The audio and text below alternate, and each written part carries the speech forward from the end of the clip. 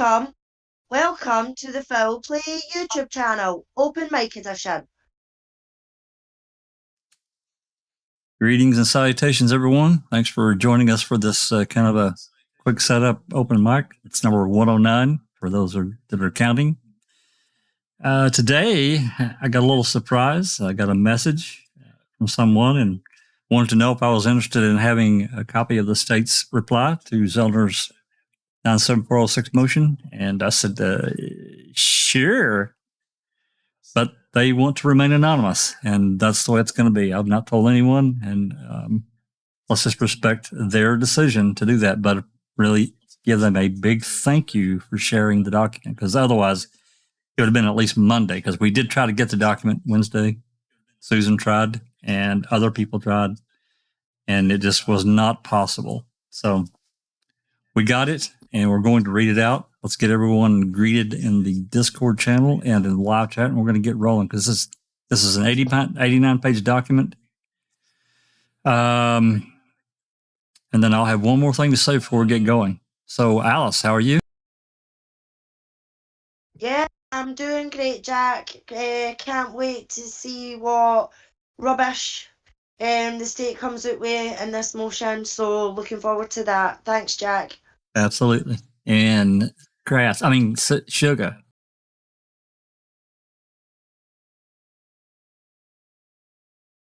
Sorry about that.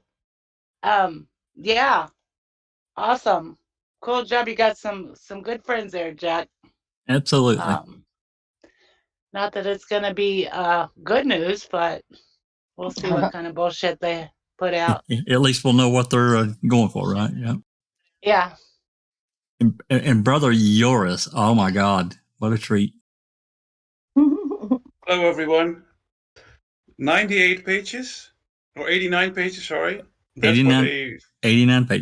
88. Oh my God, that's what they have. Feel like it's necessary to put it all in words. Well, I'm looking forward to it. Absolutely. Let's go. Absolutely. And just Rhonda. Hey, I'm here. Great to see everyone on the panel. And like everyone else, I am anxious to read this. Absolutely. And Kel, thanks for coming. Well, she can talk. Oh, there she is. Hello, how are you all? Thanks for having me. And this is going to be interesting. Yes, it is. And Lady Neverly, thanks for coming. Thank you, Jack. Hello, everybody on the panel and in the chat. You know what? I'm excited, actually, that you got a hold of this. Monday, they say wait till Monday. Sure, you don't know foul play, right? Exactly.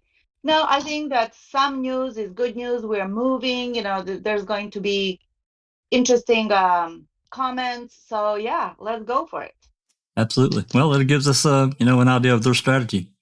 And Christina, I hope you're feeling better. I'm getting there.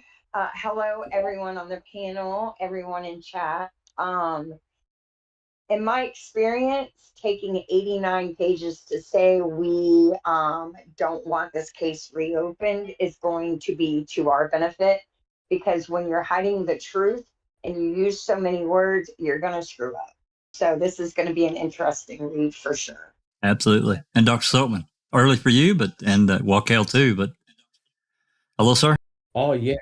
Absolutely. Thank you very much, Jack61. I'd like to say hi to all the fellow panel members and everyone in chat. This is going to be awesome. And Jack61, come on. I never knew you were buddies with Joe Biden. No, good on you. I will say it wasn't Joe. No, it wasn't Joe. It wasn't Zellner. But certainly, we really appreciate their generosity, the person that shared it. Can't thank them enough, Awesome. Actually. Really looking forward to it. So with that said, before we get going, I want to make a brief comment, and Dr. Silkman, you can comment as well, obviously. But we got a comment left on the last reading with the crew, and it's about cussing. And I'm just going to tell you, I'm not offended by that. I get it. I think we all do. But we've never advertised as a safer work channel. We don't cuss all the time, but when we get riled up, we're passionate people. we're adults and we're into this so deep. It affects us personally. Maybe it shouldn't, but it does. And with that said, it comes out. And, I'm not going to apologize for it. I'm just going to say, just expect it. From time to time, we're going to get ramped up. You're going to hear some F-bombs and some other things. It doesn't happen a lot, but it does happen, So with that said, Dr. Silkman, you want to make a comment before we get started about that? Yeah, I like to say that, first of all, we are all adults here, and sometimes, our passion comes to the forefront. This is a very emotive case, and sometimes, you got to let it all out. We're not robots. We are emotional people, and we try and keep our cuss words to a minimum, but sometimes, and Alice will tell you and everybody else, you got to let it rip. Absolutely. That we're just human. We don't follow a script per se. I mean, we try to keep things moving along, I guess, and somewhat on topic, but we certainly don't follow a script. So you get what you get. So there we go. Okay, let's get over here. Live chat looks like we've got right at 50 people. I'd like to say hello to Kelly McAlien. I see that. Tracy Strunsey, thanks for coming so much. Ian Rose. We've got Becca, Rhonda SD, Catnip, Supermod, woohoo. TTM Fangirl, Neighbor, another super duper mod, Dark Side, Joffrey. Case still 10. Still scrolling. There's Mark Hot. Hey, Mark, thanks for coming, man. Really appreciate it. We've got Behind Jack and Clive has joined us as well. Colette has joined us. Hey, there's another Euro. There's Diane. Hey, thanks for coming, Diane. Hope you're doing well. We've got Katie did it. She's joined us. TTM. Many Mam's here as well. Hello, welcome. Angie Dickinson, Jennifer Manning. Yeah. Catalyst Studios. Hey, Andy B. Hey, Andy. Andy Catalyst. Yeah, we've got Michael Patterson. Hello, Michael Patterson. Hello, Michael. Seen you before. Yeah. So I haven't. Welcome. Pete Moss. I see Colette. I don't know if you said her name, but thanks for coming, Colette. Passive Bear. And we got a room full. So, with that said, we've got Becca as well. Hiya, Becca. Great to see you. Yep, and there's T1 way up top. He was the first one to come at it. Woo! Hey, Ian Rose. I don't know if you got him, Jack. I did. Ian Rose is joined as well. Yeah. Yeah. I think that's us got about everyone. Oh, Jazz Naz. Jazzy. Yeah, Jazz Naz has just popped in there. Yeah. All right. Well, if we've missed anybody, we'll try to catch you at our next juncture. So what we're going to do, I'm going to pull the document up, and I'm going to ask Susan to start the reading. And again, this is 90 pages. So we're not going to probably break as often as we normally would, but we're still going to break this into sections and have a little discussion. But we'll probably try to save the more part of the discussion after we read the document. But I'm sure there's going to be comments and things to say. And if we can't run across something that's somebody needs to comment on, let's just stop and do it so we don't forget and get it missed. And obviously, Susan, please pass the hat. Neverly's here, Alice is here, I'm here, Dr. Silkman, lots of Rhonda's here, lots of people that can help read. So let me get this pulled up here.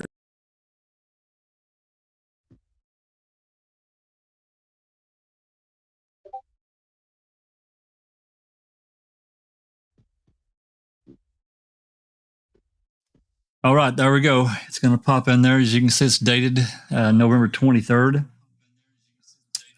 State of Wisconsin plaintiff versus Stephen Avery. Got the case number. And there you go. Whenever you're ready, Susan, take her away. Okie doke. Response opposing a motion for an evidentiary hearing and post-conviction relief under Wisconsin Statute 97406. The state of Wisconsin, by undersigned counsel, opposes defendant Stephen Avery's motion for post-conviction relief and request for an evidentiary hearing pursuant to Wisconsin Statute 97406. He claims that his newly discovered purported witnesses, Thomas Sowinski's testimony, would have allowed him to meet the three-part Denny test, State v. Denny, to introduce third-party perpetrator evidence at trial and allege that Bobby Dassey, Avery's nephew, committed the murder and then planted all of the evidence to frame Avery. He also claims that the state committed a violation of Brady v. Maryland by failing to turn over to defense counsel a snippet of audio recorded by the Manitowoc County Sheriff's Office when Sowinski called them on November 6, 2005, which Avery claims would have led defense counsel to Sowinski and allowed them to present this theory of defense instead of the one they chose. He also attempts to relitigate his Brady claim regarding Kevin Romlow's assertion that he told Sergeant Andrew Colburn on November 4 that he saw a car that looked like the victim's parked on the side of the road. Finally, he asks this court to order a new trial in the interests of justice. This motion is insufficiently pled, unsupported by sufficient facts, and the record conclusively demonstrates that Avery is due no relief on either his newly discovered evidence or his Brady claims. And circuit courts have no authority to order a new trial in the interest of justice unless the request is raised on direct appeal. Accordingly, no evidentiary hearing is necessary, and this court should summarily deny the motion. Background: Teresa Halbach, a 25-year-old professional photographer, disappeared on October 31, 2005. She was last seen, what's footnote 3? Okay. Copy of the Wisconsin Court of Appeals decision is included as Exhibit 4. She was last seen walking toward Avery's trailer after photographing a van on the Avery salvage yard per Avery's request. She was reported missing on November 3, and her RAV4 was found on the Avery property November 5. Police searched the Avery property and found burned bone fragments from nearly every bone in the human skeleton in Avery's burn pit, with DNA matching Ms. Halbach's, and 2 skull fragments with bullet holes in them, along with rivets from a type of jeans she owned. Avery's and the victim's blood in the RAV4, the burned remnants of Ms. Halbach's camera and other items, Ms. Halbach's RAV4 key in Avery's bedroom with Avery's DNA on it, Avery's DNA on the hood latch of the RAV4, and shell casings and bullet fragments in Avery's garage that were fired from the gun in Avery's bedroom, and one of which had Ms. Halbach's DNA on it. A 5-week trial commenced where, quote, the state's theory was that Avery shot Ms. Halbach in the head in his garage and threw her into the cargo area of the RAV4, end quote. He then burned the electronics in the camera and cremated Ms. Halbach's remains, transferred some of them to a burn barrel, and hid the RAV4 until he could crush it in the Avery car crusher. Avery's theory of defense was that the police were biased against him because of a wrongful conviction lawsuit he had pending against Manitowoc County and the Sheriff's Department, and planted the evidence against him. I know it's early. I know we've just started, but this outline here that she's gone through. I'm sure this is Lisa Comfort. This whole thing, talking about the garage, the bullet getting shot. They would have never found that bullet, and they didn't bring it up at all. And this section here about Brendan, because that's where that is driven from. And I don't know, right, Doc? Anyone, Doc? You got a comment? Yeah. The important thing to realize here is that that statement we read there, I would say about 95% of that statement that was read was complete and utter bullshit. But you got to remember, from the court's perspective and the state's perspective, what transpired during the court is regarded as the truth. Yeah. That's right. Well, I find in that truth, they said that nearly all of her bones were found. Well, not exactly. Even in the court, though, it was established that 60% was missing. Well, So there's they also did not. When they had that pictogram with the skeleton, they Yeah. pointed out to the bones that they were found. None of them were pointing at the rib cage, the spinal column, and so forth. Another thing, the implication again in her outline is that Avery shot her in the head, and the bullets that were found came from that gun that he did it. But they went all the way around the bend in the trial, with the exception of Dr. Jensen, to keep from saying that. It's absolute and utter smoke and mirrors, and it's trash. It's garbage. I find it interesting that she's just basically regurgitating Pratt's story, right? Yeah. It's going to be, because now Yeah. will Zellner get an option to respond to the response? Because this will open the door for her to present all the compelling evidence that shows that every point Comfort is making is, like y'all are saying, smoke and mirrors. It sounds really damning, but peel back the first layer of the onion and it's all garbage. Well, that's exactly why they don't want Zellner in front of a judge, and they're going to argue for everything being procedurally barred. So they've already set the goalposts. The goalpost is what transpired during the trial is regarded as the truth. Yep. Yet we know that every element of what she wrote down has been challenged and taken to pieces. And as Neverly alluded to regarding the skeleton, that was, as Jack 61 said, smoke and mirrors. We're talking about bone fragments which are centimeters, and a huge proportion of the skeletal remains are missing. Yep. But they don't care. They want to give the picture that her skeleton, her entire skeletal remains were present in that burn pit. They don't want you to ask questions. And how disgusting that they even stated that Stephen Avery have moved several of the cremains to yonder burn barrel number 2, which is so disingenuous. It really is. Not just that. They're saying he threw her in the car. Why'd he throw her in the car? Because see, they got to explain every piece of evidence. I think they're hanging themselves. I think they're giving themselves too much rope. She's trying to tie it all in, why it all matters. But I think if she mentions it, then Zellner has the opportunity to then say, what? Like, none of it makes sense.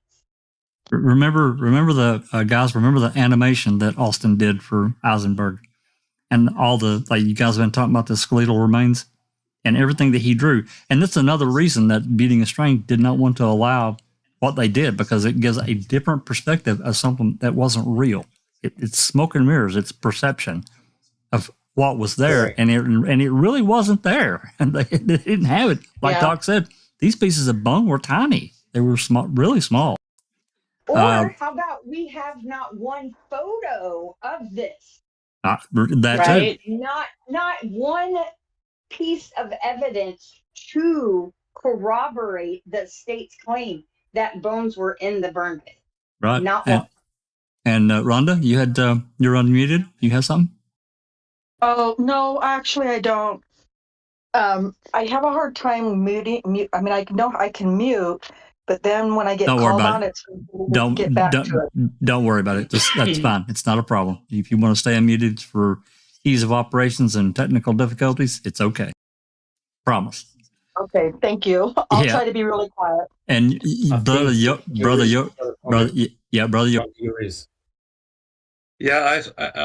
we really have to look at the wording that the state used in this particular phrase of the how many percentage of the bones were found, because 60% of the bones were found in there. And if you look at the the things Austin made. You know, he said like parts of her bones were found in there.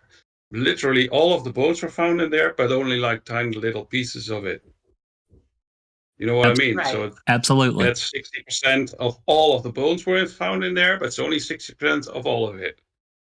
It is really down to how the state phrases it, and if they come away with it. You have to really look into that and say like, how did he phrase it? You know? What did Yeah. Kelly say? Truth is but a chameleon within our words. Yeah. So exactly. basically, so thank you, Yuri. So basically, what they're saying is, if they find, say, a tenth of a rib, one rib, then they're saying that the entire rib was present in that burn pit, right? They're not trying to state, well, we found only part of the skull. The mere fact that they found some skull fragments insinuates that the entire skull was present in that burn pit. that's right. That's clearly in the case. That's right. Yeah. It's perception. It's perception. It's Perception, right? perception of how you read it, because you know again, they tried to come off it if all of it was in the burn pit, but yeah, you have to read it like okay, if only was part of it found in there, then that's what it is. So yeah, and it's again, really smart phrasing, I think. Clever. It Clever is, but phrasing. Of course they it's do. very clever. It's very clever phrasing, but can you see how extremely frustrating it is for someone like Kathleen Zellner, who's pointed out time and time again all the downfalls of what the state is trying to present. So the state, as I said, has put goalposts up immediately to say, hey, look, this was presented in court. This was presented in front of a judge and a jury. This is what they agreed to. Anything that took place outside the courtroom, they don't want to know. It's just hearsay. That's right. Yeah. All right, Christina.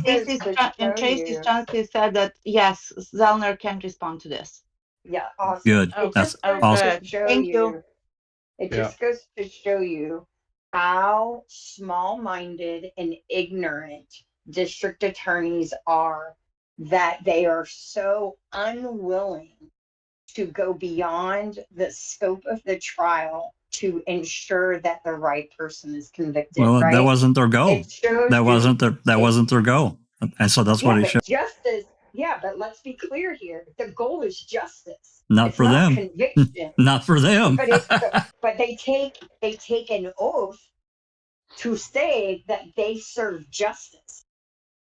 So let's be clear here. These are small-minded, ignorant people who are in charge of communities and who do not give a shit about the truth or right and wrong.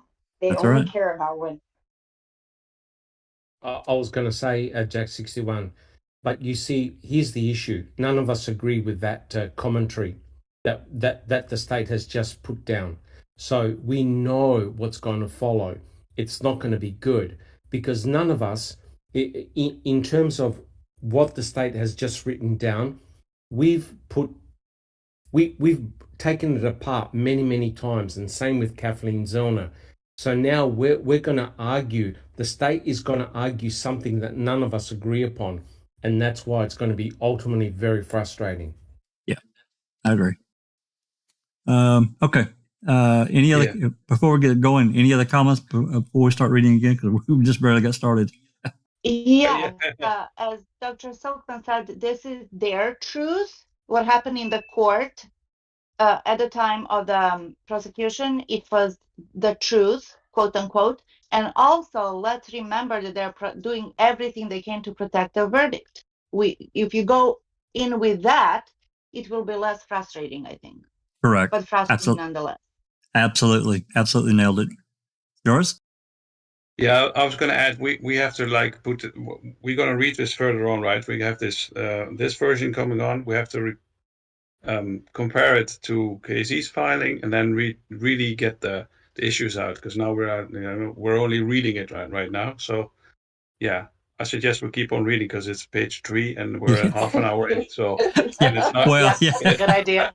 It's just 89. Well, so go ahead. Yeah, right. This is a cold reading, by the way, guys. None of us have read this at all. Out there to everybody in the live chat, we have not read this. So, Susan, please continue. I'll try my best not to interrupt you again for a while. You're getting our reaction live, unfiltered. Okay, here we go. Quote, the jury found Avery guilty of first-degree intentional homicide and felon in possession of a firearm, end quote. He was sentenced to life without the possibility of extended supervision. Avery appealed and the conviction was affirmed. Avery filed a Wisconsin Statute 97406 motion pro se in 2013. The motion was denied, and the subsequent appeal was stayed and later dismissed on Avery's motion. Avery then, between 2017 and 2019, filed an additional 6 post-conviction motions alleging myriad claims of error, all of which were denied. Avery appealed and the Court of Appeals affirmed. The Wisconsin Supreme Court denied his petition for review on November 17, 2021.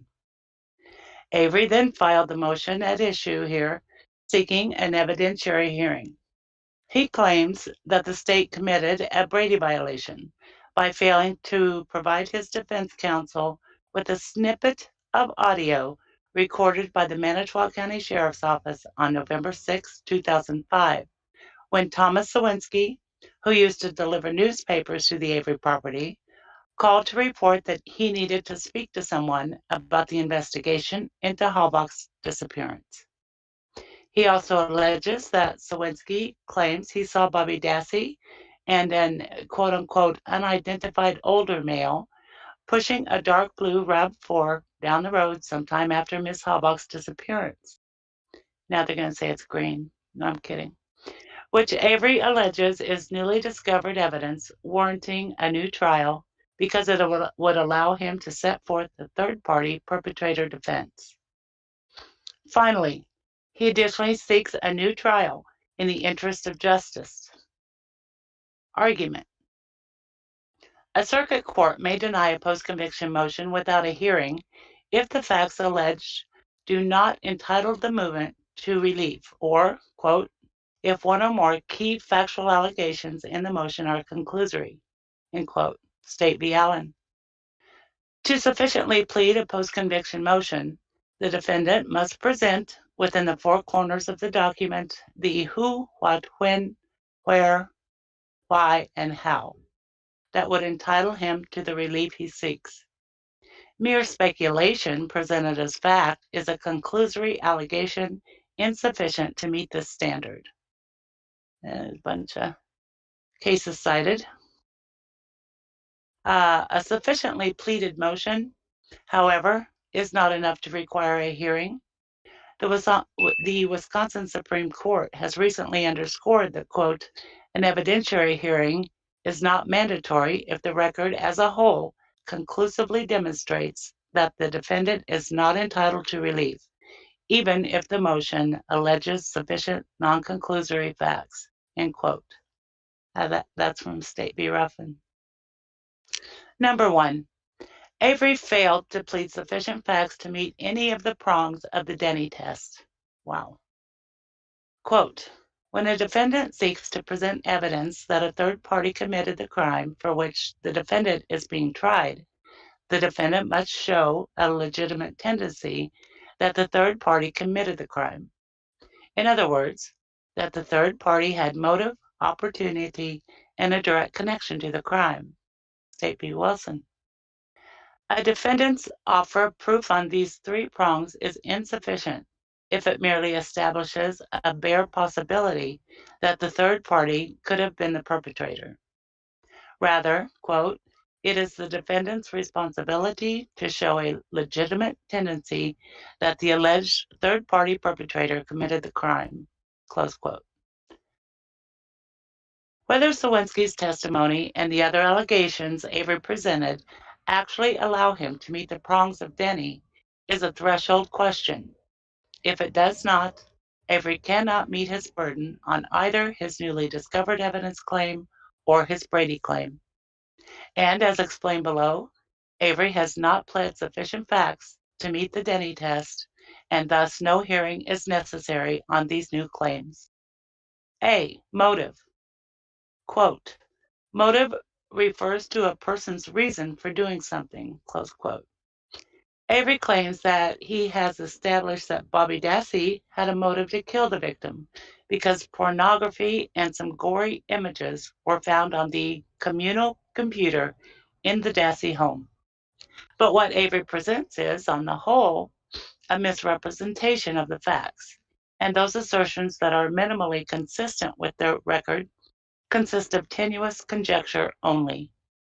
He falls far short of presenting facts that would establish that Bobby Dassey is the person who accessed the pornography and other images, let alone that anything found in the Dassey computer plausibly establishes that Bobby, or anyone else, had a motive for Ms. Halbach's murder. I'll read the footnote. Avery's contention that law enforcement considered pornography as evidence of motive in Ms. Halbach's murder merely because they collected it and wrote a report about it is false. Law enforcement conducting an examination during a murder investigation gather anything that could conceivably be relevant to the case. Vast portions of what the police collect is later determined to be of no importance. Avery's contention that they seized and reported about this pornography because they believed it was evidence of motive is pure speculation, which he has not supported with any record evidence at all. The facts of record show that these computer searches are neither relevant to nor probative to establish that anyone, but particularly not that Bobby, had a motive for murder in October 2005. First, Avery has once again failed to supply sufficient facts to prove that Bobby conducted any of these searches. As the Court of Appeals noted previously in this case, the mere fact that Bobby could have been at home when some of these searches were conducted fails to establish anything about who actually conducted them. And Avery cannot rely on his computer's experts or anyone else's speculation on what Bobby's schedule might have been on those days. See State v. Avery. But speculation based on the timestamps from a fraction of the searches is once again all Avery has provided, with no citations to any actual facts of record about Bobby's whereabouts at those times, nor anyone else's who may have had access to the home. Footnote 5, Avery's record citations do not make sense. He cites to 689.35, 705.56 to 57, 630.28 to 29, 633.47, 737.164, 739.154, and 743.12. Document 1065.21. Document 689 is a single-page receipt of the circuit court file, and document 705 is similarly a single-page document regarding Avery's visits by his defense counsel. Document 630 and 633 are extension motions. Document 737 is a two-page email between law enforcement about license plate photos. 739 is a single-page exhibit about a 1994 jail phone call. And 743 is a single-page exhibit detailing evidence collected from Avery's garage floor. Avery appears to be working off of the record index numbers in the Court of Appeals and referring to his own previous arguments in those filings. Those document numbers do not correspond to the record index in this court. Therefore, it is impossible to ascertain what Avery is attempting to pinpoint. For example, Avery's Appeal, Volume 1 through 3.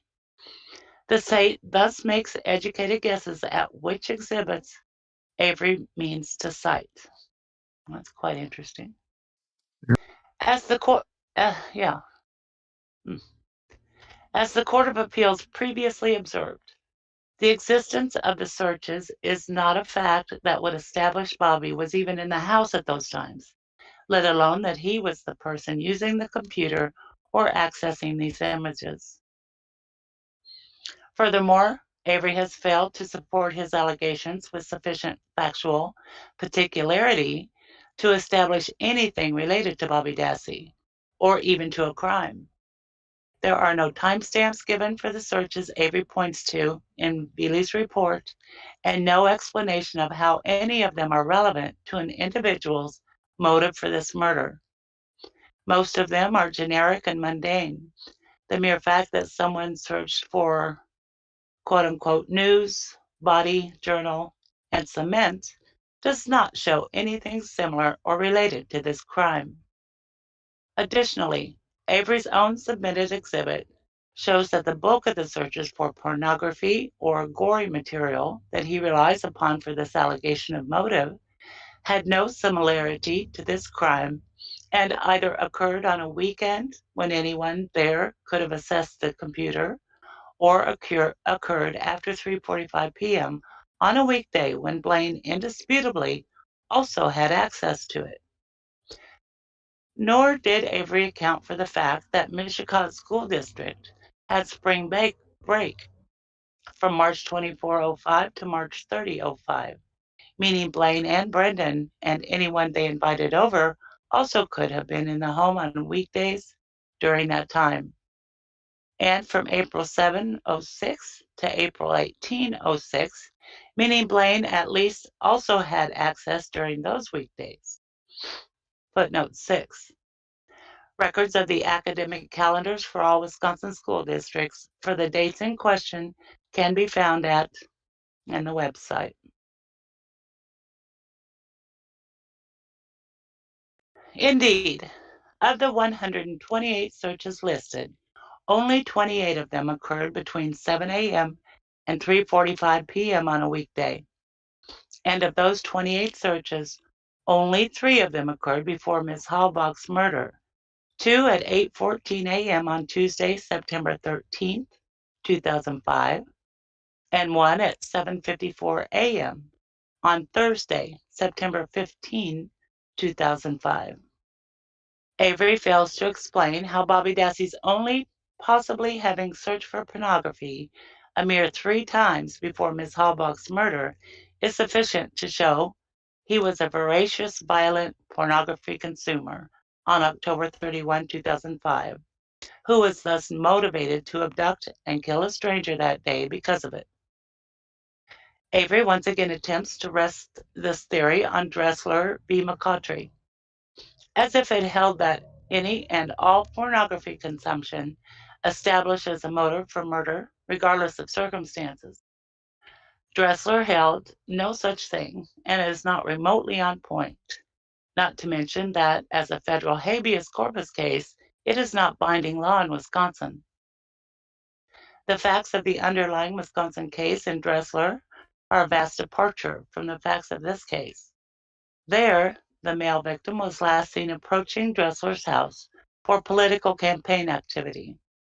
He was assaulted and murdered in an extremely specific and particularly brutal way that included binding, mutilation, and dismemberment. And police found myriad weapons and restraints, along with pictures, magazines, and videos depicting similarly murdered and mutilated victims and homosexual pornography in Dressler's home. These items were admitted as other acts evidence of Dressler's intent, motive, and plan to assault and kill the victim in that particular manner. But in that case, 1, there was no dispute that the materials were Dressler's, unlike in this case where anyone could have been responsible for these searches, and Avery has not provided any facts showing otherwise. 2, the materials found in Dressler's home depicted things that very closely mirrored the brutal crime, whereas here the searches Avery is attempting to rely on vary widely from the obscene to the mundane and with no relation to how Miss Halbach's murder occurred. Indeed, Avery fails to point to a single image or search for someone who was shot and the body burned nor anything that would suggest that these wildly varying types of pornography had any similarity whatsoever to Miss Halbach's murder, and has included such irrelevant and off-point searches as quote-unquote MySpace, tires, race car accidents, Ford Focus accident, diseased girls, and big woman naked. And 3, in Dressler, there was no dispute that Dressler owned all of the pornographic and violent material before the murder occurred, and they were deemed relevant to show that he was both homosexual and had a fascination with mutilation and dismemberment, and thus a motive, intent, and planned to act out his violent sexual fantasies in this particular manner by the time the male victim arrived at Dressler's home. Here, the vast majority of the material on which Avery relies and actually provides some timestamp for has no similarity or even relation to how Miss Halbach's murder occurred, and it was not searched for until months after the murder. Avery fails to explain how motive to fulfill a violent, porn-fueled sexual fantasy can be formed or proven by someone not viewing any of this material until months after the murder already occurred. To the extent that Dressler is relevant at all, it actually shows that Avery has not met his pleading burden, because a comparison to it shows why these computer contents would not be admissible as other acts evidence to prove motive if Bobby were the defendant. See Wilson.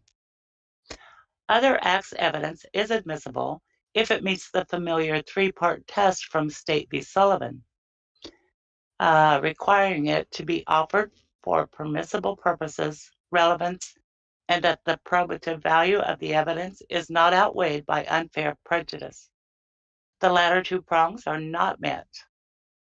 Motive is a permissible purpose for introducing other acts evidence, but as explained, none of what Avery has presented is relevant to show motive to commit the specific crime. The Court of Appeals already determined that Avery's contention that these images are similar to the violent murder of Ms. Halbach was false. The pornography and videos of murder and mutilation deemed relevant in Dressler were indisputably Dressler's. They closely mirrored what happened to the victim in that case and were collected by the defendant not long before the murder occurred. Nothing about an unidentified person searching a communal computer for various types of pornography and pictures of race car accidents or drowning victims months after Ms. Halbach's murder occurred shows an interest in anything similar to this crime, nor makes it any more or less likely that Bobby Dassey had a motive to shoot and kill Ms. Halbach in October 2005. The computer contents are simply not relevant. These searches and images also would be excluded because, without some closer ties to the events of October 31, 2005, their prejudicial value would greatly outweigh whatever minimal relevance they might have and influence the jury to convict because they believed whomever conducted the distasteful searches must be a bad person. Sullivan. Finally, apart from the lack of evidentiary support, Avery's theory that this pornography accessed months later in 2006 shows that Bobby Dassey had a motive to murder or a stranger within minutes of meeting her in October 2005 ignores basic human experience. Despite Avery's inadmissible, quote, police procedure, close quote, expert's opinion. I'm going to read this. You want to read the footnote? Oh. Yeah. Avery failed to show that Greg McCrary has even one relevant credential to give the type of opinion referred to in Avery's motion. And no Wisconsin case has ever permitted a police procedure expert due to the high likelihood of turning the proceedings into a mistrial on the propriety of law enforcement's protocols. Wisconsin Statute 90403 and 90702. It is no surprise to find pornography and gore accessed on a communal computer available to at least 4 teenage boys, not to mention anyone else permitted in the Dassey home.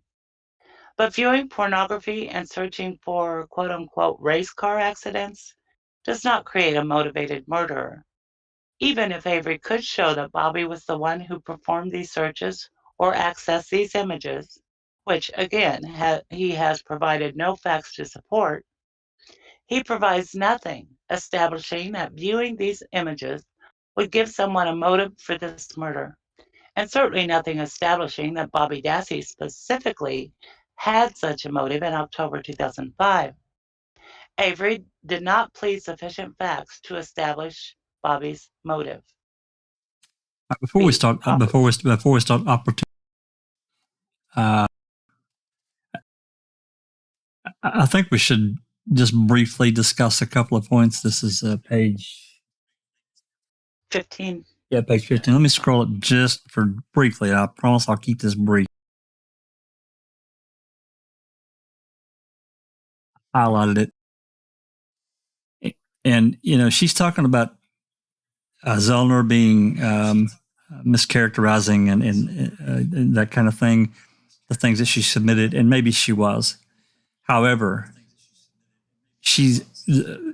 Comfort is leaving out the fact that there were Doc, Neverly, you guys remember, I don't know how many deletions there were, but there were a shit ton of deletions between, I think it was August, September, and October on that computer. But in essence, they don't care. The court does not care. The court can only comment on what is present, not what is absent. So essentially what they've very, very cleverly done is they've completely diluted, bypassed, ignored any of those pornographic searches on that Dassey computer. What the state is arguing is that any material found on that computer cannot be pinpointed specifically to Bobby Dassey, and as a result of that is completely irrelevant, which means that the fact that the state withheld the Veely CD is of no consequence at all. Yet we mustn't forget exactly what Mark Wiegert did. Remember what was written in the newspaper report and in the search warrant? Exactly what was to be found and expected to be found on Stephen's computer. These type of searches, pornography, etc., etc. However, isn't it rather ironical and clever how the state has just now argued none of the searches that were done on that computer has any relevance, any relevance at all to the murder of Teresa Horbach, effectively nulling anything on that computer. Lock, stock, and barrel. Boom. Yep, they totally stripped the power off of Kathleen's biggest argument, basically. Just like that. Just like they said, exactly. Just when they said, well, Bobby, he may be deviant, sexual deviant, but he's telling the truth. Christina? Yeah, it's going to be interesting. It's going to be interesting to see. I think that Comfort is feeling comfortable and secure and smarter than Zellner, right? I think she thinks that she has outmaneuvered her. And I'm just curious to see how Zellner responds to this, because I feel like Comfort, by including all of this, is opening a door that Zellner can then go through and use to Stephen's benefit. I hate to say that, because I know there's going to be people who are anti-Zellner, anti-whatever, but you can't use porn against the defendant as a reason for him committing this crime and then not allow the defendant to use the hiding of porn from the defense to present a Denny. To present a Denny as an avenue to seek relief. I just don't see that being possible. Kel? May I? Well. This is very interesting for me because a lot of you might know that I've been preaching this for a few weeks now, saying that I knew that they were going to take this angle because in some of the research I did, I also found a window open for them that it may or may not have been Bobby sitting at that computer. That's all it would have needed to take. There is another individual that is now home in all of these crucial times. And I requested the person, well, it's Blaine. Now we can talk about it because they've now brought it in.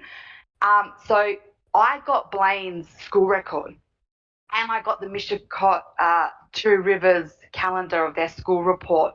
The state sent it to me and they had highlighted all the dates that Kathleen had already mentioned in her previous motions as the significant days of torture porn and all this stuff, and highlighted that it was only Bobby.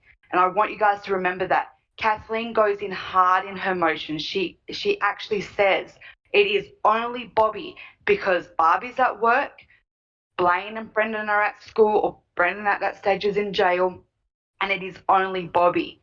And then I looked at the not only the calendar but the school report, and Blaine was home the entire time with hives in all the time the torture porn was done.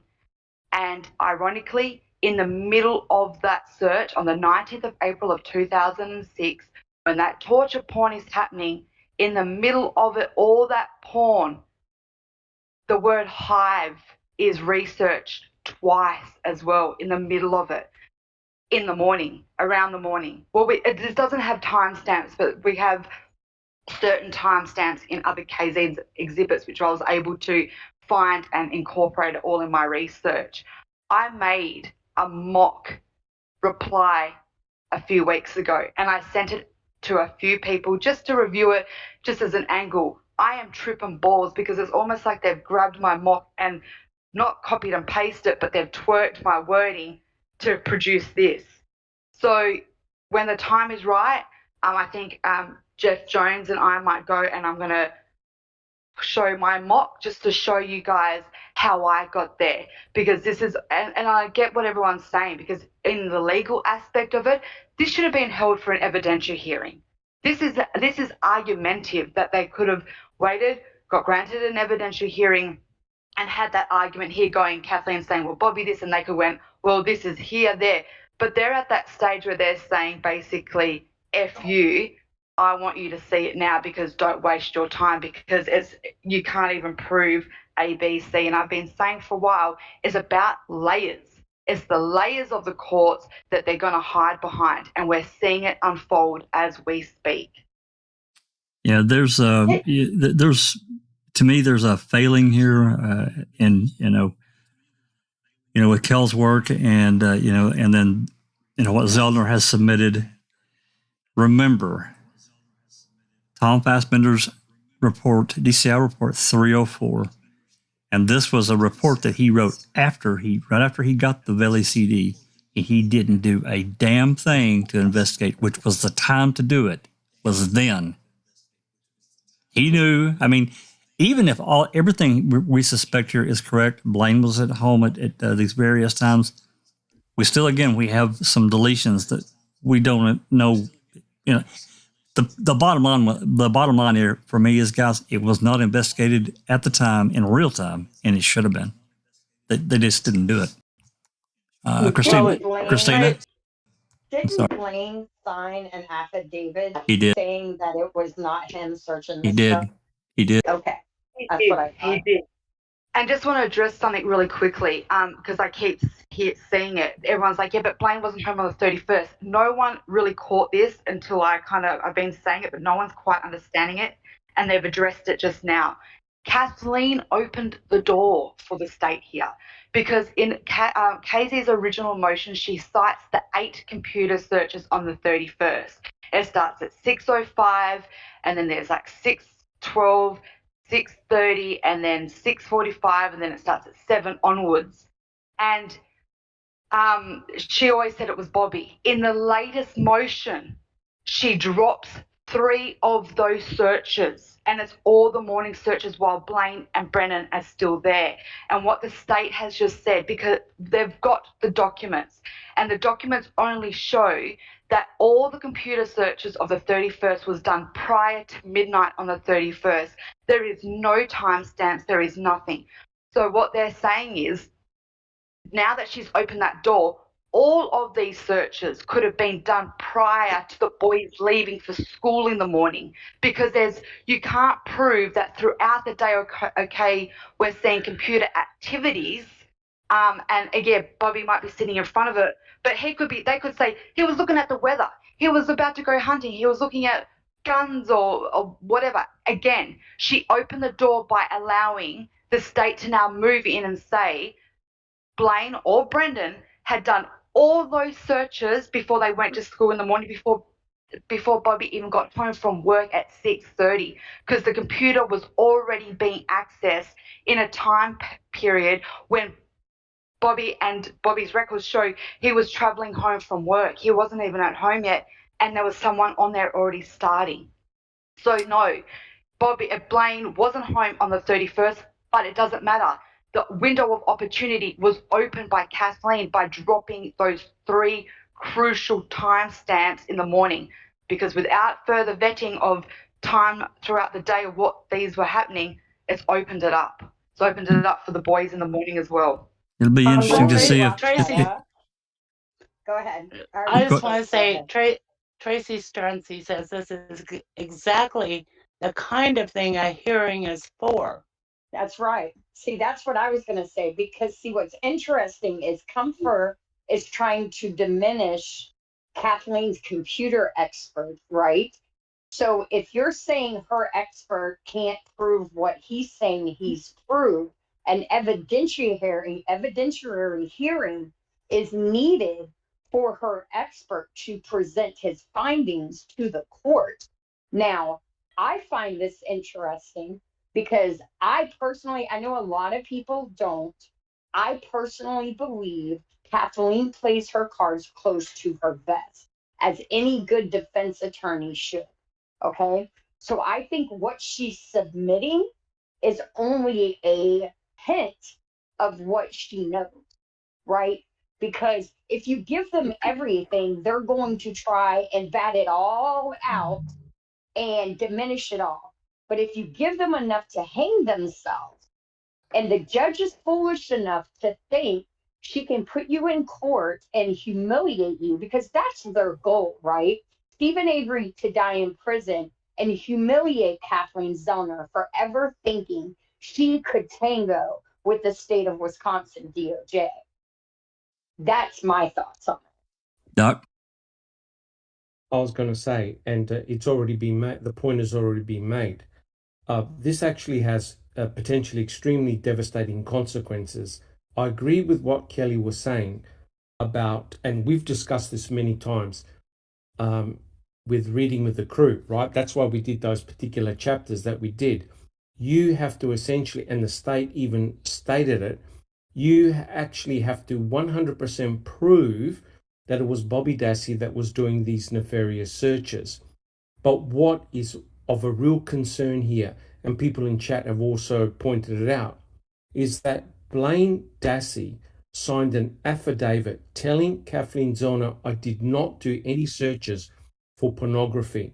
And that would have bolstered Kathleen Zellner's position to say, all right, we've taken Blaine Dassey out of this equation. We can now focus on Bobby Dassey. And I agree with what Kelly said. Kathleen Zellner had to remove certain times during the day when the 2 boys were home, Blaine and Brendan. And that's fair enough. But now we've got this obvious shock admittance that, oh dear, Blaine Dassey was also looking at highly subjective and extreme pornographic material. And so now the state has just pointed this out to say, well, it looks like there's another person looking at this nefarious activity, which now means that you can't point a finger at Bobby Dassey, which means that you've now removed one of the Denny prongs, which means that your case is going to collapse. So how can Kathleen Zellner can put up a really good argument for releasing Stephen when members of the Dassey family are basically white-anting what she's presenting to the state? And are you trying to tell me that now the brother of Brendan Dassey has now kept his uncle and brother in prison till they die because of the pornographic searches done by Blaine and the fact that he lied in a critical affidavit? That's what it looks like to me, guys. Yeah, I think Tracy's right, though. I think because now we have a disagreement. Kathleen's saying one thing, the state's saying something else. A hearing is a place to really sort it out and get people on the stand under oath. That's what I think. And let's also remember the time change issue, okay, that took effect. So I really think that there needs to be a hearing to corroborate and discern these facts and determine what can and can't be concluded as fact and what is simply speculation. Yep, I don't disagree. Well, I think that speculation will end. They only have to drop 2 documents, and it's the documents that they dropped me. And not just that, it's the calendar.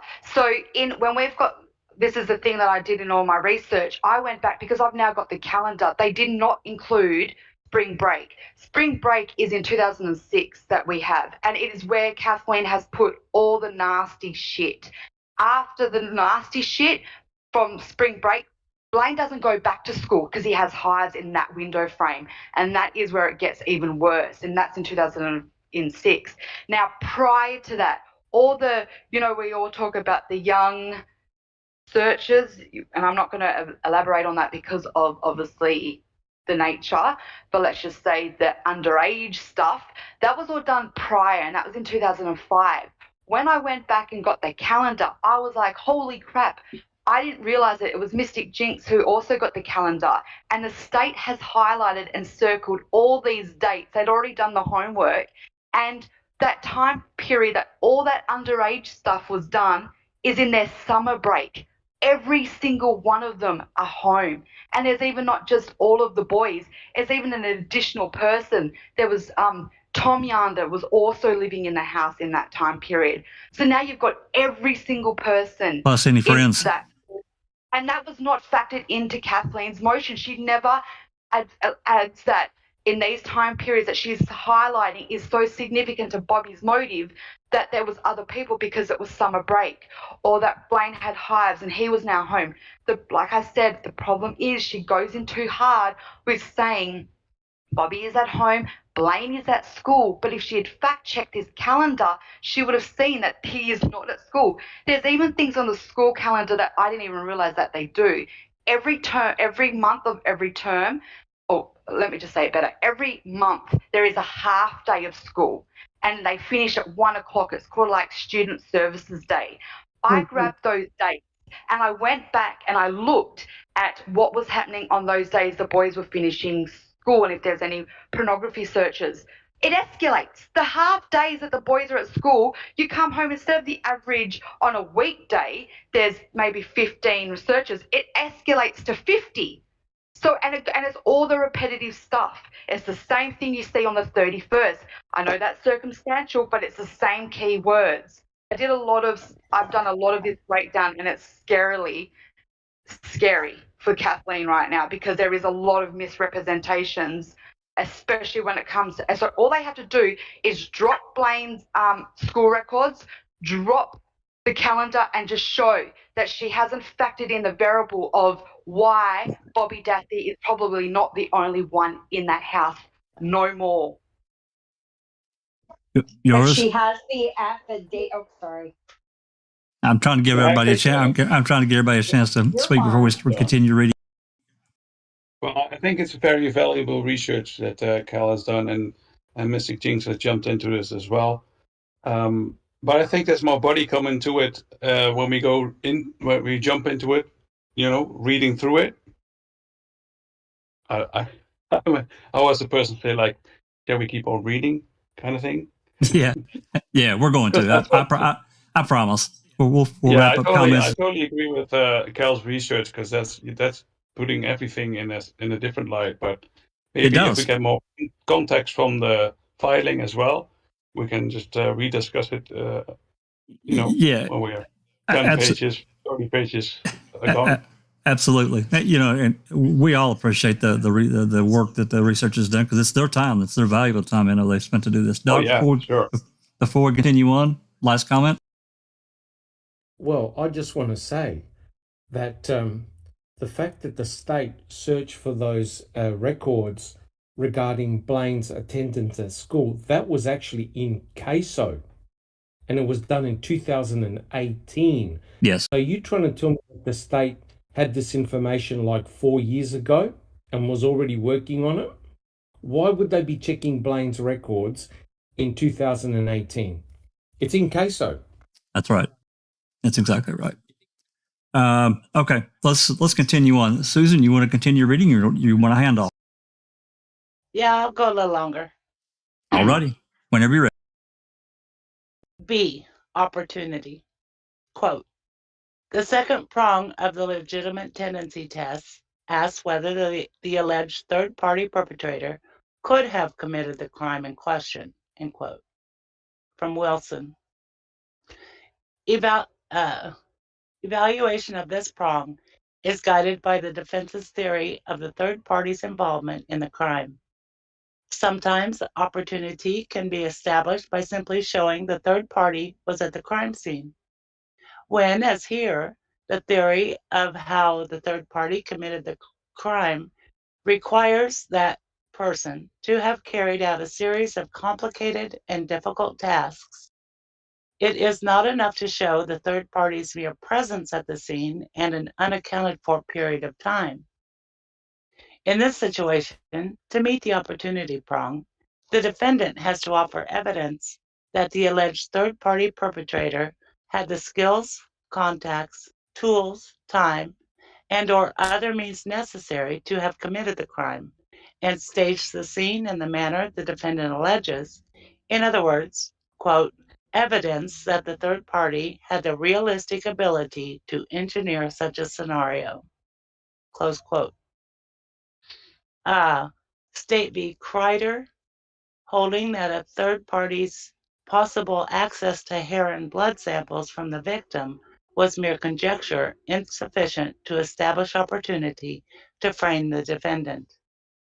Avery's submissions do not meet this threshold. Avery fails to acknowledge that his quote-unquote defense theory has changed drastically from the time of trial. Then his contention was that he was framed by law enforcement, who had plenty of time, knowledge, and access to the evidence to plausibly doctor the crime scene. Oh. Now, he claims, his nephew Bobby Dassey framed him, and did so in a very short time period. That means that to sufficiently plead his motion, he had to provide more than just showing that Bobby physically, quote-unquote, had access to the evidence because he was on the property. He had to show that Bobby had the actual ability to both commit the murder and then complete each step of this framing process, and to do so before November 5.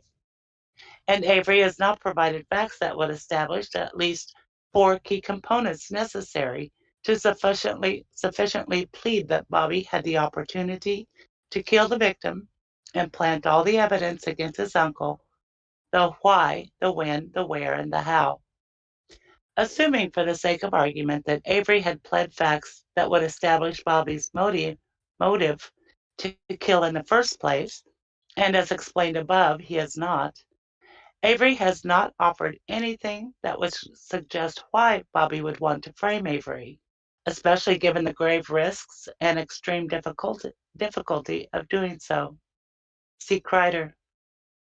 Anyone who murders someone typically wants to escape detection, but that does not explain why Bobby would frame Avery for it, especially when doing so would ensure that law enforcement would be taking a close and intense look at the entire Avery property and everyone who lived on it.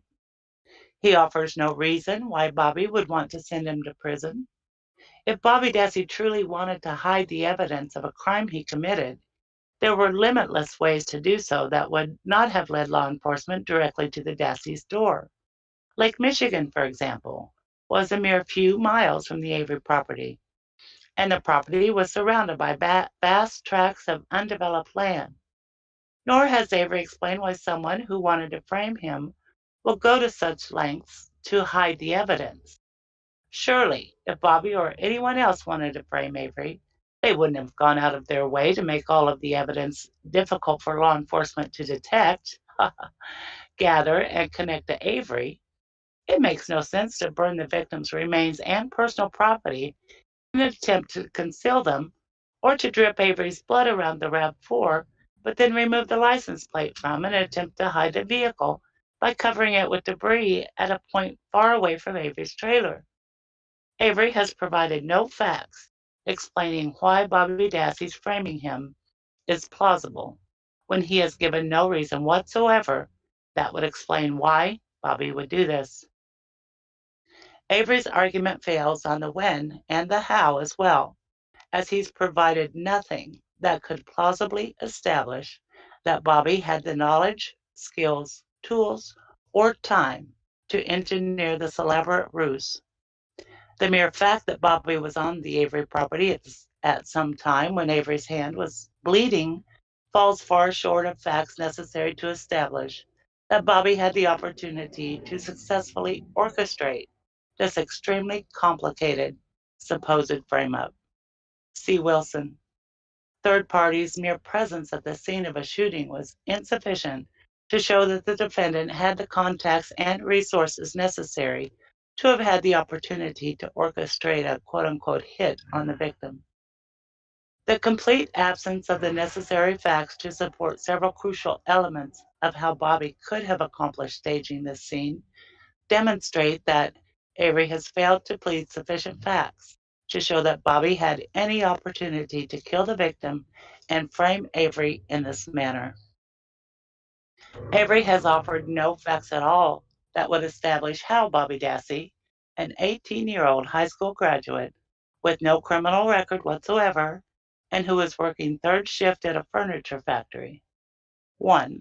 Managed to steal at some unidentified time prior to October 31 the rifle hanging above Avery's bed with which the victim was shot, and at some other unidentified time before November 5 managed to replace it with Avery never noticing. 2. Could have abducted and killed the victim and hidden both her body and her car in some unknown area in the minutes between her arrival on the property and Scott Tuddick passing Bobby Dassey on the highway around 3:00 p.m. on October 31, 2005. Nor has Avery provided any facts to establish where the killing could have happened apart from a nondescript quote in the RAV4, end quote, or where Bobby could have hidden the RAV4 and the victim's remains in this short period of time. Number 3. Had the scientific sophistication and knowledge necessary for it to occur to Bobby to collect, transport, and plant Avery's blood from his sink, and, as Avery has completely overlooked, his non-blood touch DNA on the hood latch of victim's RAV4 and her keys, or how Bobby acquired the skills to do this successfully. Number 4. Had a convenient stash of unidentified instruments capable of collecting and transporting liquid blood on hand, or what those might have been. Number 5. Planted the keys to the RAV4 in Avery's trailer unnoticed and at some unspecified time between November 3 and November 5, yet also either managed to move the RAV4 off of the 40-acre property without the keys, or drive it away and return on foot from wherever he supposedly took it, and then sneak into Avery's trailer again to hide the keys, at some other unidentified time, once again unnoticed. Number 6. Found and then planted a tiny, mangled bullet fragment that Bobby inexplicably, my favorite word, knew had the victim's DNA on it underneath items in the Avery garage, or alternatively, how he shot the victim in Avery's garage on October 31, and then at another unidentified time scrubbed the scene with Avery's remaining unaware, this despite Avery indisputably having been working on his Suzuki and other vehicles in and around the garage around this time. Number 7.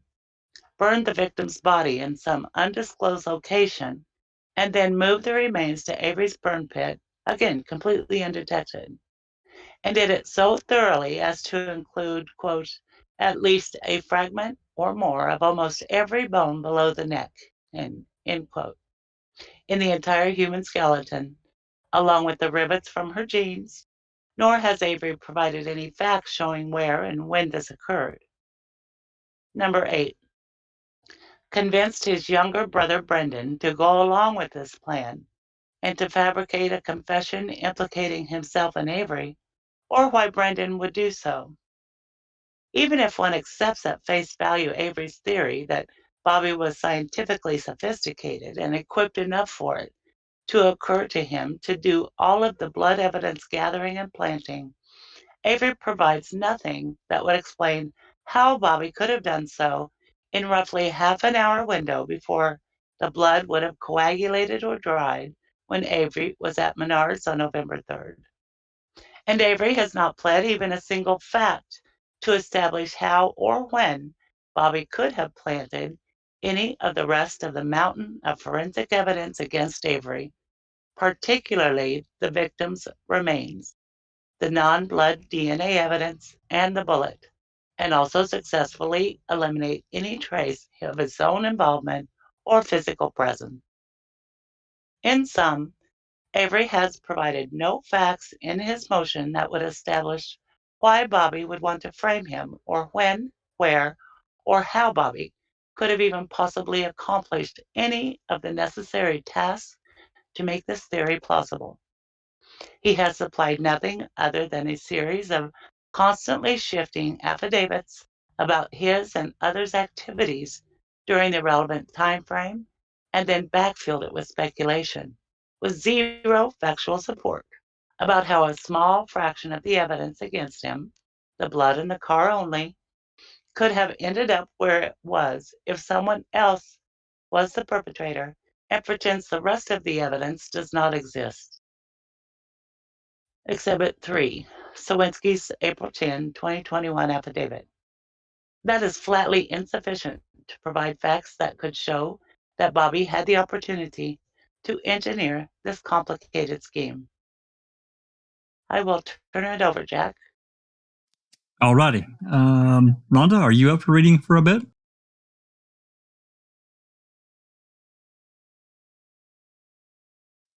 Yes, I am. Okay, please start whenever you're ready. All right, we're on page 20, right? Page 21, actually, at item C, bottom of page 21. Okay. I can't follow along with you because I'm lagging a bit, so page 21, item C. Can I just say something here? I wanted to say it before you went back to reading, but my computer is being strange today. So you guys are saying they're not taking into account the times that stuff was deleted on the computer.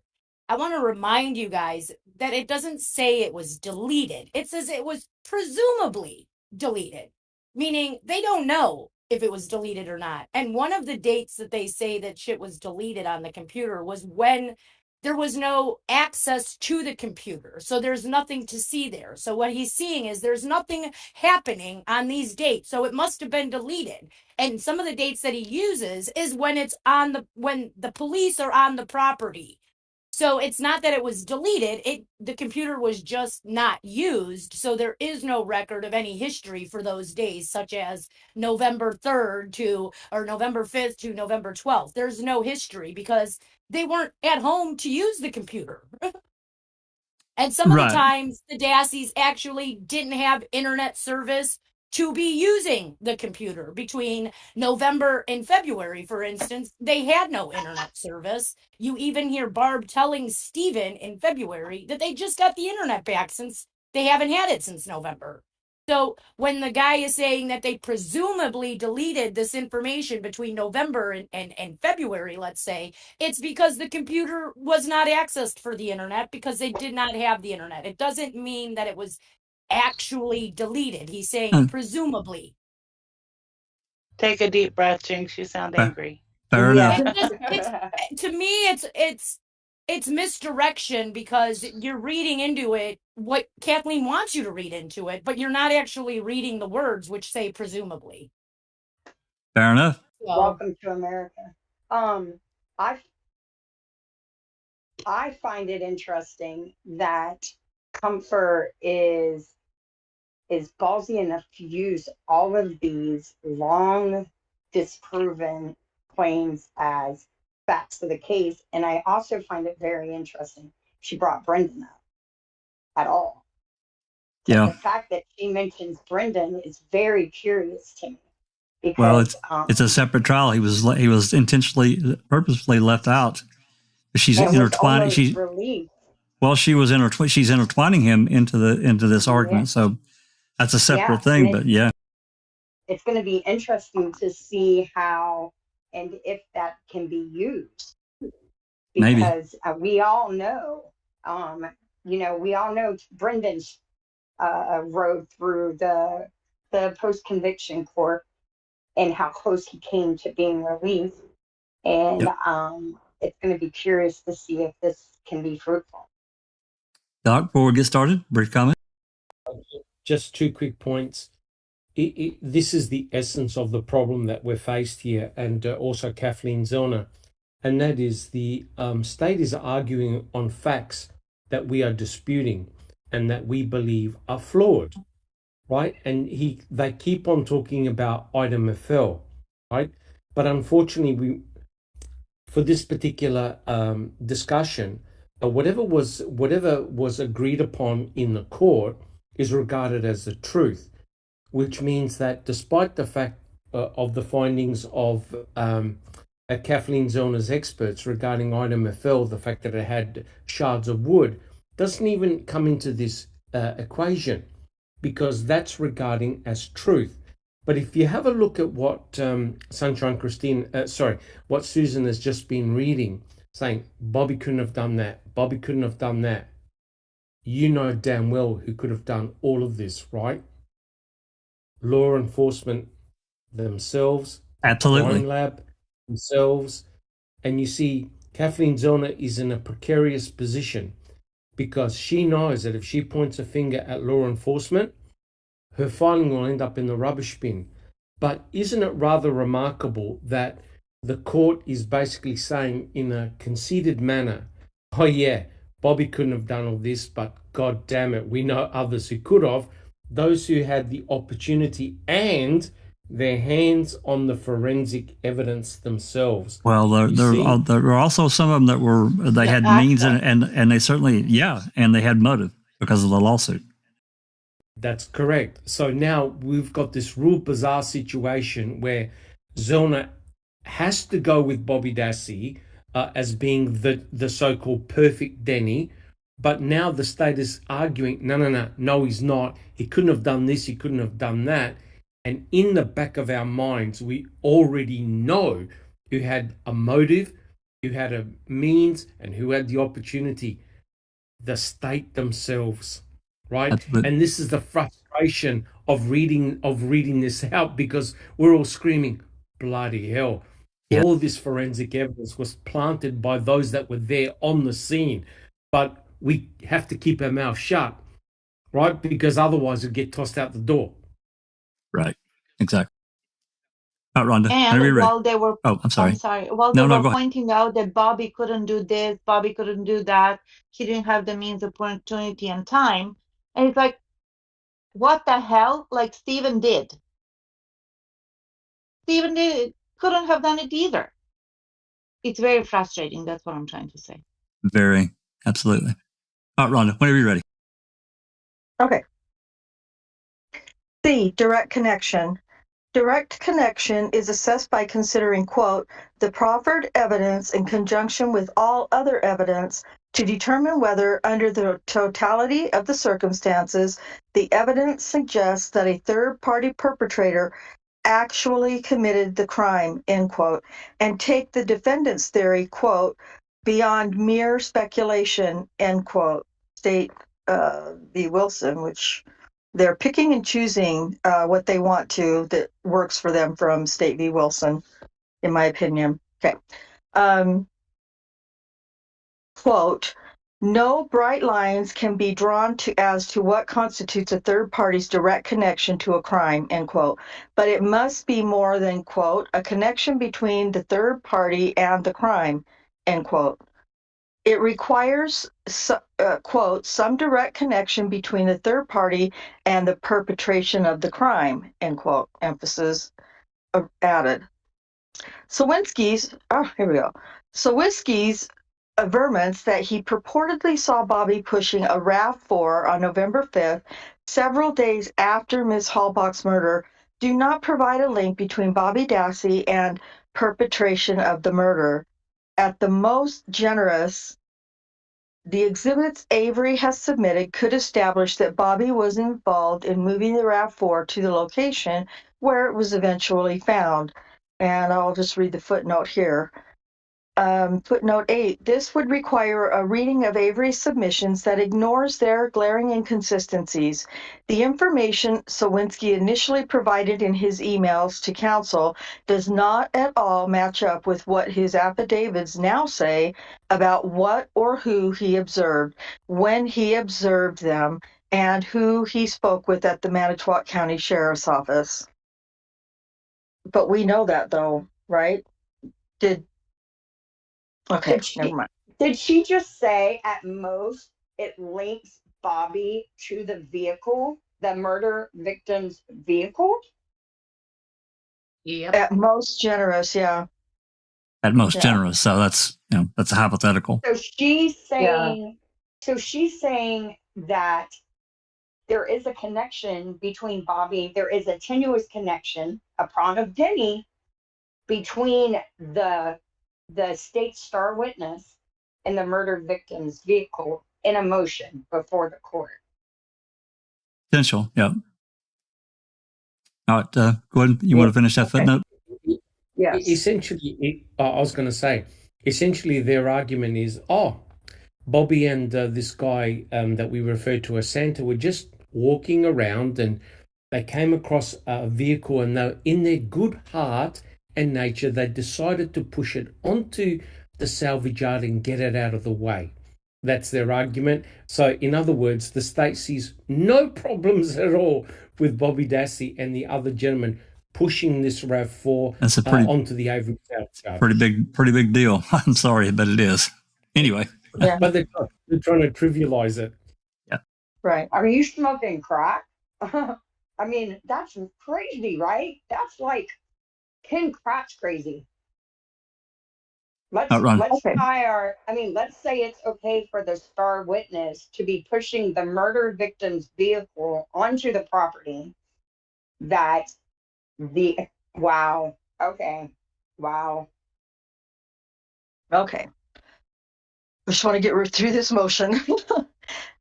So going on, compare Exhibit 1, Sowinski's December 26, 2020 email. Exhibit 2, Sowinski's January 7, 2016 email, and Exhibit 3, Sowinski's April 10, 2021 affidavit with document 1071. And in fact, Sowinski's original information to current defense counsel would have eliminated Bobby Dassey as a suspect because Bobby was at work during the time frame Sowinski gave. And Mike Osmondson was nowhere near age 60 in 2005. Document 581-25 through 26, Exhibit 1.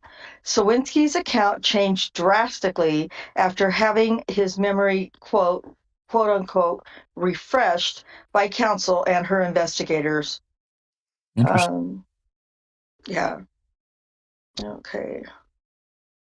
So back up to, that is nothing more than a possible, quote, connection between the third party and the crime, end quote.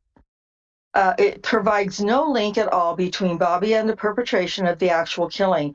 It also does nothing to establish that Avery was not the killer. Even if believed, all Sowinski's evidence would show is that perhaps Bobby was involved in trying to cover up Avery's crime. State v. Bimbenek.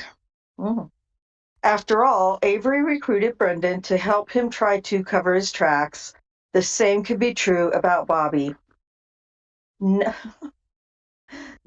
Sowinski avers, connects Bobby to the actual killing in any way.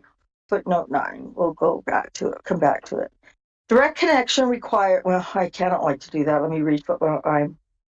All of Avery's salacious claims that Mike Osmondson must somehow be involved because he and Bobby spoke frequently and the two of them did not remember many years later precisely what date they had on a conversation with Avery or when or what they did when they spent time together do nothing to support this theory and have no relevance whatsoever to Avery's ability to meet any of the three prongs of Denny. Sorry, let me get back up there. Oh, I'm sorry. Where it says direct connection. Yeah, I shouldn't have done that, but I did. It's not far up. It's less than a paragraph. Okay. It's got a little 9 in front of it. Yeah, I can't see the 9. What did I do? I shouldn't have done that. I don't usually do that. So try to cover State v. Bimbenek, and then it's right after that, isn't it? It's down below, next paragraph. I'm sorry, guys. Not next paragraph, next sentence. Look for Bimbenek, and then and then it's after all, Avery. Yeah, there you go. Keep reading. That's okay. fine. I'm really sorry. I won't do that again. After all, Avery recruited Brendan to help him try to cover his tracks. The same could be said about Bobby. Nothing Sowinski avers connects Bobby to the actual killing in any way. Direct connection requires a showing that, quote, under the totality of the circumstances, the evidence suggests that a third-party perpetrator actually committed the crime. Avery's multiple layers of conjecture piled on top of an allegation that Sowinski maybe saw Bobby pushing a car similar to the victim's at some point do nothing to establish any facts showing that Bobby actually murdered the victim. Well, there's nothing showing that Avery murdered her. God. In short, Avery's claim that, quote, the Denny's requirements are now satisfied, end quote, is wrong. The quote unquote tendency that Bobby committed this crime based on, oh, for hell's sake, based on what Avery has, oh, for hell's sake, I'm having issues, you guys, with my document. Okay, based on what Avery has presented here, has not even entered the ballpark of quote unquote legitimate. Avery's allegation, I read that. No, you're right where you need to be. I'm struggling here, guys. I'm really sorry. Avery's allegations are conjecture and speculation plugged into an unaccounted for periods of Bobby's time. That is insufficient to meet Denny. The dearth of facts in Avery's motion necessary to establish Bobby's motive or opportunity to commit this crime and then carry out an elaborate planting scheme, along with nothing trying Bobby to perpetration of the actual killing, means Avery has failed to establish a legitimate tendency that Bobby was the killer. Avery thus failed to meet his pleading burden on both his newly discovered evidence and his Brady claim. No hearing necessary. Oh boy. 2. Avery is not entitled to an evidentiary hearing on his newly discovered evidence claim. Avery's newly discovered evidence claim is multi-layered. To be entitled to a hearing, Avery had to plead sufficient facts to establish not only that Sowinski's alleged testimony would have allowed him to meet the Denny's test, which is explained above he did not do, but also sufficient facts to establish that if he had presented this third-party perpetrator defense at trial, a jury would have had a reasonable doubt about his guilt. He has not done so. A. Defendants must meet a 5-part test to obtain a new trial based on newly discovered evidence. Quote, to set aside a judgment of conviction based on newly discovered evidence, the evidence must be sufficient to establish that the defendant's conviction resulted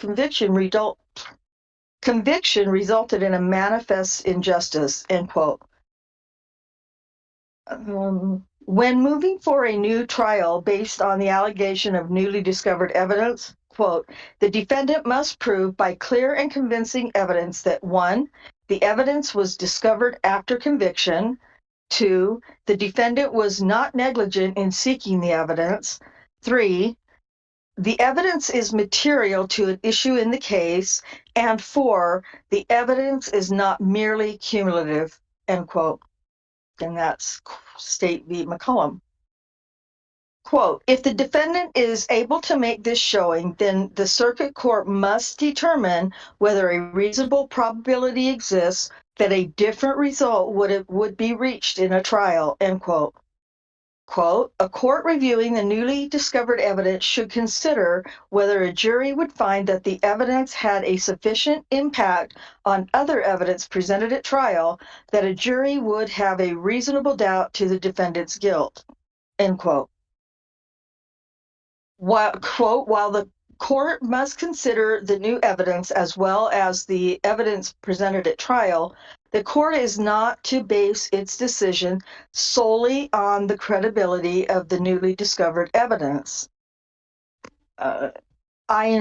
Instead, the court must ask whether a jury presented with this evidence, regardless of its lack of credibility, would have had reasonable doubt about the defendant's guilt when considered along with the evidence presented against the defendant at trial.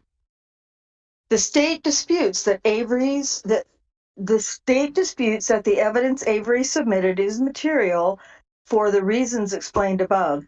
Even if Avery could meet the first 4 prongs of the newly discovered evidence test, though he cannot show that this evidence would cause a jury to have a reasonable doubt about his guilt. Let's read. B. Because Avery failed to plead facts that would sufficiently establish the 3 prongs of Denny, his allegations that Bobby was the perpetrator would be inadmissible at a new trial.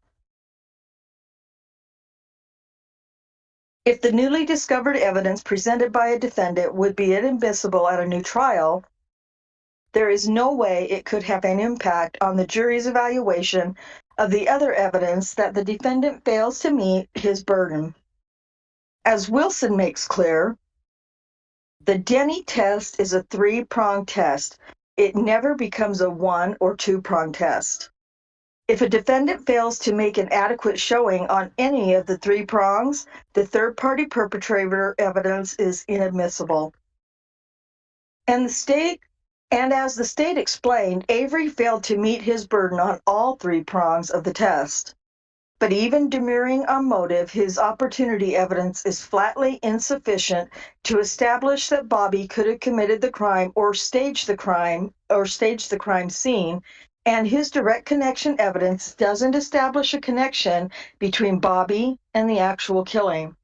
Accordingly, no jury would ever be presented with what Avery has submitted here, and therefore there is no possibility that it could affect the outcome of a new trial. C. Even if this evidence were admitted and this theory of the defense were presented, there is no reasonable probability of a different result at a new trial. Even assuming that this was sufficient to meet Denny, and Avery had a new trial presenting this defense instead of the police bias defense, there is no possibility that any jury hearing it would have a reasonable doubt about Avery's guilt. As explained above, there are far too many irreconcilable inconsistencies between Avery's allegations about Bobby Dassey and the actual evidence produced at trial. Particularly damning would be Avery's complete failure to account for his DNA on the hood latch of the RAV4 and Miss Halbach's remains, again including a fragment from quote-unquote virtually every bone in the human body, being found in his burn pit, and nothing to explain how Bobby could possibly be responsible for the bullet with Miss Halbach's DNA on it, being found in his garage and matched to the gun above his bed. Avery's new defense would essentially be asking the jury to ignore the forensic evidence introduced against him when presented with the common sense explanation that the evidence was located where it was because Avery shot and killed the victim and then attempted to hide the evidence of his crime versus Avery's attempt to paint Bobby as a porn-obsessed, scientifically savvy, and extraordinarily stealthy criminal mastermind who inexplicably wanted to frame his uncle. No one would have reasonable doubt about Avery's guilt. I just have to say, I'm sorry, and then I'll get right back to it. But all of that was okay for... but they could use all of that against Stephen, and that was different. How was that different? That it doesn't work for Bobby, but it works for Stephen.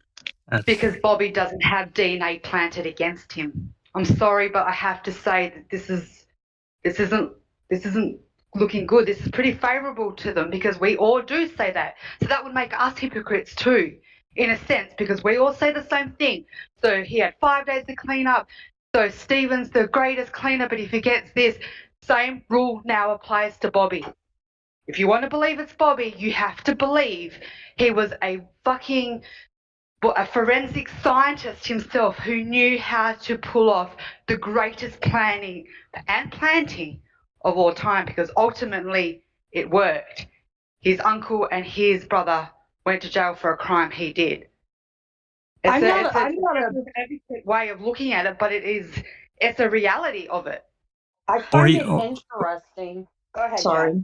I was just going to say, or he had help, and Zellner has admitted that from her filing.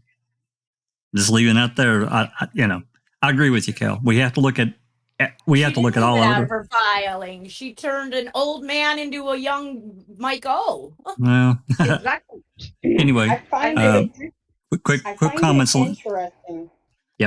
I find it interesting they're using a Van Bennett case in their filing, because I'm sure all of us are aware Van Bennett was a woman who was framed.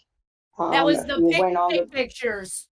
And I also there was one other point I wanted to make. I find it very interesting that she's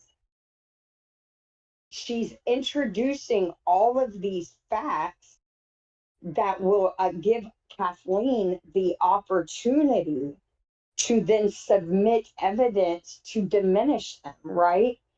Well, she'll get to reply. She'll get to reply. Exactly. So, yeah. Exactly. I thought this is a really odd. I think this is an odd. I did not see this from Comfort. There's something going on here. This is a very odd one. She's just being way too broad. Like, she's putting way too much in the pot. It doesn't require all of this. Does this go back in front of Flower Face? Yep, absolutely. Circuit Court. Yeah. Yeah. I also find it very odd that it's all women. I do find that very unique in this case. But all I'm going to say is men convicted him, but now women are being tasked with upholding this conviction, right? And I find that odd.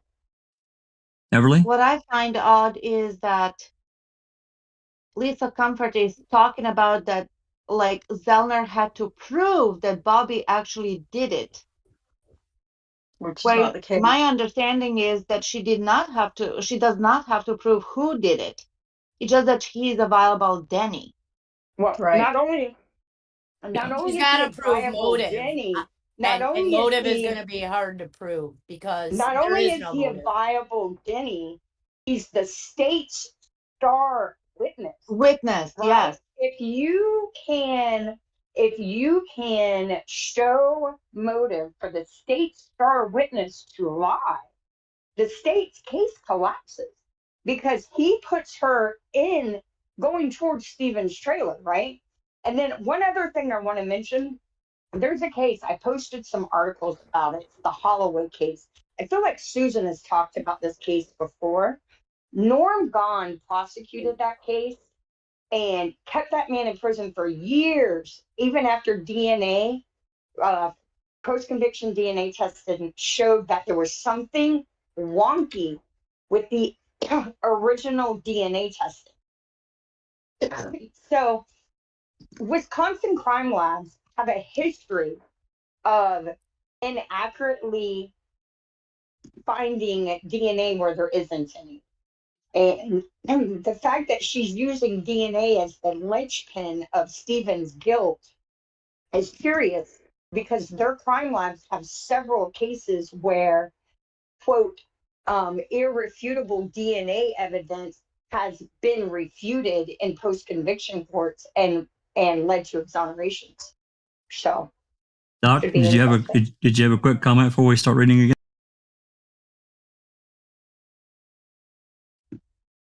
Okay, moving on. Yep. Okay, quote, courts may permissibly find as a matter of law that no reasonable jury could determine that the third party perpetrated the crime in light of overwhelming evidence that he or she did not, end quote. Here, overwhelming evidence that Bobby did not commit this crime exists in the utter absence of any facts tying him to the actual killing or to even a single piece of the forensic evidence. Avery's theory requires so many speculative leaps, ignoring the actual facts of the case, that reasonable moviegoers would be hard-pressed to sit through it. Any reasonable juror being asked to search for the truth in a murder trial would reject it without fail. 3. What? Avery has failed to plead sufficient facts to establish a violation of Brady v. Maryland, and the record conclusively proves that he could not do so, so no hearing is necessary. A. Avery failed to provide sufficient facts to establish this audio clip's materiality. Under the 14th Amendment, quote, suppression by the prosecution of evidence favorable to an accused upon request violates due process where the evidence is material either to guilt or to punishment, irrespective of the good faith or bad faith of the prosecution, end quote. The evidence must be, quote, favorable to the accused, either because it is exculpatory or impeaching, end quote. It, quote, must have been suppressed by the state either willfully or inadvertently, and it must be material to the defendant's guilt or punishment. Evidence is material and therefore must be disclosed only if there is a reasonable probability that had the evidence been disclosed to the defense, the result of the proceeding would have been different. A reasonable probability is a probability sufficient to undermine confidence in the outcome. However, showing that the prosecution knew of an item of favorable evidence unknown to the defense does not amount to a Brady violation without more. That's Kyle v. Whitley.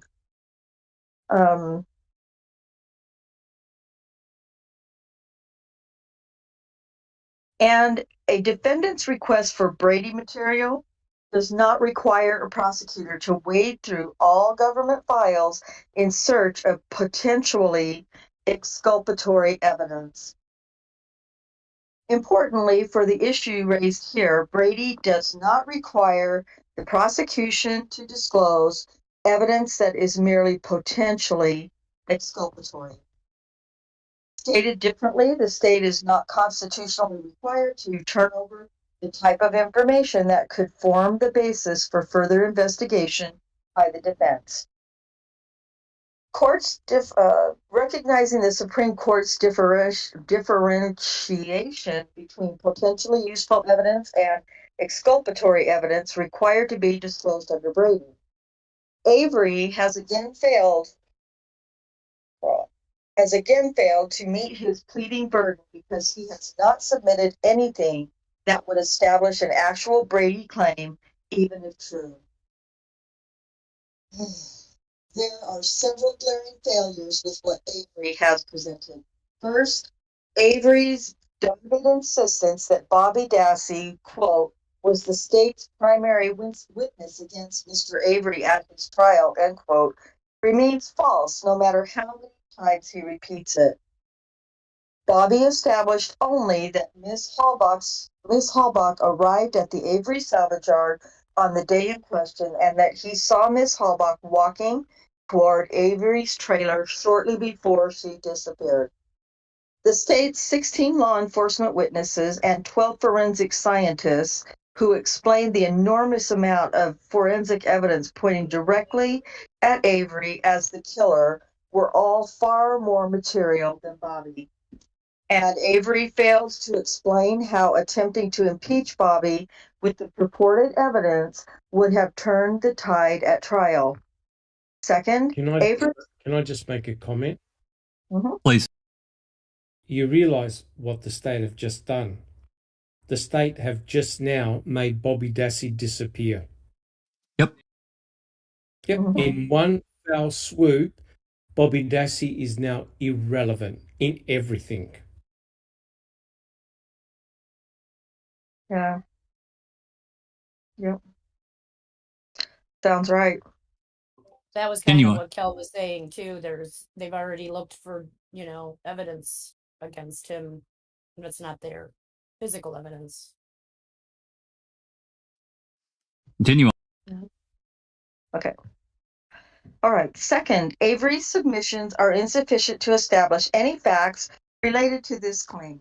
Avery has presented nothing more than an unauthenticated piece of paper on which some unidentified person apparently typed their interpretation of what was said in the audio clip at some identified time. Absent from what Avery submitted to this court is any copy of this audio clip, let alone any documentation about when it was received by the sheriff's office, who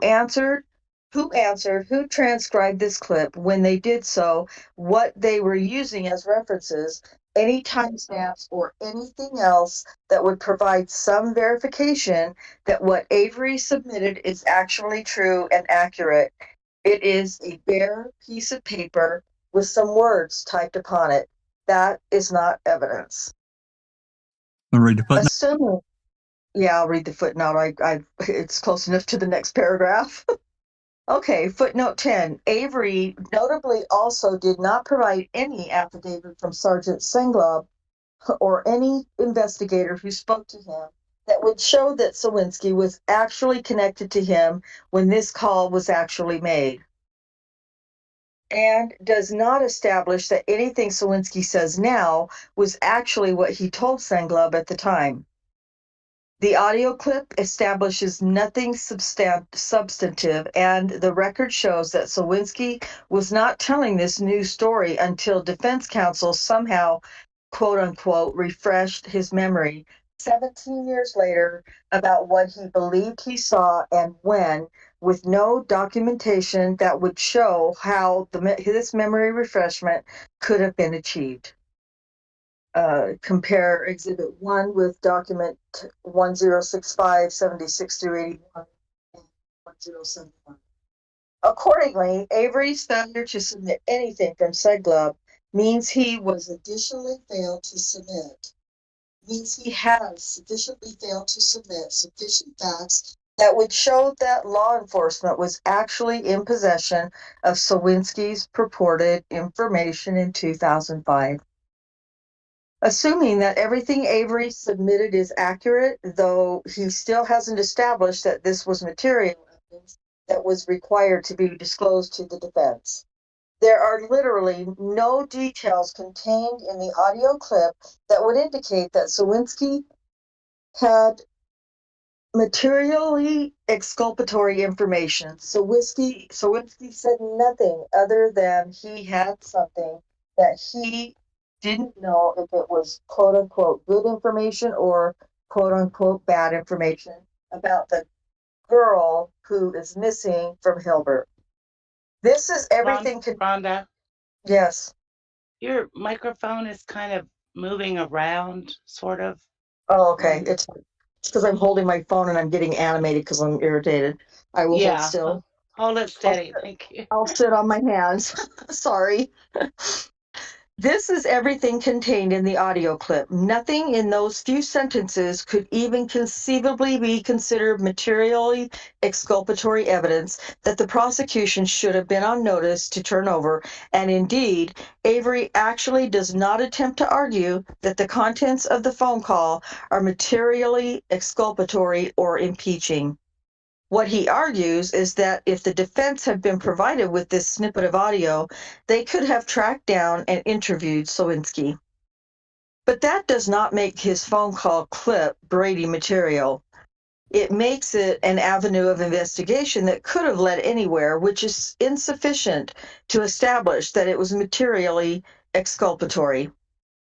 And significantly absent from Attorney Buting's or Attorney Strang's affidavits is any allegation that they would have pursued Avery's new Denny theory if they had Sowinski's new information. Well, they weren't allowed to anyway. They say only that they would have, quote, pursued that information that Sowinski called the sheriff's department diligently, end quote, and would have, quote, made a specific request for further information about the substance of that call from Sergeant Senglub.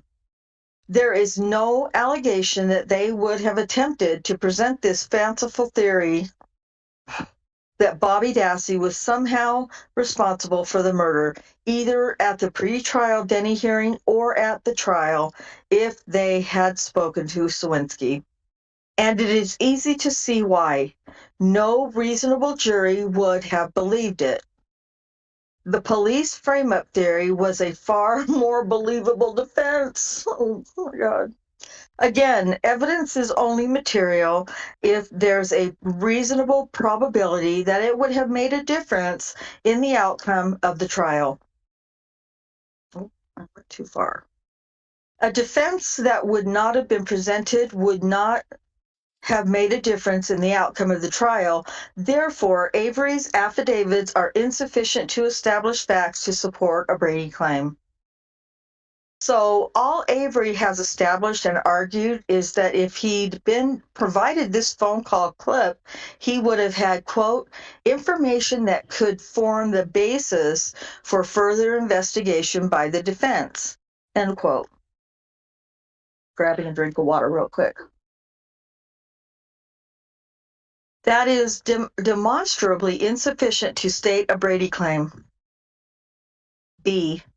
Avery's Brady claim regarding Kevin Romlow was previously litigated, but also fails on the merits. Avery attempts to relitigate his Brady claim that Kevin Romlow allegedly told law enforcement that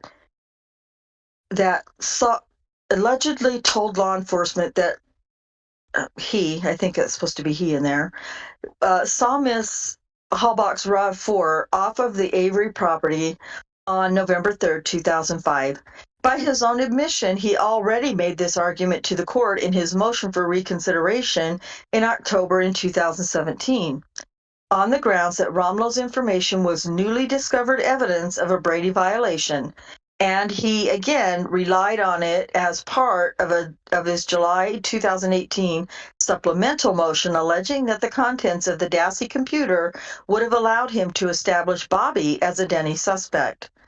This court denied the myriad new claims Avery raised in his motion for reconsideration on the grounds that new claims were not an appropriate reason to reconsider an earlier decision. Quote, A matter once litigated may not be relitigated in a subsequent post-conviction proceeding, no matter how artfully the defendant may rephrase the issue, end quote. Avery already litigated this claim. In 2017, he claimed Romlow's information was newly discovered evidence warranting reconsideration of this court's October 2017 decision pursuant to Copsell's Old Popcorn Wagons, Inc. versus Copsell's Festival Popcorn Wagons. Wow, what's all that about? The fact that this court did not individually address it when denying his motion for reconsideration is immaterial.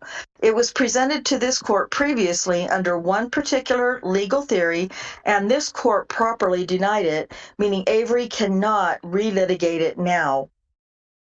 Just as an appellate court is not a performing bear required to dance to each and every tune played on appeal, neither is a circuit court required to individually address in detail claims that are improperly before it if it explains why they are improperly raised, which this court did in its prior decision. This court's failure to address it on the merits previously does not permit Avery to continuously re-raise it until the court does so. C.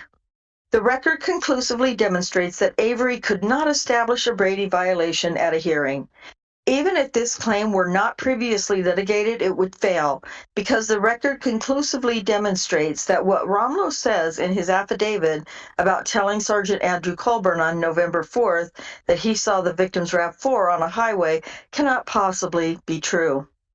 The affidavit Romlow submitted unequivocally states that midday on November 4th, while he was in the Syntax station, a Manitowoc County Sheriff's Department officer came into the station, whom he claims he told about seeing the victim's car, and that it wasn't until December 2016 that he, quote, recognized the officer who he talked to at the Syntax station, end quote, and that it was Colburn. But Colburn was off work on November 4th, 2005, meaning he would not have been in uniform or driving a squad car that day. Even assuming, and it's a big assumption, that Colburn actually went into a Senate station on November 4th, Romlow, by his own admission, does not know Colburn personally. Romlow had no idea who Colburn was until he saw him on TV in 2016, and consequently, nothing Romlow states in his affidavit or that is claimed in Avery's motion can possibly have happened.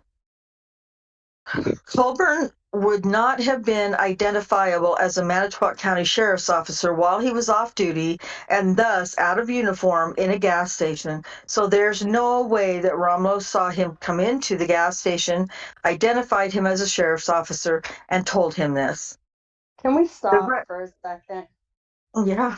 Yeah, briefly. All right. I just want to say, I know many officers who wear their sheriff's jackets when they're not on duty, and everyone knows they're the cops. Okay? So that's a crap argument, especially in a small town. Maybe in New York City, you're not going to recognize the 5-0, but in the country, you're going to know them. Yeah. Good point. The record thus conclusively demonstrates that the state did not suppress any information about Romlow's tale because there was nothing to suppress. The evidence did not exist. Finally, Avery has once again failed to plead sufficient facts that this information from Romlow could have been material. As explained above, Avery did not plead sufficient facts to satisfy the three prongs of Denny and allege that Bobby was a plausible perpetrator, so the jury would not have heard that theory, which is the only way there would have been any exculpatory context to this information. Assuming that Romlow's information standing alone would have been inadmissible, there's no reasonable probability of a different result at the trial. Romlow's seeing a car similar to the victim's on the side of the road between November 3rd and November 5th does nothing whatsoever to exonerate Avery. Avery himself could easily have driven it there. Oh my God. After all, the state had no way of knowing what Avery did with the with the evidence between October 31st and November 5th. At best, Romlow's evidence would have allowed the state to fill in its own gaps in how Avery kept the victim's car hidden between her disappearance and the car's discovery on November 5th. There's not a reasonable probability the jury would have reached a different outcome if presented with Romlow's testimony. 4. Can I just make a comment here? Yep. So this is the madness that we have to deal with, right? So in other words, what the state are alleging, it doesn't really matter if Teresa's RAV4 was at point A, B, C, D. Avery, you cannot disprove that it wasn't Avery that drove the vehicle there, no matter how illogical the fact that then Avery would go and collect the RAV4 and bring it back to his property. This is the same type of argument that the state used against Kathleen Zellner to say, hey, even if those cremains were Teresa Horbach's at the Manitowoc County gravel pit, you cannot disprove that it wasn't Avery himself who decided to dump those cremains there. So the state are using this argument to try and dilute every observation made by anyone. She just made that. She just stated she's trying to state a fact, really not in evidence here about the RAV. Completely not in evidence at all. What didn't even talk about at trial. With the RAV, right. Avery could have driven it there himself. That was never stated. Correct. Jesus Christ. No. But what they're trying to cleverly state here is they're trying to mock Kathleen Zellner by saying, look, even if Romlow is correct, and that was Teresa's RAV4, how do you know that it wasn't Stephen who drove it there? That's right. So you can't win. The argument cannot be won at all, no matter who saw what. It's all Avery. Avery did everything. I just want to say I have so much respect for post-conviction defense attorneys after learning what I have about the garbage that represent the states keeping these innocent people in prison and the ridiculousness of the courts and the argument that these, this is justice. This is our justice system at work, guys. And this is disgusting. It's absolutely ridiculous. These people will contort themselves into a pretzel to keep innocent people in jail wrongfully. They literally will. They will argue that their mother did it with Avery's help if it keeps Avery in jail. Lisa Comfort's mama was involved, but Avery made her do it, right? As long as Avery stays in prison, they don't give a shit. And it's insane. It's absolutely insane. Rhonda, do you want to keep on reading or do you want to hand off?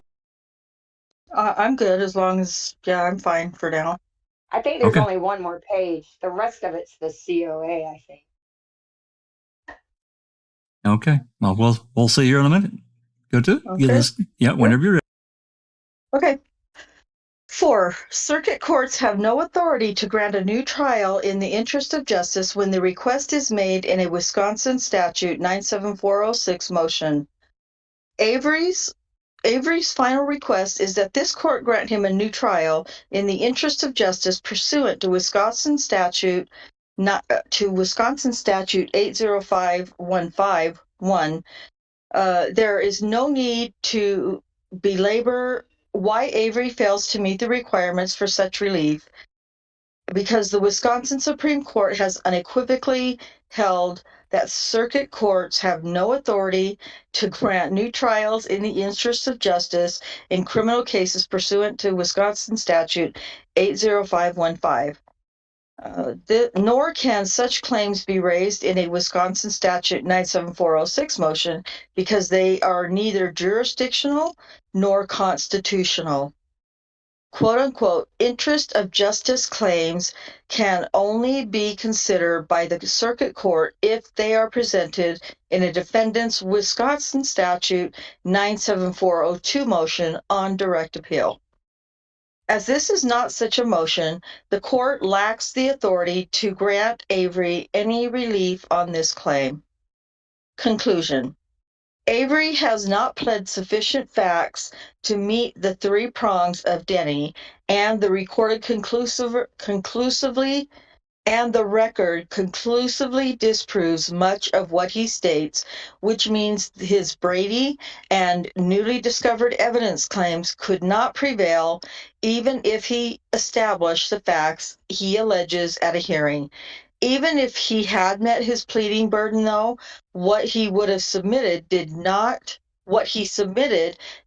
establish he could meet the newly discovered evidence or Brady test, because he cannot show that there is a reasonable probability of a different result at trial in the jury if the jury were presented with Sowinski's and Romlow's evidence.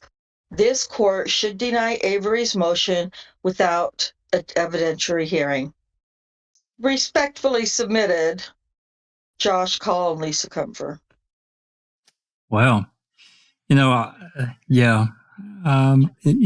She made some good points, especially about the pornography.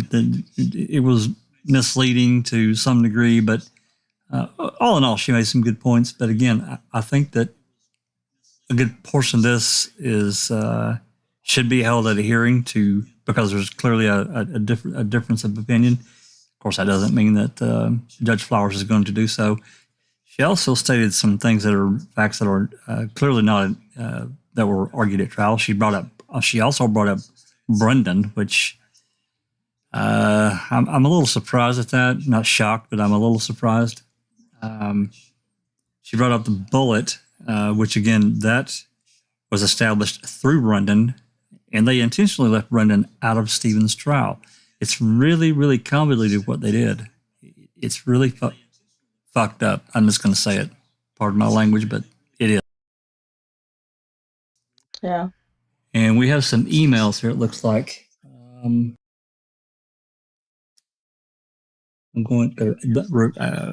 reading this cold, so bear with me. Bear with me, guys. This is Sowinski's email. And this she submitted as an attachment here. We need to talk from Sowinski to Stephen Avery's lawyers, which is, of course, Zellner's account. He says, just finished the second season. I lived there at the time. I was a motor route driver that was on the property every day to deliver newspapers. A few days before they found the RAV4, I was delivery papers at about 1 or 2 a.m. and saw Bobby Dassey and another old man pushing the RAV down the road towards the junkyard. No lights at all. I almost hit them. They were very spooked. As you know, it's a dead end street. After delivery paper, I had to go right back past them. Dassey stood in the road next to the RAV and trying to stop me from getting by. As I approached, my headlights were on them 100%. Other guy hid behind the passenger door that was open from pushing the vehicle. I didn't slow down, and I didn't slow down and drove into the ditch to get by, waving as I said, "Paper boy, gotta go." Dassey had no shirt on, and the other guy had a very scraggly beard and seemed to be in his 60s. I did call police, and they said that they would contact me, but they never did. After season 1, I emailed attorney of Stephen and no response. I've decided to reach out one more time as this information seemed vital, especially after what I just watched. I live in Denver now, but I lived in Manitowoc for over 20 years. Exhibit 1. And this is the next email. I'm not going to read it unless you guys just want to read it, but I'm not going to read this one. It looks like it's pretty long. Yeah, I think we've all read them all. Yeah, I think so too. Past. I think we could kind of go back up and kind of look through certain areas and discuss. Yeah, I intended to do that. Yeah, I just wanted to kind of take a look at what she's attached. It's got a Court of Appeals decisions and filed on the 21st. Looks like this is past things that she included in it as attachments. Prior cases of Stevens. So I'll go down one more here. This is Angela Sudquitz. Yeah. Yeah, and then the procurium. Yeah, okay. So yeah, let's head back up. And I highlighted several things, but you guys tell me what you want to talk about first, and that's what we'll do. 49. Women 42. Oh, sorry. I'm muted. Or I thought I was muted. I'm still stuck on the fact that she brought Brendan up. It's a little surprising considering that they removed him from Avery's trial. I wish we had an attorney who could explain what Zellner can do with all this. Like, is she allowed to argue each point that Comfort has thrown in here? Is she allowed to? I think she can reply to. I think she can reply to everything that's in here. I think so. I don't know why she wouldn't be able to. Anything that's brought up in this, she can. It's kind of like the state opened the door on certain things, kind of thing. I feel. And does anyone else see the irony that Bambinek is used as a case? Yeah, she cited it. She cited it. She cited it 3 times, I think. Yeah, and then a case about popcorn. Like, does anyone else see the Well, that's a civil. That was a civil case she's talking about, that 805, which we don't really understand why Zellner filed that. I know, but what I'm trying to say is the imagery, right? So we're using dirty cops and we're eating popcorn while we're talking about a man's life, right? And freedom. I just find this case is just, you can't make this shit up. You really can't. You can't.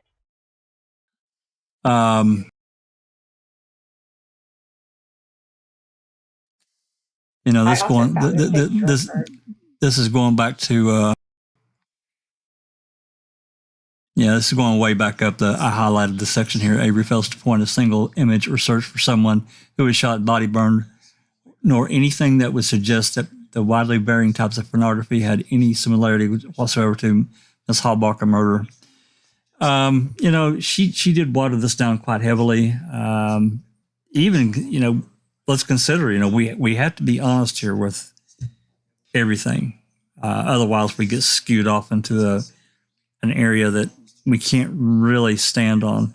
And the fact is that there were, 4 teenage boys in and out of that. A couple of them that definitely lived there pretty much, or 3 of them lived there pretty much all the time. And their friends. We can't forget about that. The computer, we definitely know, was in Bobby's room, at least for some period of time. We can't prove. We don't know how long it was in there. But it was definitely in there. We have the imagery. That was taken by Manitowoc or Calumet, whoever the hell took that one video. So now, it was. Hold on. So there was no image or search for someone who was shot, but there's images or there's searches for gun to head. There's also pictures of women bound and in pain who, remember Tim Tedious, that post he did? Yeah. Like images of women who look like Teresa in the images. I missed this when y'all read this.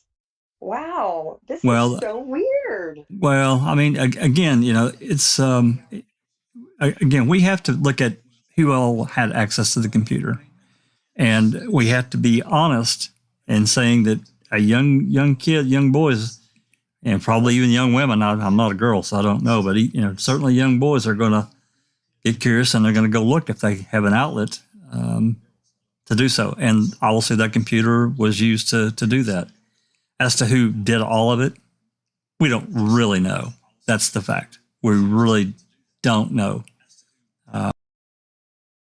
The issue here, Jack 61, is what we've discussed before, and that's the non-specificity of those computer searches. Yes. So the state is basically saying, oh yeah, there's no doubt there was a lot of nefarious shit or material on that computer.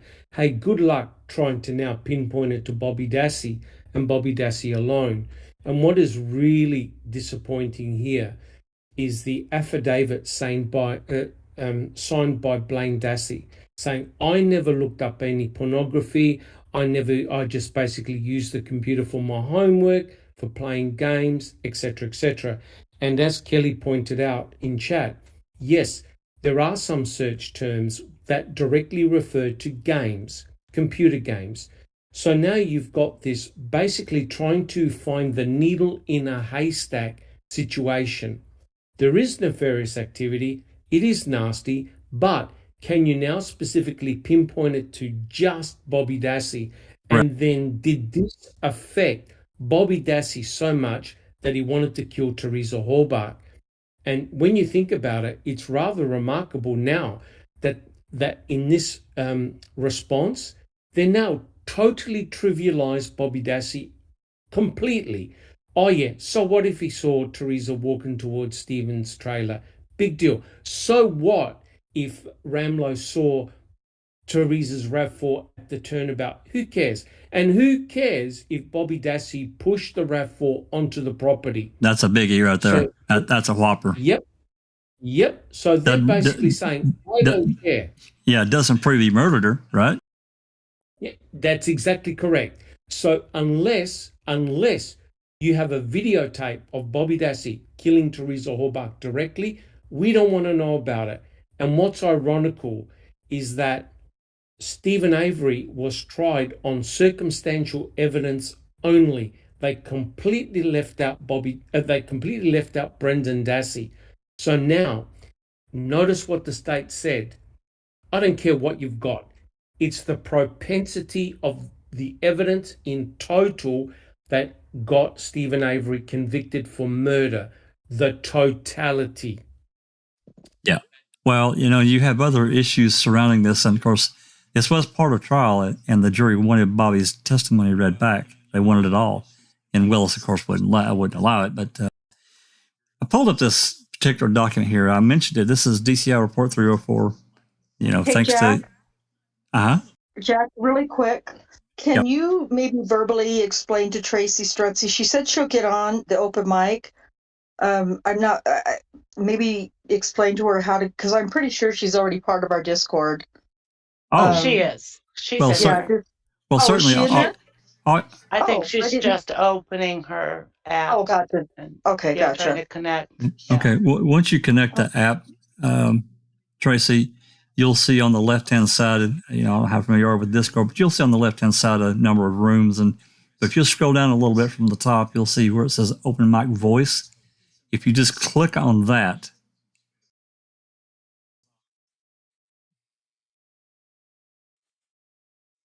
that will bring you into the voice chat. And then we can get you set up from there if you have issues. She's just trying to remember the email address she used. Yeah, we can't. We can't see that. So whenever she pops in, then she said she would talk about it. Absolutely, that would be wonderful. But this goes back to what I said earlier. To me, this is a big deal. It's another one of those big deals that wasn't dealt with at the time. No matter what was found on that computer after Belly gives Fassbender the CD on May 11th, right there it is. Fassbender and I'm guessing Wiegert and probably Kratz and Fallon. I'm sure they all had a go at it. They did nothing. Nothing. And this was the time, no matter who was in and out of that house, this was the time to investigate and find out what was going on. Who actually, and they could have put the screws down. Of course, there are other things going on that we're not going to really talk about with at least one of the Dassey brothers. This would be the wrong place to talk about it, but it's there, and that I'm sure that had some effect on at least that one Dassey brother. But at the same time, Fassbender did nothing. None of them did. They basically ignored it. Now, let's look at the date of when this was written, because I meant to do that before I scroll down. Let me scroll back up. So this report date was on December the 7th, 2006. So he gets the CD 7 months, what was it, CD, May? So he gets the CD 7 months prior, and he doesn't submit his report for all these months. Tracy, if you'll mute your Discord or your YouTube. I just did. Oh, good. Awesome. Hey, Tracy. I wasn't expecting to be in this quick. Sorry. That's okay. No worries. Welcome. Welcome. Thanks for coming. I found it. It's awesome. So I guess the first question is, Zellner will get to reply to each one of these points, right? If she chooses to. Well, here's the thing. Usually the way it goes with any motion is there is a filing, and then there's the motion, and then you have a response, and then you have 15 days to reply. There is no statutory mechanism for replying to a post-conviction petition. Just like how the state didn't really have a statutory mechanism to respond, they asked permission of the court to respond, and then they were allowed to. So I would think that KZ should probably just have to ask permission to reply, and she should be allowed to, because that's usually how it works with motions. It's just a little different in post-conviction petitions. So it's, and it being announced 7406 motion, that's part of the reason she would. The 97406 can be decided without ever hearing from the other side. Gotcha. It can be decided just solely on the motion, but in this case, the judge allowed them to give a response. So in that case, I'm assuming that the judge would also allow KZ to give a reply, because that's standard for most motions. It's just a little different with these post-conviction petitions. Gotcha. So I can't say for sure she'll be allowed to reply, but she should be, because I can't imagine that they'd be able to respond and she wouldn't be able to give a reply to it, when that's usually always how it works. It's just that it's not defined by statute like most motions are. Gotcha. So what are your overall thoughts on this? Well, first of all, I have a really hard time with my brain still, so I have a hard time processing, especially when other people are reading. So I can't say I remember every word of it, or I got the gist of it, though. First of all, I will at least give the state credit for actually arguing some of the merits, because that is one thing we have never seen them do. They argue procedural grounds on everything. They have never actually argued the merits of anything. That's right. So I'm surprised that they actually threw in some arguments in there. Obviously, based on what Kelly was saying, there is some merit to some of those arguments, particularly with regards to the motive and the computer searches. I don't know all of that information, but it sounds like that what they're saying has some legitimacy to it, which is problematic for the motive prong. It is. It's not just unfortunately, it's not just a matter of there being a witness that saw something. She has to show that this witness fulfills those prongs in the legitimate tendency test. So we're still dealing with Denny, like it or not. It's not just a matter of saying a witness saw something and that's enough to get a hearing. She has to show that this makes Bobby a legitimate suspect, because now he fulfills all the prongs.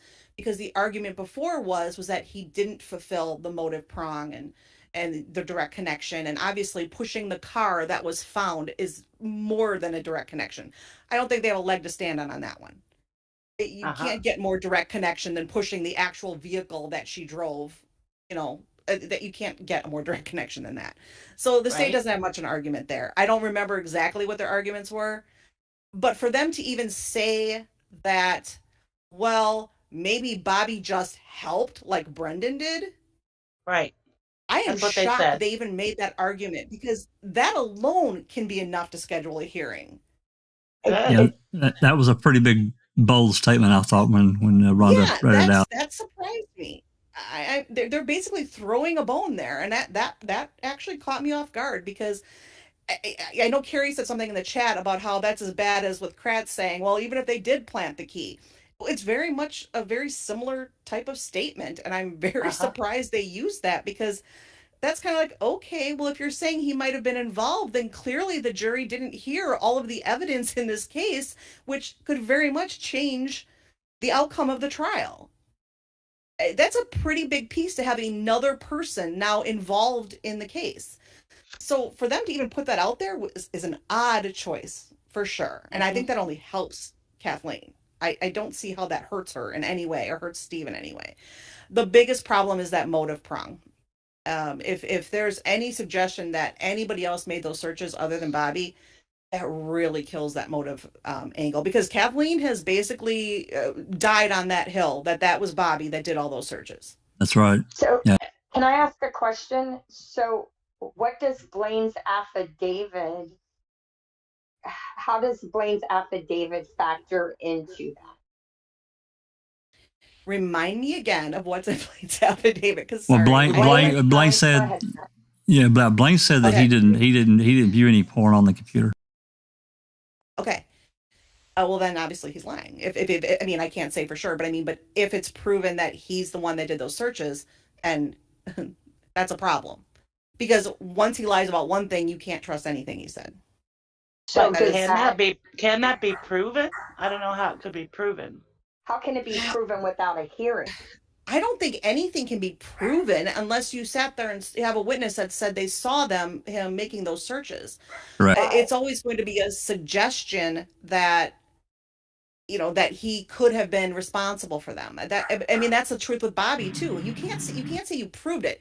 She was trying to give enough evidence to suggest that it couldn't have been anybody else. So on the face of it, you have searches that we have tied to the state star witness. We have an affidavit from another child in the home saying it wasn't him that was making them.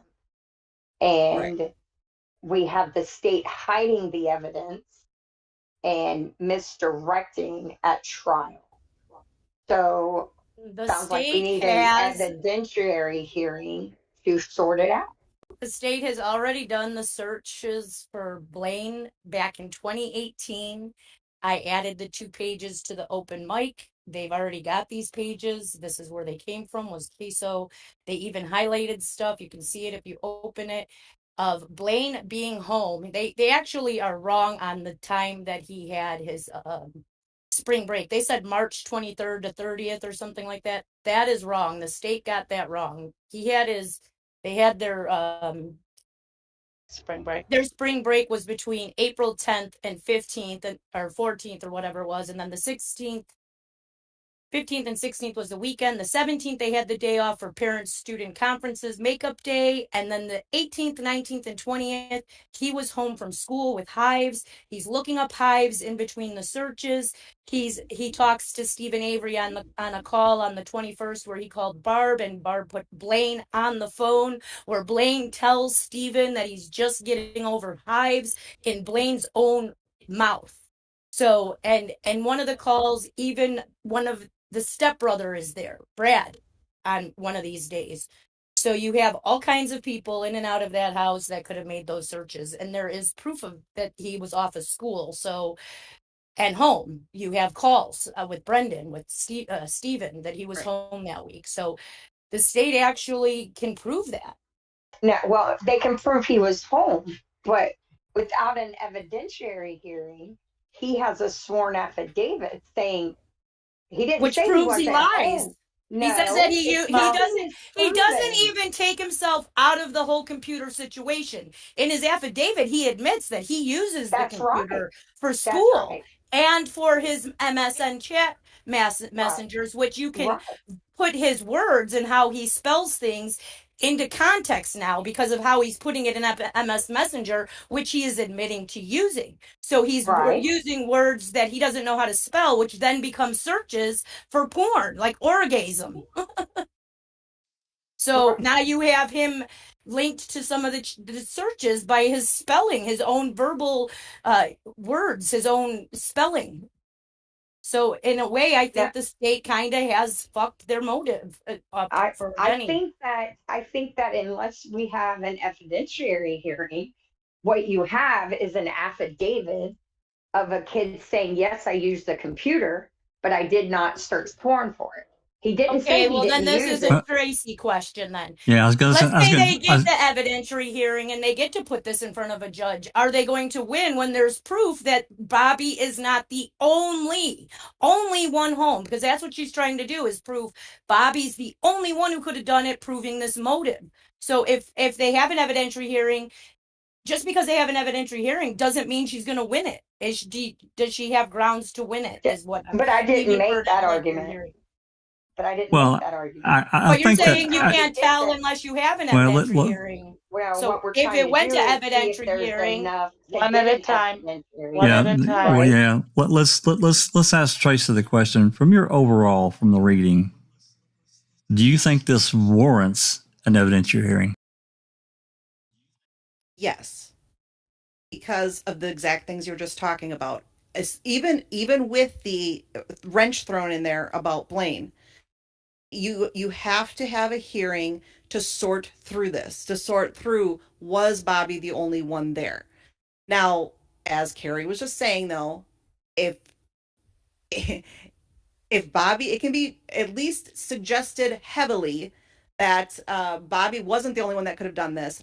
That would be a loss. That would be I'm not going to sugarcoat it. It would be a loss. There has to be a legitimate showing that nobody else could have done it except for Bobby. Nobody else could have done those searches except for Bobby in order to fulfill that prong. The requirement, yeah. You can't suggest 5 people could have done it and then have that be enough to fulfill Denny. I don't love the Denny rule, but that is what it is. Sure. And the judge is going to say, and especially if it can be shown that Blaine had just as much opportunity as Bobby, that is a problem. It's a big problem. You can't just be like, well, maybe since Bobby could have been the one. That's usually not enough. Rhonda? Rhonda, do you have a question? I'll see you're unmuted, or no? Oh, no, I haven't muted. I'll mute me. No. You don't have to mute. That's fine. Yeah. Christina? So not only Bobby and Blaine, but also the computer experts, Veely and Kathleen Zellner, should testify at this evidentiary hearing to sort out all the information. Well, and potentially any friends that may have dropped by. Doc, you have a comment? Yeah, I was going to say that, yes, I do believe it now has become much more complicated with the searches done by Blaine and potentially other members in the household. But the ultimate thing is that you must prove that Bobby Dassey had murderous intentions as a result of prior porn searches and searches on October the 31st to murder Teresa Horbach on October the 31st, because I'm sure that the court will ignore anything looked on that computer after October 31st as a direct motive to kill Teresa Horbach on October the 31st. So it's now become much more messier and more cloudy. Yep. I'm going to, Tracy, I don't know if you heard this call. I'm kind of changing gears on you, but I want to get this is the alleged Sowinski call on November 6th, 2005. Allegedly, Sowinski called into Manitowoc Police Department. And allegedly, this dispatcher forwarded this call. You'll hear her dial 7 digits through the touch tone that allegedly connected Sowinski to Singlove. Now, I'm going to tell you, I requested every report that Singlove wrote during a specific time frame, and he wrote nothing about this call. This call is a little over a minute long, so it won't take but a minute. You will have to unmute YouTube to hear it, so you may need to mute your mic here so you don't get feedback. This will take just 1 second. Let me figure out. I don't even know how to do that. Okay, there. Let me. Okay, this won't take long. Give me just 1 second here. Okay.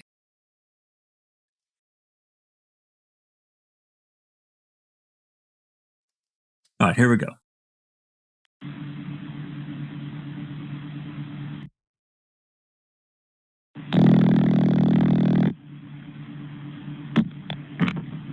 Nassau County Sheriff's Department. This is Carla. Can I help you? I don't know if this good information, bad information. Who do I talk to about this? The girl that's missing from Hilbert. I can have you speak with my shift commander. Can you hold on a moment? Thank you. Sure.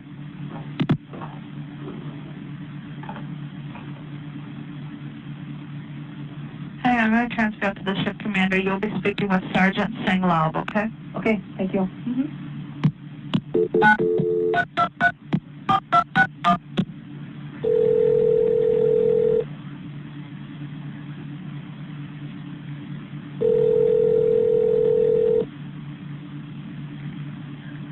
Sheriff's Department. Scott, when I hang up, is a man on the phone who thinks he has some maybe more leads, and he wanted to speak with somebody on the case. All right, good.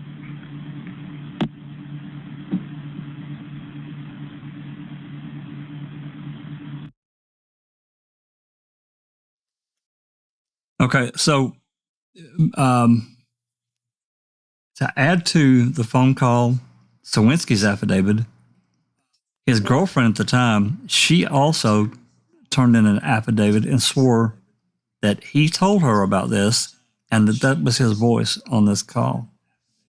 We don't have there was no connecting. You could hear Carla, the dispatcher, dial 7 digits. So that tells me that Singlove was out of the office somewhere doing whatever.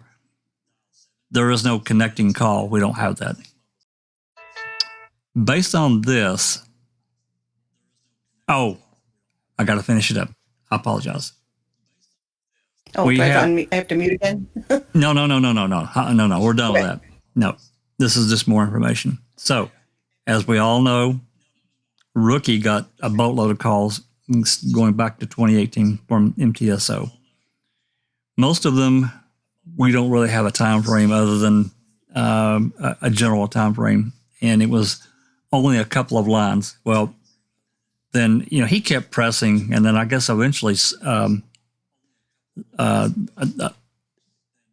Ladvana, he was the old records custodian. He retired.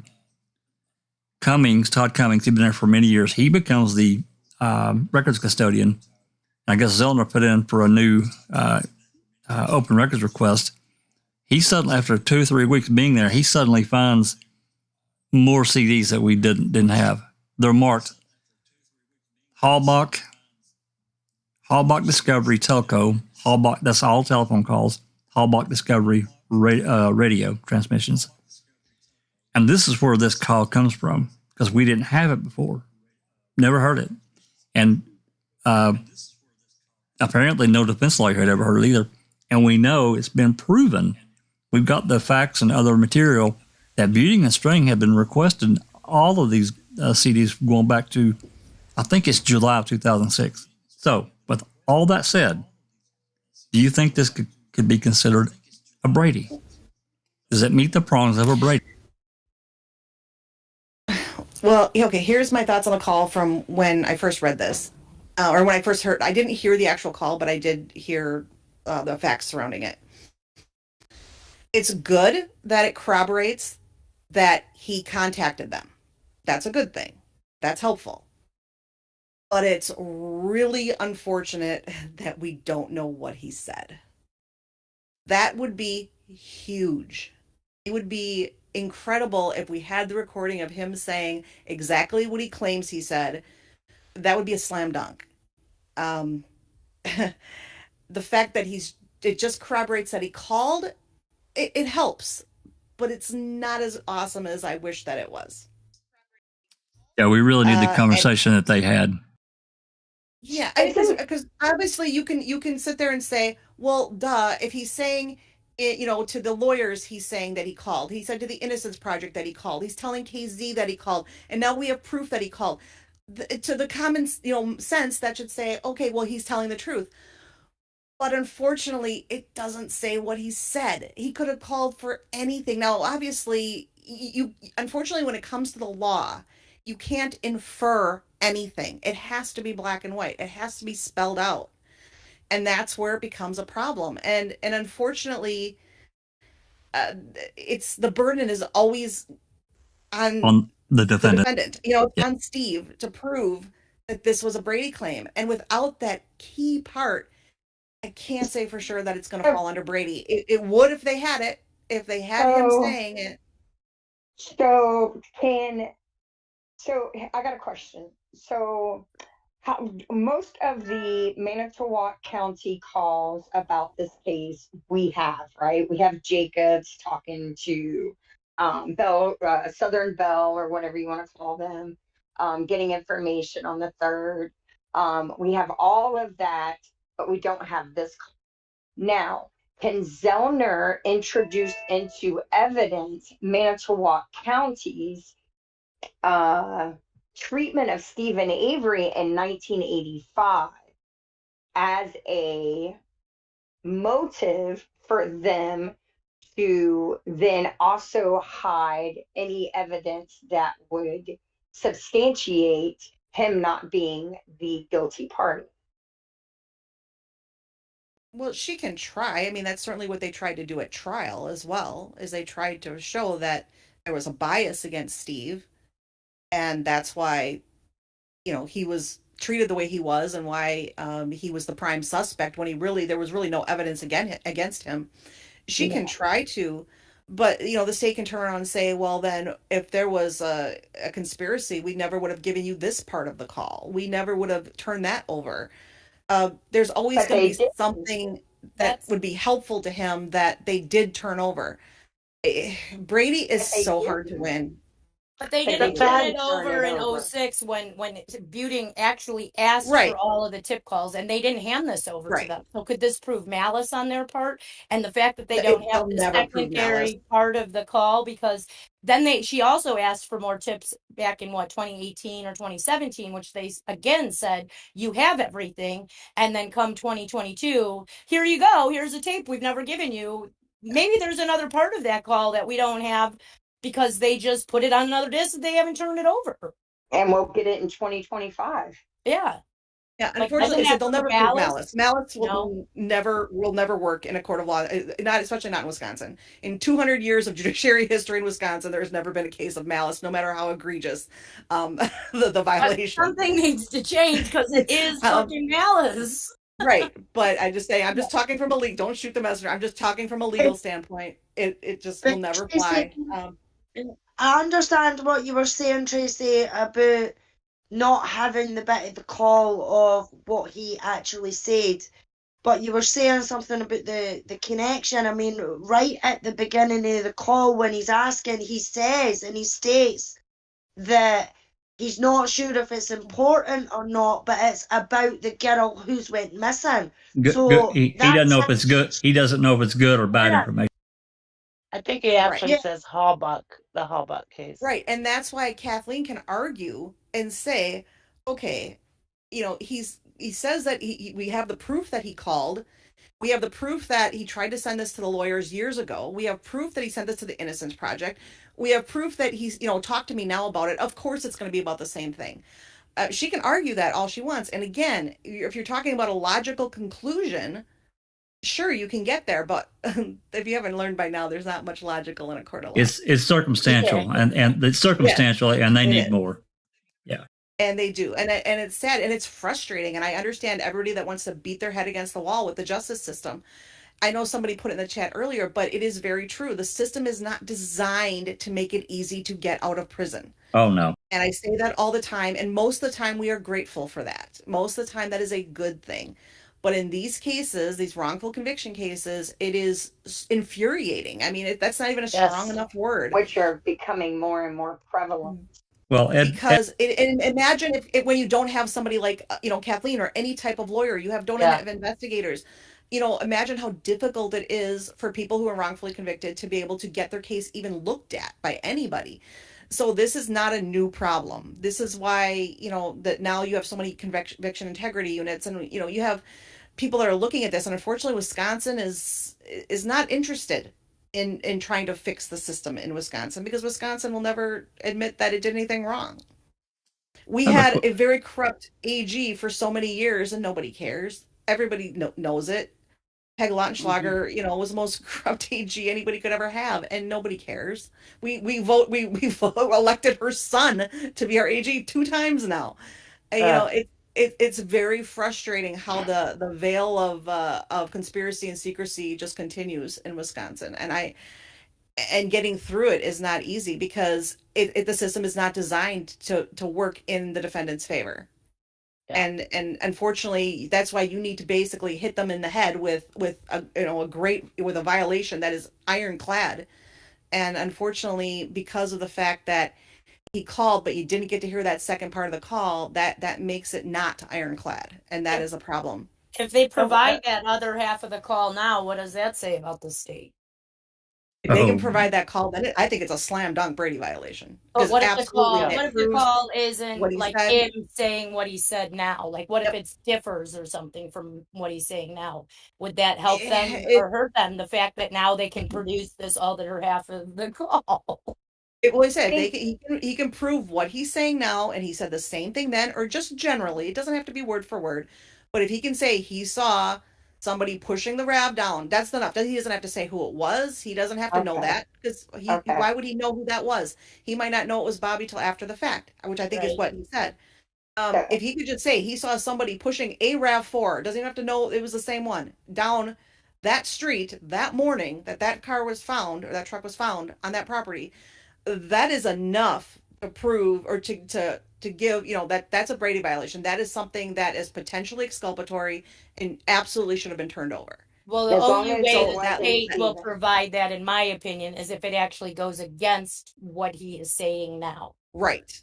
So if they provided something like that, like say it doesn't actually meet what he says now, would that help or hurt Kathleen, being the fact that they are now providing this record that they had withheld for 17 years? Yeah, if that call is something completely not mentioning that part, if he just says that he was there, that doesn't help. I mean, it has to be directly connecting Bobby, through what we know now, but connecting somebody to that RAV4 being pushed onto the property. I guess what I'm asking, does it help the state? Like if the state all of a sudden came in and said, hey, look, I have this phone call, the other half of that single call, and he doesn't say that he was pushing a RAV, but they provide that call now. Doesn't that look bad for the state? I mean, would that help them or would that hurt them? It would help them, because even if they didn't turn it over, well, if it doesn't say what he says it's saying, then it's not potentially exculpatory. Right. So they're saying that's why it wasn't handed into you. Impeachment or exculpatory, potentially exculpatory. That's the only thing that falls under Brady. So I feel like the call confirms what Sowinski said, which is why we only have the call in and not the call to single. Yeah. I'm not, guys. I want to be clear here. I can't say for sure that when a call comes into dispatch and they connect it with an outside line, that line is recorded. I don't know that. Well, if the line is at their desk at the office, it should be recorded. It should be. I don't disagree. I don't disagree. That's a different story. Yes, that's correct. Gotcha. Okay. Dr. Silkman, you have a question? Go ahead. Sorry, I was going to answer because Kelly asked a question. I want to answer. Yeah. Actually, go for it. Okay, well, Kelly just asked, it doesn't eliminate Steve pushing it. Like if Steven had the opportunity to push it, is that a problem? That is something that would come up in another trial. Let's get to that point. I mean, they can argue that all they want, but there's absolutely no proof that it was Steve. So that would be something that would come up in another trial. They could try to argue that. And there's also unidentified fingerprints that don't belong to Steven that were never ran through APHIS. Or Bobby. Yeah. Or anyone.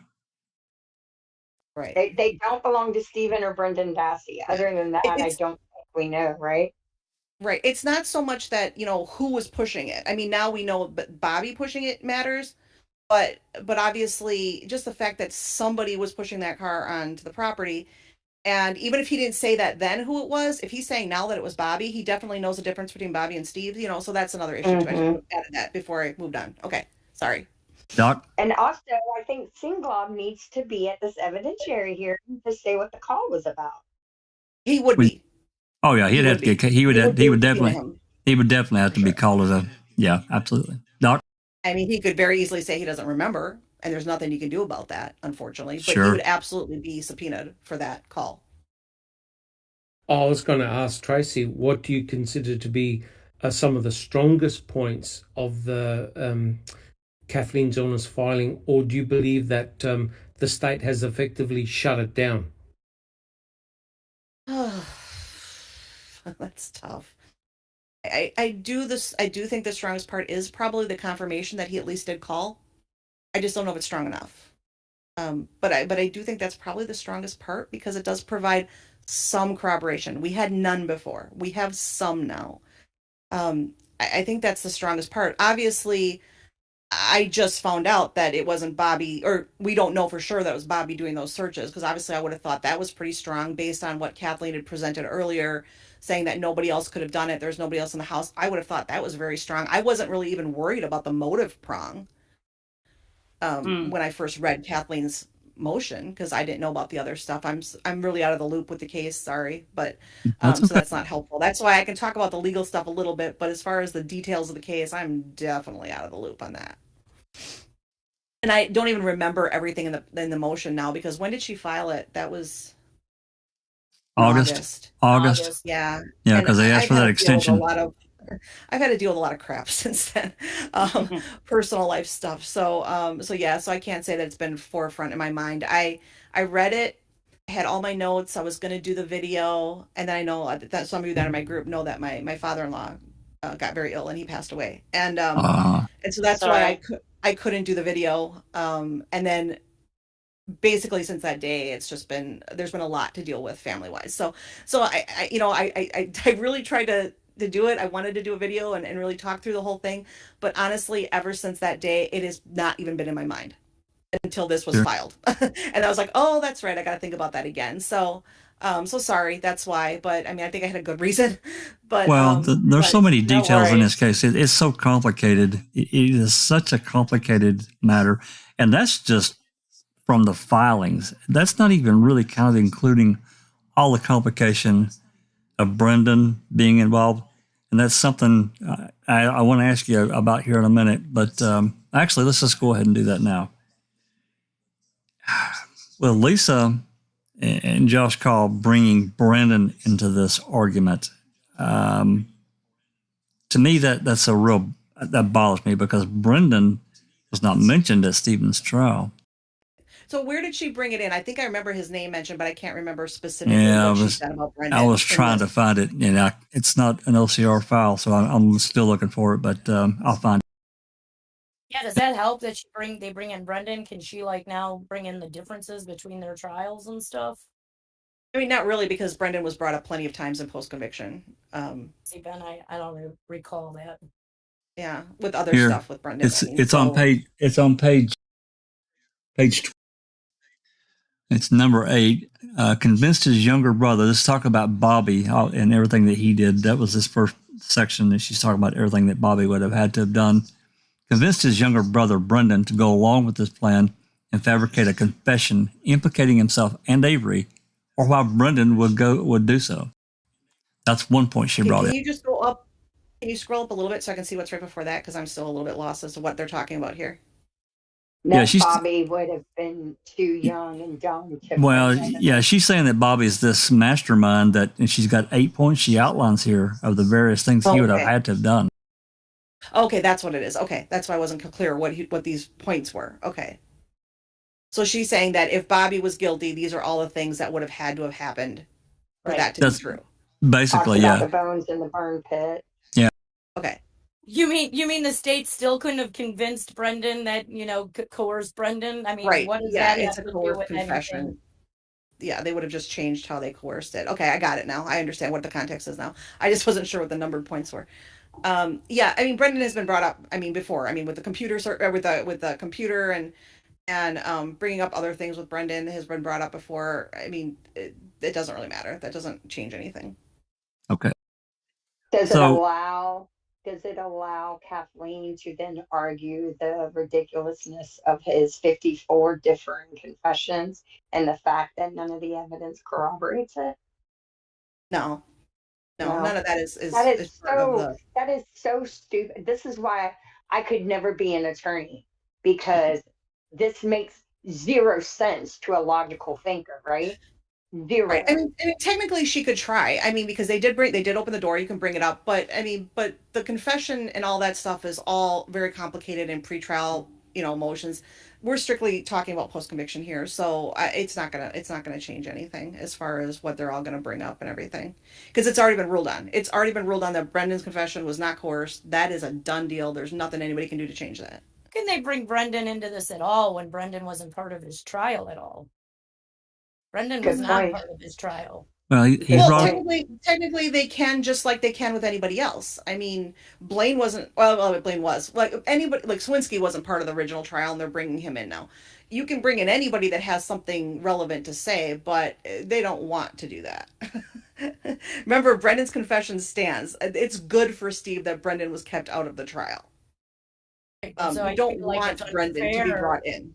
That they're bringing him in now, like, because he wasn't Stephen wasn't even able to bring in Brendan's name as being the sole perpetrator at trial either. Like, they weren't allowed to even say his name. They took his name out of it completely. Well, here's another section where Brendan is brought in, and it just says, but this is not part of a trial, because the reason Brendan's not brought up is for the benefit of a jury. Everybody in the court, Brendan was brought up plenty of times in pre-trial and everything like that. Brendan, sure. And this is a courtroom thing. This isn't in front of a jury. This isn't anything. This isn't evidence that's going to be seen by a jury and judged by that. This is strictly for the judge. So Brendan was brought up plenty of times in front of the judge and in the courtroom prior to the trial and everything. So this is no different. They're basically saying that Brendan, I don't know how to put this,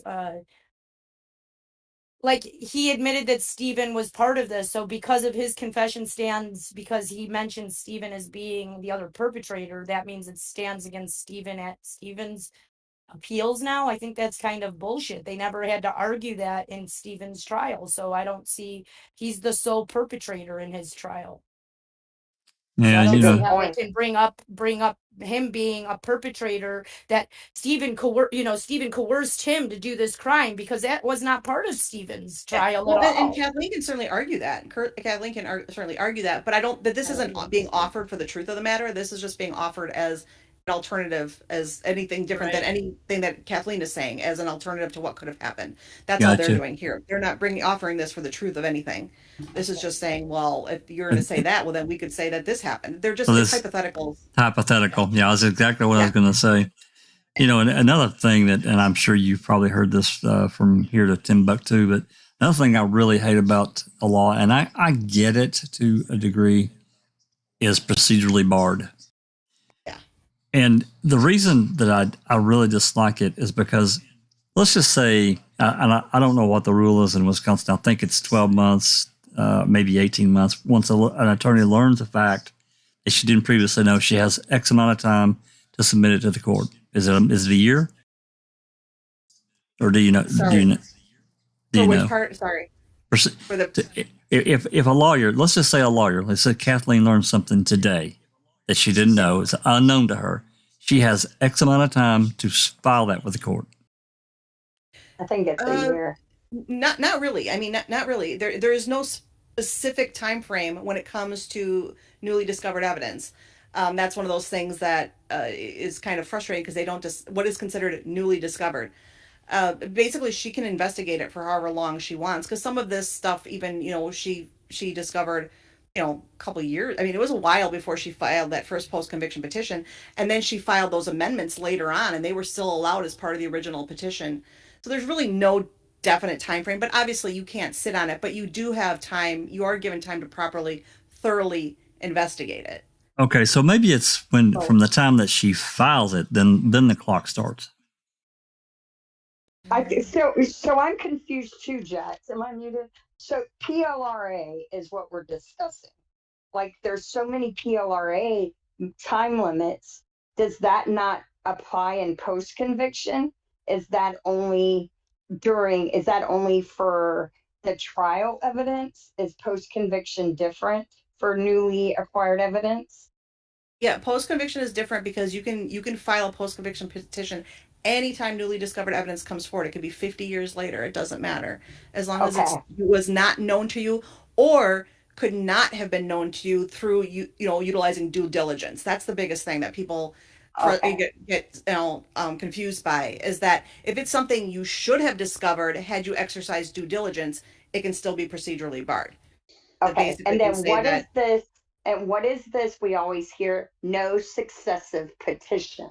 What the hell does that mean? Because they try to have finality in closing cases, obviously, and we can understand why. You can understand why they don't want people to be able to file a stringless, endless string of petitions needlessly. So that's why they have these rules. It sounds good. Yes. Right. And so they want you. It is very rare. Okay, let me back up a second. It is very rare that anybody files a post-conviction petition on an actively investigated case. That's right. It never happens. So this is a very strange case, and why we always end up in these really weird procedural knots, because it is usually new evidence comes to light, and then you file a petition on that new evidence, and that's the end of it. You don't have this constant string of new leads and new tips and new things coming in. And so it's a struggle even for Kathleen to do that balance of what if I file now, I might miss something. Right. But if I don't file, it's not going to be newly discovered anymore. I have to file it in a somewhat timely manner. So that's why that puts this case on really unsolid ground, just because it's still being actively investigated. It's never going to not be actively investigated until we find out who did it. It's almost like there needs to be another addendum, amendment, I don't know what you want to call it, that gives wrongfully convicted inmates another path to go down.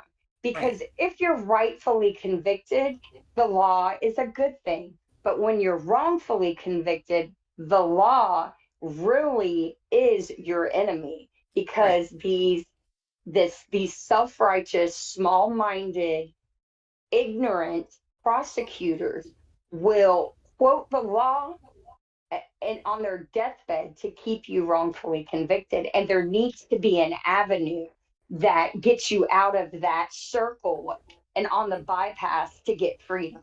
Right? I think my question, because I brought this up before, and I don't remember if I'd asked Travis or someone else. Maybe I did. I don't remember. Here's my problem with procedurally barred, and I'll try to lay this out succinctly. So let's just say something gets procedurally barred because of X, Y, and Z. And 6 months later, a year later, whatever, the appeals attorney gets new evidence, and it's linked directly to something that has previously been procedurally barred. You see where I'm going here? Mm-hmm.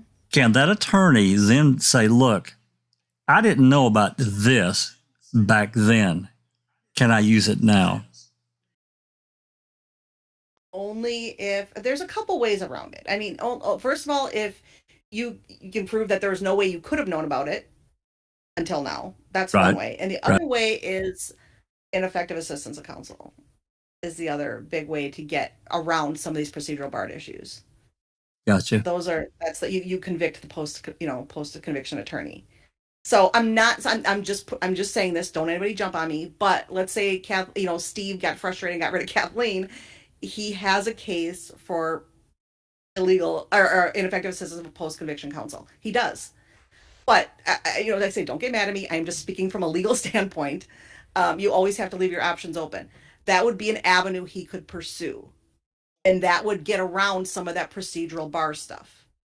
Because you can say my attorney is the one that screwed it up and should have filed this, and she filed the petition and then she didn't include everything and it was not timely, and so that's how you can get around that. So there are ways to get around it. Yes, she definitely, I mean, I don't want anybody to get mad at me either, but she definitely flubbed up, especially in the beginning. She did. And she did. Yeah. Well, so that would be a very good case for getting around that procedural bar argument, was to say that, well, my attorney gave me ineffective assistance of counsel. And again, I'm not saying it to be, I'm just saying from a legal standpoint, that's why you will see, I don't know if anybody followed Adnan Syed's case. Justin Brown did a great job for Adnan. He should have won that appeal. He should have won that appeal. He did win that appeal, and then it was overturned by their Supreme Court. Justin did a great job. After he lost that appeal and the Supreme Court ruled, they got a new attorney. And people asked Rabia, they said, well, what's wrong with Justin? And she said, Justin did a great job. That we are not complaining about Justin at all, but we have to keep all of our options over, and that includes being able to go after an assistant of counsel, post-conviction, counsel, and Justin knows that. And they left that avenue open, and that's why they got another attorney. It had nothing to do with the attorney's abilities. He should have won that case to begin with. It's just something that you have to leave yourself open for, because the law doesn't give you any other choice. It's really interesting, and that's great to know, because I think I can speak for myself and probably everyone here. We love Kathleen. However, she's made some mistakes. No, there's no doubt. Yeah. And people get on me for pointing it out, but I'm like, I'm not saying it as a personal opinion. I'm saying it as an actual fact of law. That's what we want to hear, Tracy. I'm not mad at you.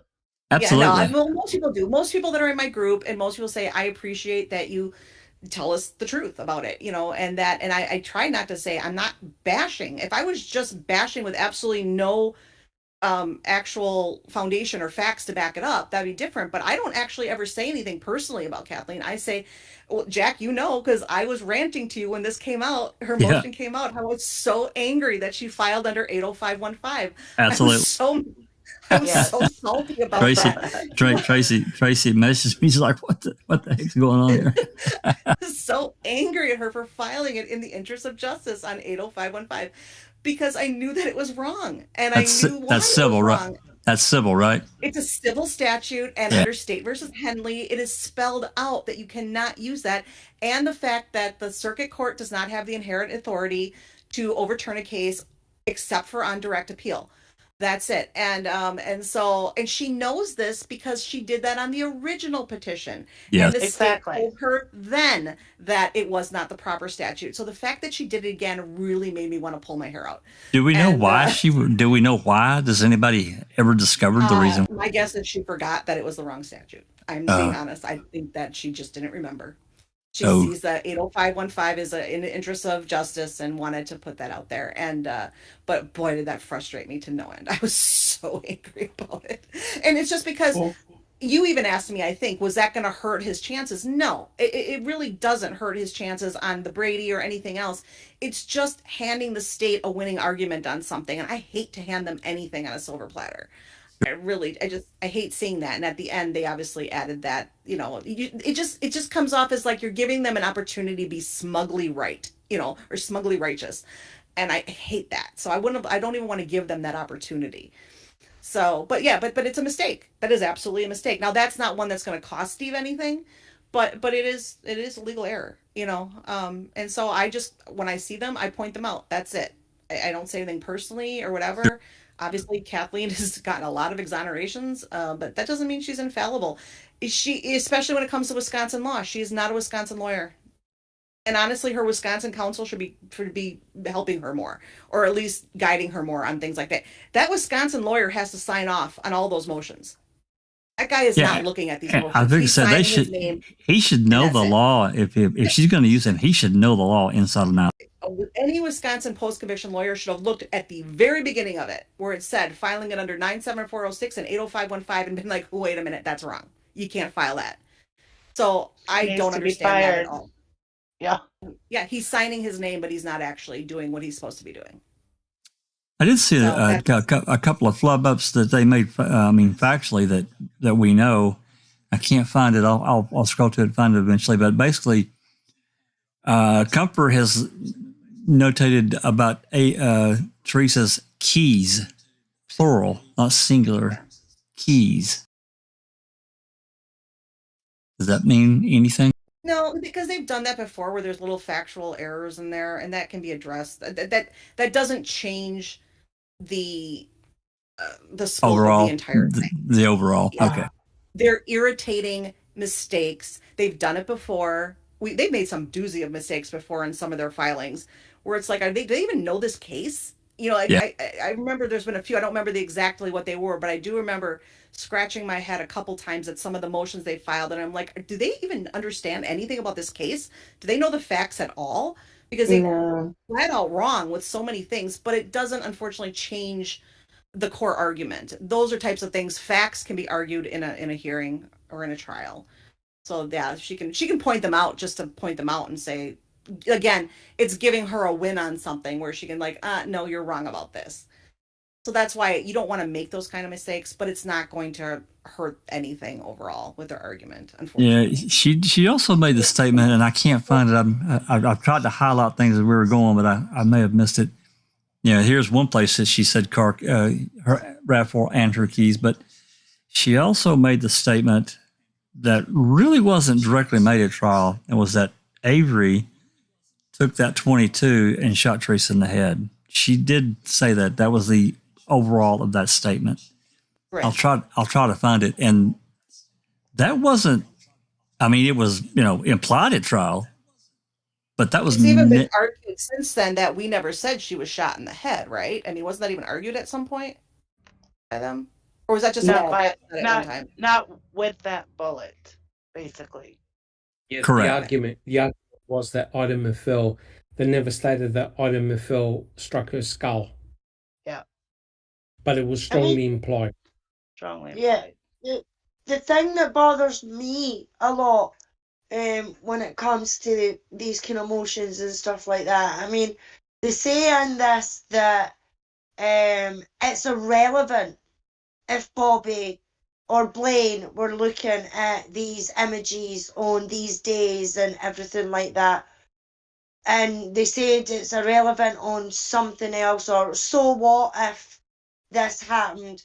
But the thing is they would be bloody relevant if it was under Stephen's name. You know what I mean? But because they're not talking about Stephen, then it's irrelevant. I mean, no, anybody that was looking at images like that, whether it be Bobby, Blaine, or whoever, it should have been investigated properly at the beginning to find out exactly who was looking at these images and stuff like that if the proper investigation was done.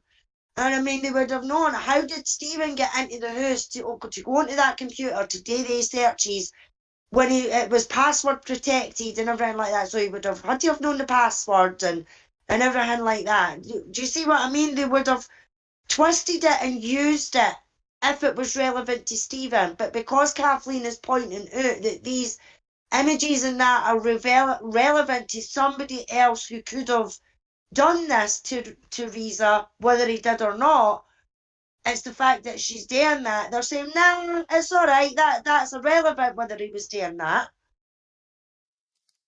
Well, I think Kathleen is, she's got to do pretty much anything that she can to get her foot back in the door. That's her goal, is to get a hearing. I guess Tracy would probably agree with that. Yes? Yeah, well, I said, and make no mistake, even with the things that I say that don't, necessarily help her cause in this motion, I still think a hearing is warranted, because you have to sort through all of this. Well, she said this and we're saying this. You have to get to the bottom of that. You have to get to the facts of that. Okay, we need to bring in, Sanglob or whatever and talk to him. We need to bring in Blaine and talk to him. You can't just decide, well, no, our truth is correct. No, your truth is correct. And the same goes for Kathleen, to be fair. You can't just say Kathleen's truth is correct either. It needs to go into basically, in the court and let them duke it out and fight with facts. Right. And see who comes out ahead. That's how it has to work. And Sowinski, he'd be another one that needed to be talked to. Obviously. He'd be the center one there. Absolutely. Yeah. Well, we speculated quite a bit that, that Singlob called, or not Singlob, I'm sorry, that Sowinski called in, talked to Singlob. He didn't write a report, but then he went and talked to X, Y, and Z, other officers, blah, blah, blah. And, other plans were formulated. Obviously, we can't prove that. Right. That's a totally speculation. So please don't take that as gospel. They did ask the neighbor what time the paper came. They did. They asked more than one. They asked several, actually. DCIs did. here's one section here where we planted the keys for all. I noticed something. I'm thinking, wait. Yeah, that's just carelessness. Whatever. I'm going to ask you another question that, and then I'll stop and let others ask. But let's just say that this doesn't work, and Judge Flowers says, nope, denied. It's going to go. She's going to obviously elevate it to the Court of Appeals. Yep. Let's just say that gets denied too. Do you think that Kathleen would then go to the Seventh Circuit, or what's your feeling? No, I don't think Steve has a prayer on habeas. I really don't. The window. He has a case when does too narrow? Yeah. Well, right. I mean, obviously, she can't appeal the previous one. That there's a 1-year limit on filing a federal habeas, and that we just passed that. And she filed this petition instead. She chose to file another state petition, and she's already said, I would rather file an endless string of state petitions than try in federal court, because it's Steve just isn't going to win on habeas. Because remember the standard. We went through this with Brendan's case. The standard has to be that it has to be so egregious that no other court would have denied this appeal, and we're just not there. It is not that much of a slam dunk to say that. Gotcha. They'll say that reasonable minds can differ on the facts of this case, and that is true. On Brendan's, we thought we had a chance on that one, but that is the standard on federal habeas, and there's no way you can get there on Steve's case. It's a really thin window with EDPA, and I hate EDPA with a passion. Yeah. Because but there is a time limit on that, and so Kathleen had a choice on the last appeal of whether she wanted to try the federal habeas route, or if she wanted to file another state petition. She chose to file a state petition, so that's why he can't file a federal claim on any of those previous ones.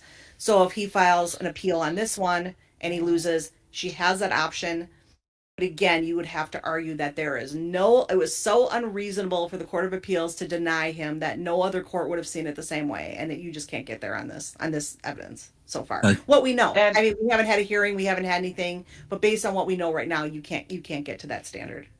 So, and otherwise, if it does go to the appeals court and they deny it, then she has to wait to get new evidence. That's the only thing that she could file on again, right? Yes. Yep. All right, I have a question. All right, Jack's opened the door. So I don't know how well you follow what we've discovered in this case. There's, it's been so many years and we all have lives. But do you know about Gregory Allen being linked by DNA to another sexual assault while Stephen was incarcerated that they buried, and he was quietly shipped to Minnesota, sentenced, and it never made the papers? Did you know he was identified by DNA in May of 2005? The warrant was issued for his arrest September, I believe, 27th of 2005. It was not served. I'm sorry. You're right. 5. You're right. Yeah, I think it was September of 05. I think it was the same day that Griesbach was testifying in the deposition. That warrant was sat on until 4 months after Brendan's conviction and sentence. 27 months. He was quietly extradited in December of 2007 to Minnesota. They did a closed door hearing. He was sentenced and back in Wisconsin serving day for day time on a sweetheart of a deal by I think March of 08. Did you know about that assault, Tracy? I think I remember seeing something about it. I don't know the details or remember the details, but I do think I remember seeing something about it. What Gregory Allen did in 1991, of course, he was traveling around. I mean, Christina's done a boatload of work in researching Gregory Allen, and there was actually a detective in Green Bay that was doing so as well. Anyway, he attacked this woman in Hennepin County, Minnesota, and he beat the crap out of her. He sexually assaulted her, but he left his DNA behind. In, of course, 1991, DNA was in its infancy. Anyway, 1999, this detective ran that DNA again and found a hit. Of course, by that time, Gregory Allen was serving 60 years in Wisconsin. And, we don't know why, but we suspect that the powers that be in that county just said, bury it. He didn't even call this lady that got assaulted and tell her. They just buried it. In 2005, she called them, this woman, called this Hennepin County law enforcement agency, said, hey, what's the status of my case? Well, then whoever opened that file up then saw, oh, damn, there was a match in 1999 and nothing was done. So they requested, the judge signed the warrant to redraw his DNA. Okay, at that point in time, officials in Minnesota would have contacted authorities, and I mean like Peg Lockett and Slaughter and all of them at the higher levels. They would have known in May of 2005. This is when the depositions were just beginning. They would have had to have known, and they buried that. They buried that so deep. There was not one media story about it at all. None. That's what Christina's talking about. And they didn't serve this. They held that warrant for 27 months after Stephen and Brendan's trials were done. It's crazy. So did that happen? Was that buried at the time when Steve's I discovered it. Going on? I discovered it. It's still buried. We're the only people who are talking about it. Right. That's what I mean. Did that happen during his wrongful conviction civil suit? Okay. So here's the thing. So yes, it was. I personally believe Glenn and Kelly may have gotten wind of it. I have no proof, but I have a hunch that they had gotten wind that he had been matched to another, and I think it was all going to come out in the civil suit. And then I don't know what was said, what was done, but they quickly relinquished control, settled, and here we are. I don't know. I know how nasty people can be who don't have a lot of power. I can only imagine the damage and the threats of damage people with power can be when they feel threatened. So that being said, I'm curious, does a habeas petition have legs if Kathleen Zellner can present a plethora of evidence of malfeasance on the behalf of Manitowoc County, the Wisconsin DCI, the Wisconsin DOJ, and the Wisconsin AG's office? Now, are you talking about in a civil suit or in his criminal? I'm talking about a habeas petition. Go ahead. Yeah, they said there won't be anything for a habeas petition. Habeas is strictly dealing with what happened in the criminal appeals, and that's it. If you're talking about later on, and if he gets exonerated in a civil suit, then absolutely it can be brought up. So that would be a civil matter. Yeah, it's a civil matter, not a criminal matter. A habeas petition has to deal specifically with what happened on your criminal appeal.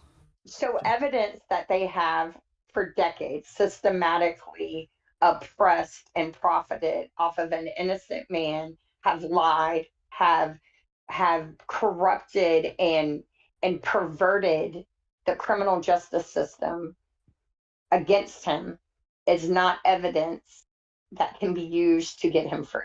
Nope. That was all that was. That was what could have been used in the trial to prove that they were framing him. That was what they didn't know. Yeah, they didn't know because they buried it. I don't even think they know now, honestly. Yeah. I have a question, Tracy. Go ahead, Susan. Are you aware of the unfiled search warrants that mention the blunt and bloody instrument in the back of the rack? I think that's actually what Jack and I were first talking about when that motion was filed. I don't know any more than just seeing that little snippet, and I know that people were trying to request or file FOIA requests to try to find out more about that, and we're kind of getting the runaround. That's the extent of what I know about it. And also the bones at the clandestine burial site. I don't know. I don't know about that specifically. Okay. Well, the Temptedious found this. It was a Beauty and String had filed a motion, and don't ask me to quote what the motion was. This was in the mid section of 2006, and Allen replied, and in that reply, he's defending. I think because certain things hadn't been discovered, and that he anyway. His reply was basically that these officers were busy, running down tips and this and that. Well, in the midst of that reply, he said that basically they had found bones at this clandestine burial site. And he's talking about Cuss Road because that's the only one mentioned in the entire case. So they found bones at the clandestine. He says it in the motion. I'll be glad to send it to you. Actually, I may have it clipped, but he does say that. Christina got the blunt and bloody instrument unfiled search warrant, which is to me that's a game changer. I don't know. I know Dr. Silkman feels the same way. It's completely because it just disappears. It's there, and it's noted in the affidavit of the search warrant. I want to pull that clipping up here just in a second, but and then it's gone. Could that be qualify as newly discovered evidence? Where was it originally mentioned? Where was it found in the search warrant? Okay, if that was around before, then no, because it would be procedurally barred because if that's something that could have been found or that line could have been found in the search warrants if someone had just looked for it. No, then no. It was an unfiled. It's an unfiled search warrant. What this pertains to is the property. They were going to apply for a warrant for the property off Cuss Road where this clandestine burial site was found. Well, it ended up this was owned by Todd and I can't remember his wife's name, the Vanderwerfs or something. They gave written permission, so the warrant didn't have to be filed. Christina was looking for a form of what these officers go through. That she just wanted the blank form. Of what these officers had to fill out in order to apply for a search warrant, the affidavits part and all that. And they first told her they didn't have anything, and then she kept hounding them, and she ends up waking up one day and she had like 20 unfiled warrants that they had written, but they were never filed. One of these warrants is called the Disturbed Earth Warrant.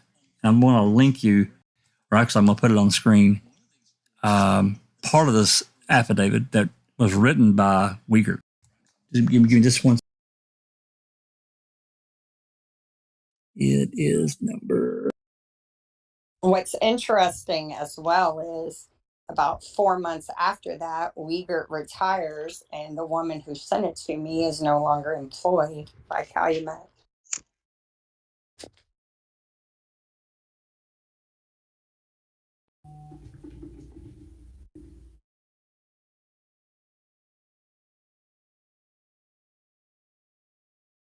There it is.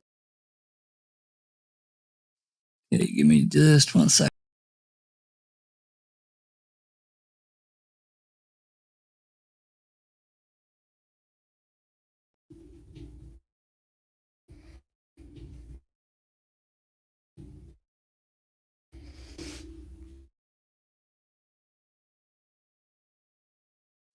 Okay, that's going to pop on the screen there.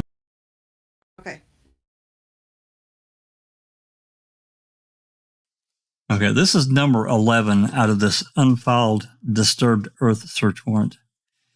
And he's going through and labeling off. Of course, they're applying for this warrant to go onto this property.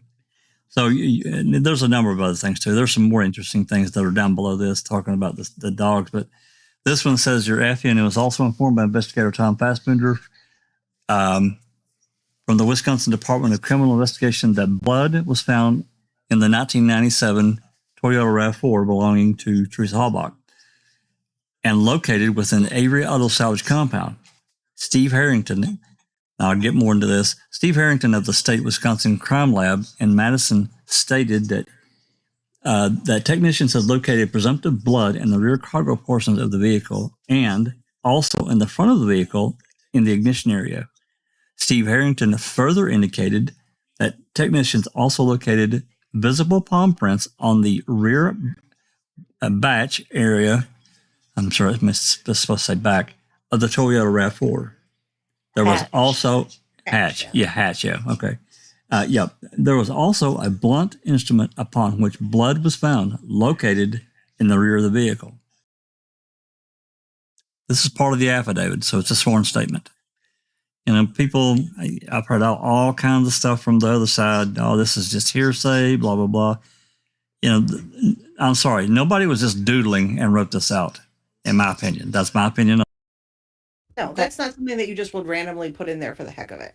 Well, you know, you could if you really wanted the search warrant and you wanted to make it sound good.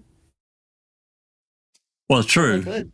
Yeah. But so I'm not saying you can't do it, but I mean, you can, but I don't see the point. They were going to get the search warrant. There was no doubt they were getting a search warrant. Right. So would this be useful to Kathleen, do you think? Only if it leads to something else. This is not enough because there's not enough there to do anything with. What is she, you know, she can't just say, hey, there's a blunt instrument I want to know more about and get a court order on that. I mean, she would have to do what everybody else has been doing and file a bunch of FOIA requests to try to find out more information. If there's not information there, what can she do with it? There's nothing she can do with it. There's just not enough information there. Yeah, it disappeared. This is the only place in the entire case that's mentioned. Christina? Yeah. Well, I was just going to say, so once again, I mean, this is just another piece of evidence in the, you know, systematic oppression of an innocent man. When does that evidence meet the burden of being criminal court worthy of exoneration? That's my question. Yeah, like how much evidence do we need to show these people have intentionally and convicted and left an innocent man in prison for 40 friggin' years? They just don't care. You got to have the right judge. I think that's my answer. You got to have the right judge. What does it take? What does it take to have a Tracy? clear-cut constitutional violation, and it has to tick off all the boxes like a Brady violation. You know, and people win on Brady violations all the time. It's not easy, but it happens.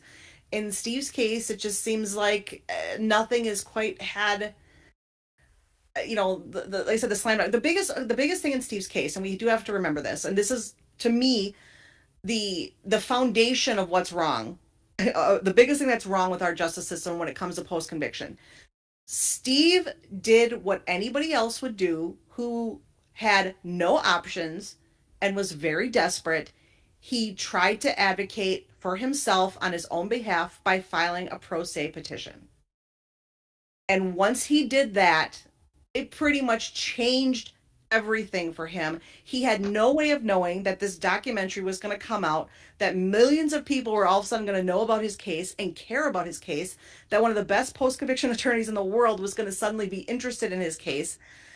And that is really where everything went wrong for Steve, through no fault of his own, because all of these things that we found that seem like these little pieces, if they could have been all put together in an original post-conviction petition before Steve filed, it would have had grounds. Because remember, the biggest thing about Kathleen's petition she filed was that he's procedurally barred about everything. Procedurally barred. Yes, so that's the thing. So there are all these little pieces, and we're saying, well, what is it going to take?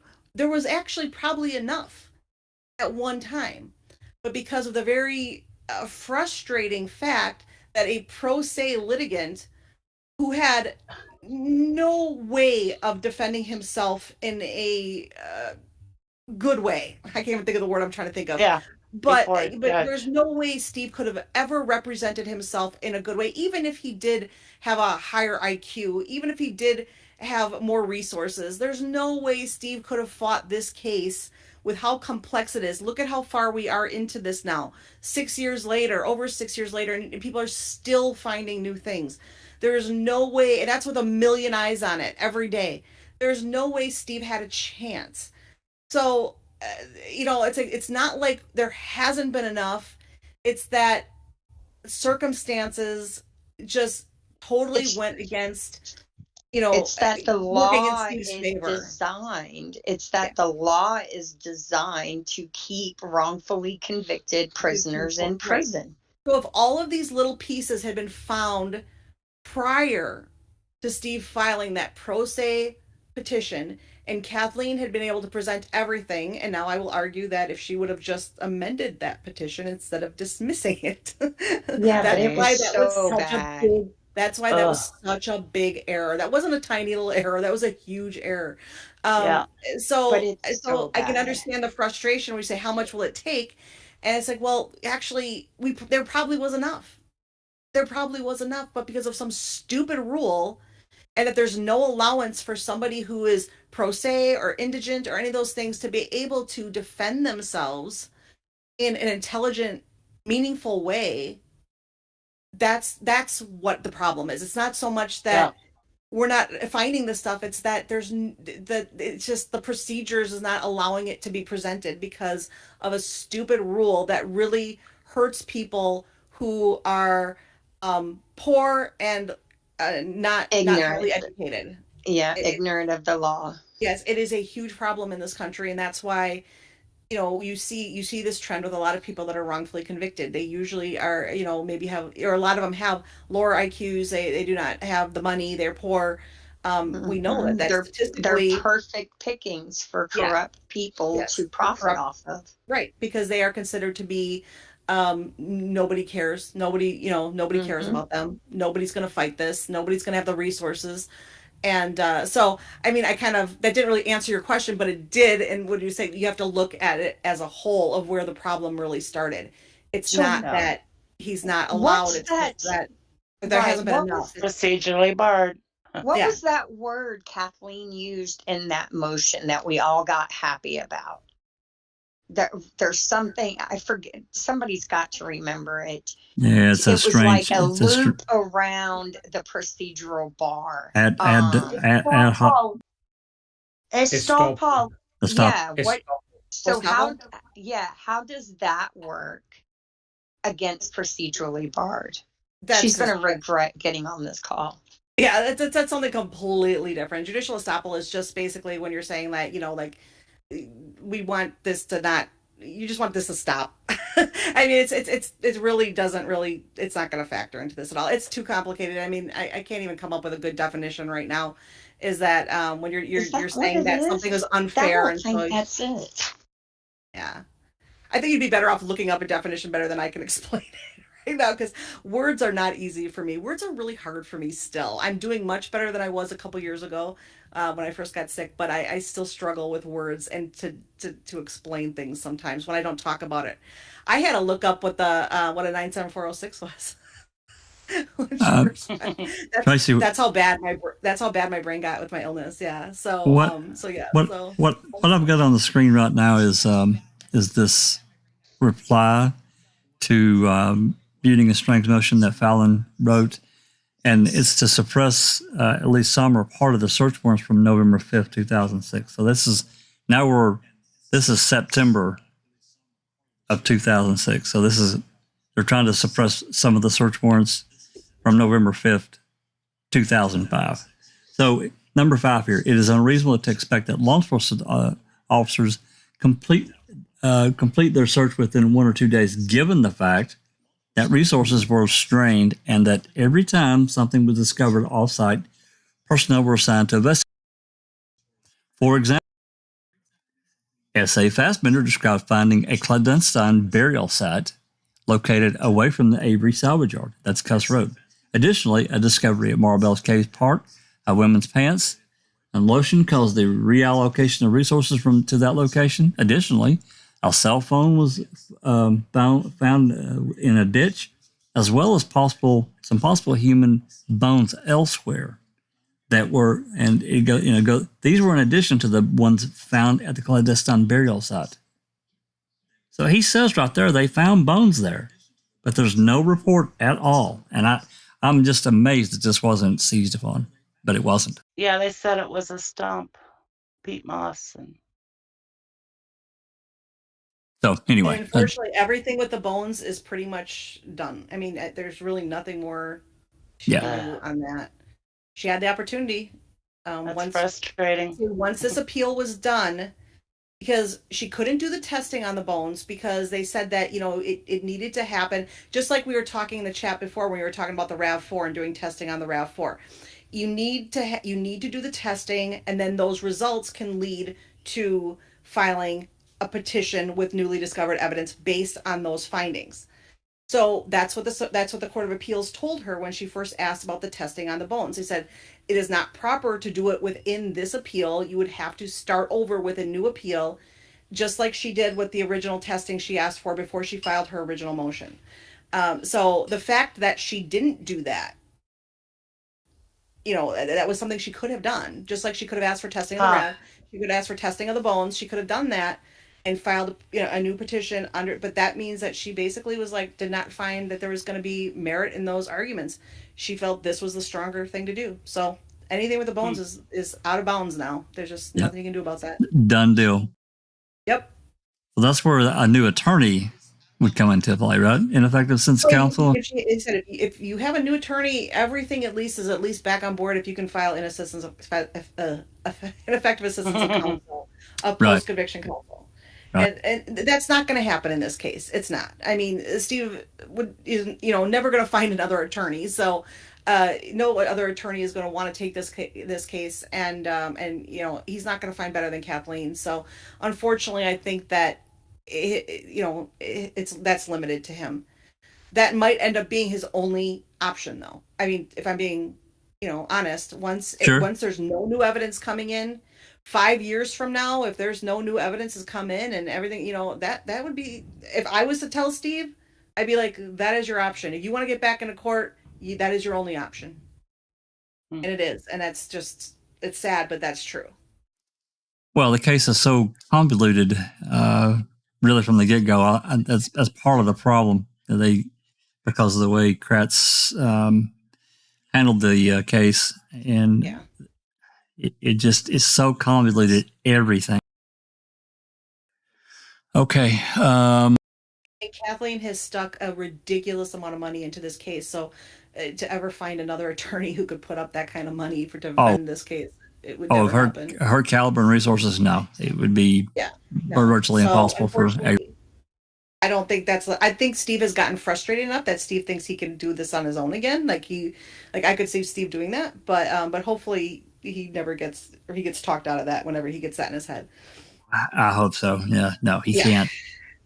No, because it didn't work out so well for him doing it on his own the first time. Yeah, he can't. Is there any hope at all for Brendan at this point? Well, okay, what I always say about Brendan is that the one thing Brendan still has in his favor, and I know it's been a long time, Brendan has never filed a state post-conviction petition.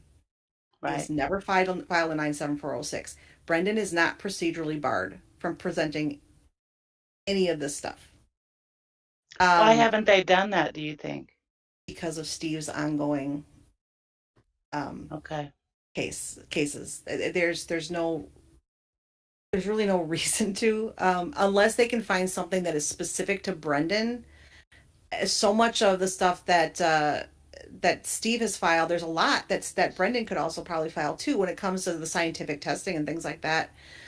But they're probably waiting to see what all happens with Steve's case, because why put the money and resources and time into it when, basically Steve's doing the work, Kathleen's doing the work for them. And that would be my guess, because I thought that that's what they were waiting for, but you can't wait forever. I mean, at some point they're going to have to file something on. But it's just like what I said with Steve, fighting for himself. At some point you have to just get on with it and file something. But they don't want to make the same mistake Kathleen did and file too soon and have all this new information come in. So and then get stuck.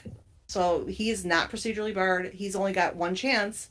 And yes, technically you can have more chances, but for the most part, you only got one chance. So they don't want to do it before they have everything that they have. And as long as there's still at least some leads coming in or some new information coming in, they're waiting. It sucks for Brendan, but it's a smart thing to do. So in reality, I'm sorry, go ahead. What do you think are some of the things that Brendan can use that Kathleen has used? Well, any of the scientific testing she did, that a lot of it, again, they procedurally barred him, not because of because those. Gosh, I gotta think now. Not because it didn't have relevance. It was just but because they procedural. said that why didn't he file this before his pro se petition? They said, why couldn't he have done this testing then? You know, it was that type. It's like, and I remember that specifically, the judge specifically saying, yes, you said why it wasn't presented originally, but why wasn't it presented when he filed his pro se petition? Because that technology was available then. So things like that are probably That's the biggest ridiculous. thing. Yeah, that's so ridiculous. Anything that's specific to Steve with his counsel or anything like that. Obviously, Brady violations, you might possibly have the same violations. It just depends. You know, like sometimes if something was not turned over to Steve's team, chances are it might not have been turned over to Brendan's either. So a lot of the things that she's filed as Brady violations could also show up in Brendan's case if it was not turned over to him either. So the only things that wouldn't be were the things that were specific to his trial attorneys and ineffective assistance of counsel, that type of stuff. So there's options, but they have to wait because they don't want to make the same mistake and file a petition and then have something new come out, and then Brendan's procedurally barred as well, especially when you see how much that hurts Steve. So in reality, there's the potential for scientific testing. They could go after the RAV. Yeah, they could. Yeah, they can ask. They can do that. Now, the biggest problem for Brendan is that Steve and Laura are experts in juvenile confession cases. Yeah, they're not. That's not. You know, the other areas aren't their strengths. So, I think they would need to bring in somebody else if they wanted to do something like that. Scientific testing. A hard guy. Yeah. That's my opinion, at least. Interesting. So, hypothetical, if Brendan Dassey was exonerated, does that help Stephen? No. No, it doesn't. So because Brendan's case has nothing to do with proving that Steve didn't kill Teresa. So why did they fight so hard to keep him in? Just because they didn't want to take any chances. But their entire theory was based on Brendan's confession. Exactly. Right. Brendan's confession puts Steve, so they don't want to take that chance, but they can always reframe it that if Brendan's confession was thrown out or he was found innocent, that has nothing to do with proving Steve didn't commit the crime. That unfortunately, that's true. You know, that's so. Just I have another question, real quick, if you don't mind. Go ahead.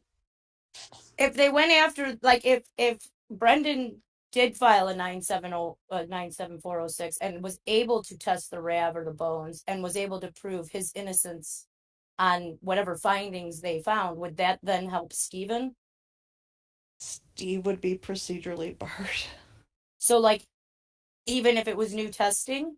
Yep.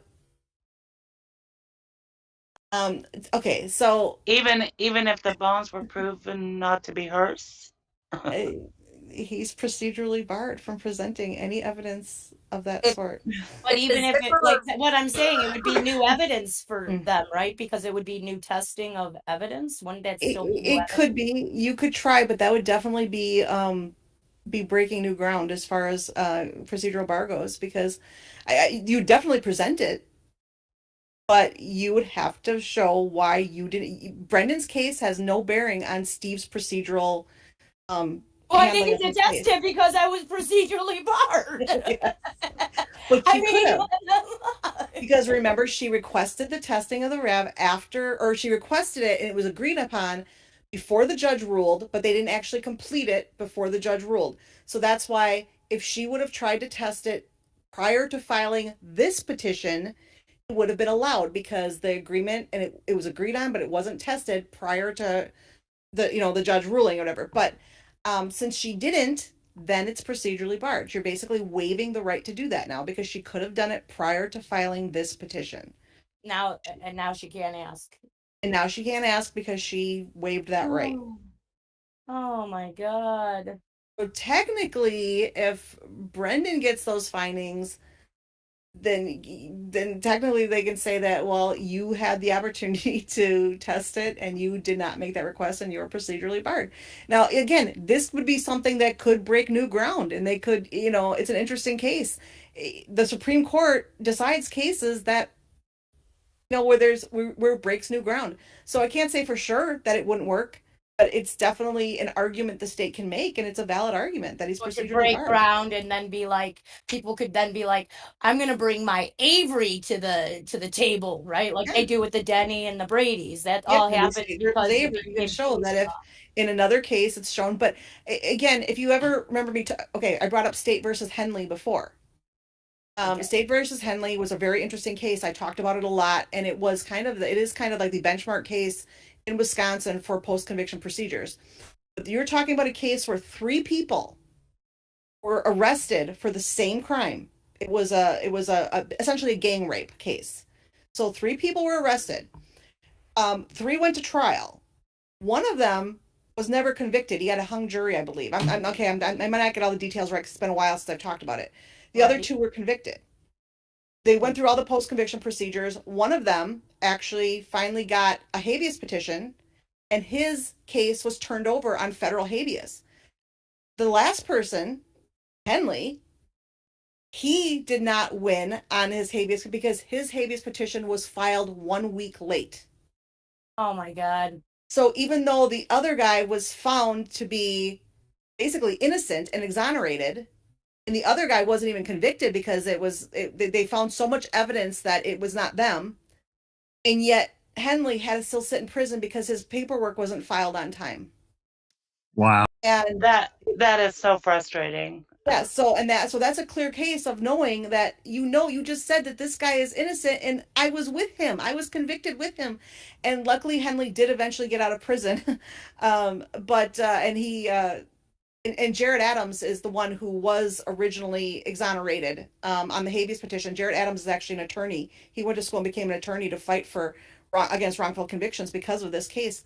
But it's very frustrating. So can you imagine where you are convicted of the same crime with these people, you all supposedly did it together, and yet you find that the other 2 people are innocent, and then it's like, well, you just didn't get your paperwork in on time, so we can't exonerate you. But isn't that what procedurally bar is basically too? You didn't get your paperwork done in time. Yep, that's what it is. It was a procedural reason. And the Innocence Project had both cases, and since Henley's original appeal was decided 1 week prior to Henley's, to Adams, that's why Adams was filed on time and his wasn't. Wow. It was because, and actually it might not even been a week, it might have been less time, but it was filed, we filed them at the same time, but since one appeal was decided a little bit earlier, that's why.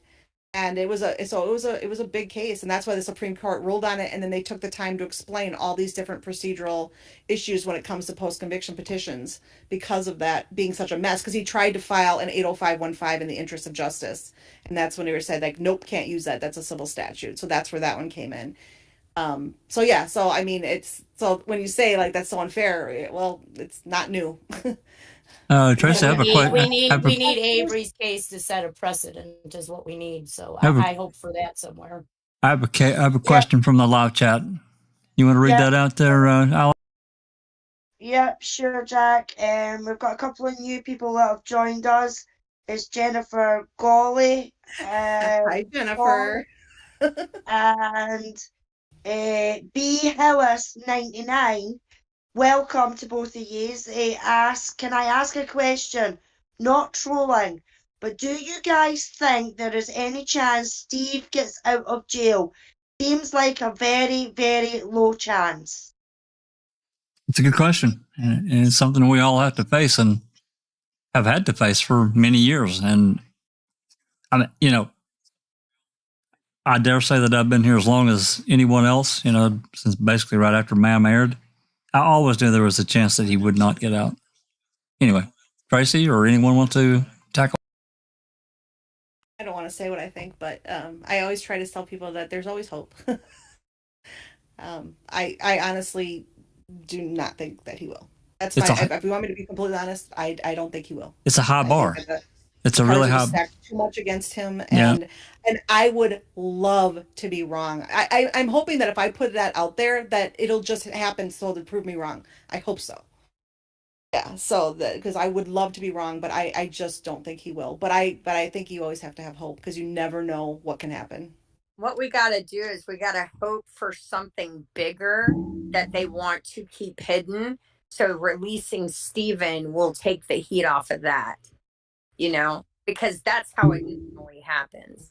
Also, while I have the floor, if the zipper voicemail was to surface and it showed that Teresa left Stephen's property and went to their house next, would that be enough to get a new trial or an evidentiary hearing? I would say that's pretty important evidence. So I would say yes, because you can no longer say that just throws everything out the window. Their entire case is hinged on the fact that that was her last stop and she was never seen again after that. That's right. So but wasn't that ruled on in this last one? Wouldn't it be procedurally barred as well? Also, they knew about this voicemail because it is talked about in case files back then. That is that ineffective counsel on buting and strings for they not know getting about it.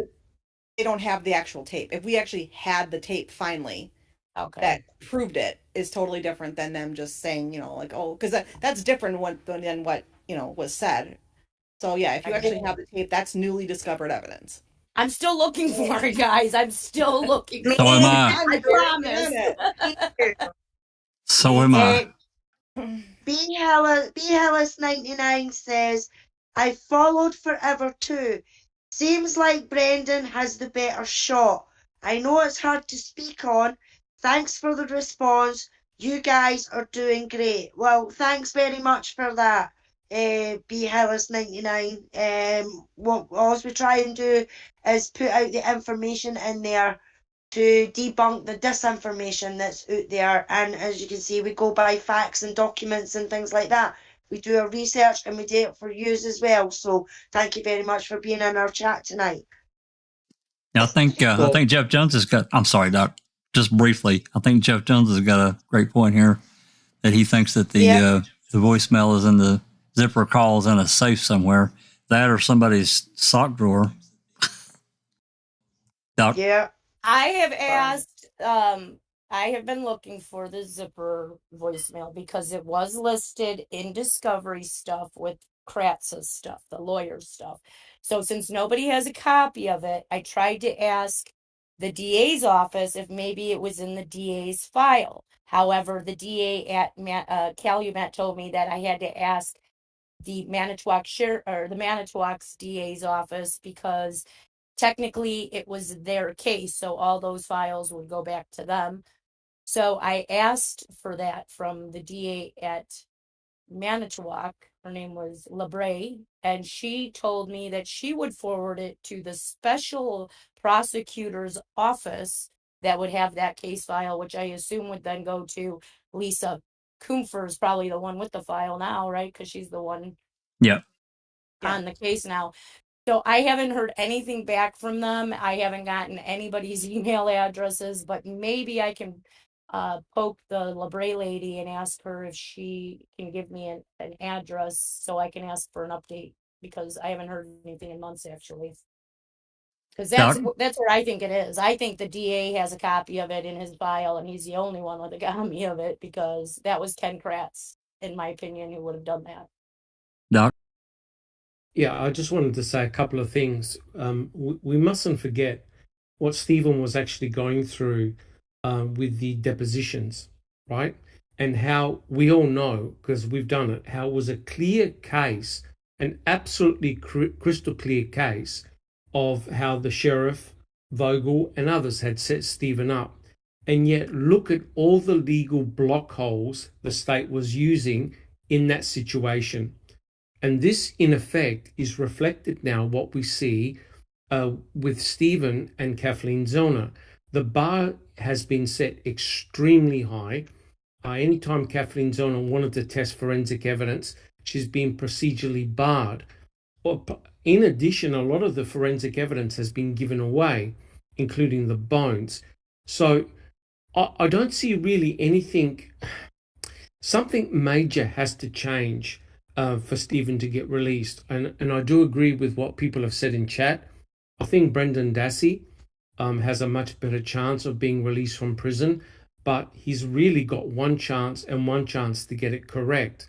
And in tomorrow, when we do the reading with the crew, we mustn't forget what Brian Dassey said on November the 6th, right? To both Sowinski and Strauss. Yeah. That Brian said, you need to talk to my brother Bobby because he said he saw her leave, right? And that really got deep sixed and buried by Strang and Buting. Were not aware, not even their investigator was aware of that November the 6th report. So this all comes really nicely that, why must it rely on amateur sleuths like us and others that are finding all these nuggets, and yet no one from the state is doing this? You know what I mean? Kathleen Zellner's finding these nuggets, but the state at every opportunity is trying to block and raise the bar so high that it's almost impossible for Stephen to get out. That's what I really find disingenuous. Just bury it. They're not interested in they're interested in the truth and burying it, not exposing it. And I'm not sure who said it, but there's one thing that Stephen doesn't have, and that's time. And all the state is doing is dragging its feet and prolonging the time. Yep. Need a game changer. Isn't that what Kraft's put in his book? It's a game changer. Item FL was the game changer, and now they're all running away from it as quickly as possible. But it's truly amazing. Remember, we're going on the constraints of what occurred in the court as being the absolute truth. Yeah. Anything said outside of court is not regarded as, doesn't even enter into the equation. No. The fact that the state is talking about item FL as a fate incomplete, that it contained Teresa Horbach's DNA, never talked about contamination issue, never talked about what Fassbender wrote, etc., goes to show that the state is highly blinkered in its approach and will not deviate 1 inch from what it states. Not 1 inch. No. Okay. Any other questions from the chat? We've just passed the 4-hour mark, so we probably should wrap this up. Alice, do you see anything? Let's see. Jeff Jones' comment. Her last stop was. Go ahead. Jeff Jones in chat says her last stop was Zipperer's. Yander call was an appointment. Zipperer was a lead appointment. She couldn't find the zips, so she called and circled back after Yander, in my opinion. Yeah, I mean, yeah. Saying that all along. Well, then we have these other players we've talked about before, and we'll talk about again at some point. Not today, but I don't know. I'm really going to be interested in what Zellner, what her reply is going to be, and then ultimately what Judge Angie decides to do. I tend to agree with, and I'm not a lawyer. I just, from my observations as following these various cases, this has to have a hearing to sort these issues out. That's what I see. Tracy, I want to just thank you so much for coming in and explaining some things to us. And it's been fantastic. It's so helpful. It is. Appreciate it. You're welcome. I'm glad. I hope it's helpful. I know I still get a little confused and flub my words a lot here still, but I hope it was helpful. Very helpful, because you understand the real mechanics of the law, and we understand some of it, but some of the intricacies we miss, and you understand them, how it really works. We understand it a lot from the side of how we want it and how we think it should work, and it doesn't. That's not necessarily true. So it's very helpful. You give us Yeah, you give us the hard truth Yes. that we may not want to hear, but we need to hear. And for that, I'm grateful. I would like to be able to look at something like how most people do and be all optimistic about everything, but I always look at it from all the legal angles, and it's usually not a very bright picture, unfortunately. So it's a little depressing sometimes, but you know, I like people to be able to be informed, and especially I hate it, especially in the beginning, I hated seeing people get their hopes up so much. And then knowing that, okay, like we have a long way to go. This is not an easy road. And I would see people get so disappointed. And so I kind of just like, I like to try to manage expectations. That's it. I don't want people to be like, there's no hope ever. I always want people to know that there's hope, but I also want people to manage their expectations and understand the truth of the legal system. And, you know, and it's definitely got a lot of flaws and frustrations for sure. That's why we love what you do. Absolutely. Thank you. Well, even if our expectations are low, even when it comes to this stuff, I am still disheartened, even though I didn't expect anything more from And the I am state too, or and this. And then I get it though. You got to anything. keep hope. Like I get that way where I'm like just feel hopeless with Steven, and you know, whoever asked, do I think he's ever going to get out? Like sometimes I'm very hopeless about that, but I have to have a little hope that someday Steven's case will set a precedent that other people will be using his case to help their own case. That's what I hope for in the future. As long as and as difficult as a system to maneuver can be, that the one good thing is that with newly discovered evidence, you never know. I am still trying to be hopeful that there will be like a deathbed confession someday. Yeah, something like that. Yeah, we all have to have hope for that before they die. So that's why, even though I never feel know. like, yeah, there's not much hope, you just never know what can happen.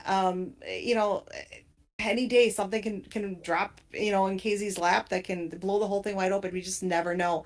And you know, it can take years and years and years. Unfortunately, I'm friends with too many people who've been exonerated after 20 some years, 30 years even.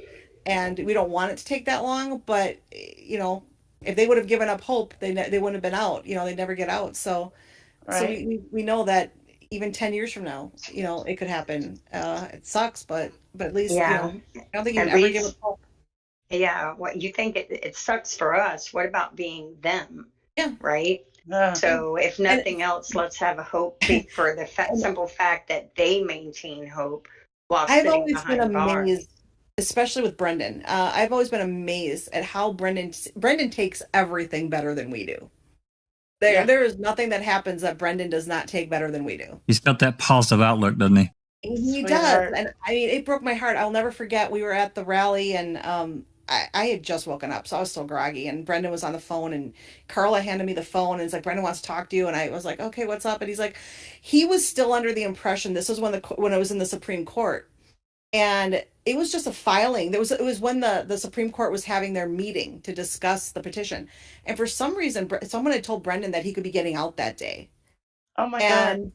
So Brendan's telling me, he's like, is it true that I could be going home on Friday or whatever day it was? And I was like, oh man. I was like, no, I'm so sorry. And he's like, oh, okay, that's fine. I just wanted to know. I wanted to know for sure. And I'm like, wow. I feel like I just crushed all his hopes and dreams, and I wanted to cry in a puddle right there. And Brendan was like, okay, that's all right. Thanks for letting me know. I just wanted to check. And I was like, oh God, you are so amazing, Brendan. And he is. He's always so much more positive than I ever am. You know, that talking about Brendan, and you know, we find that's out, you know, way after the fact. One of the things in his case that, I mean, there are many things that really bother me, but this phone interview that Anjanette Levy did and didn't air, it so grates me. It's like just rubbing my head on the pavement that she didn't air it, because it didn't. She tried to get him to admit to all this stuff, and he's like, "No, this is what happened. This is what happened," and they wouldn't, and they refused to air it. Yeah.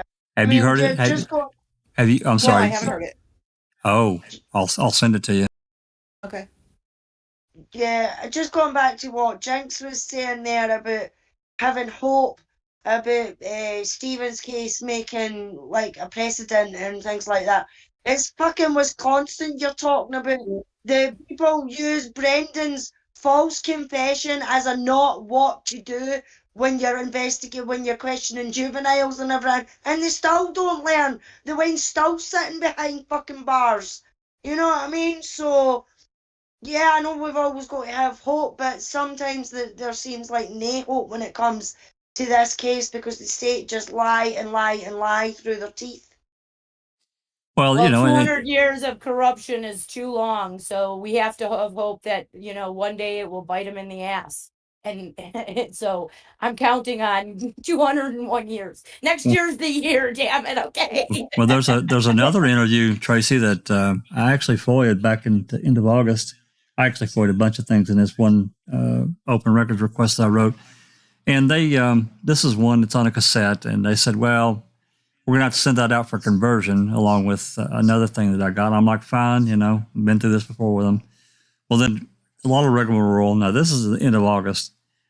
And, of course, Amanda Bunnell is no longer with Calumet County. We don't know what happened there. And then this other lady comes in named Brenda Grueling or something, and she was, you know, immediately smacked in the head with, you know, all these requests and so forth. And then, so I asked for a status update. It was a couple of weeks ago.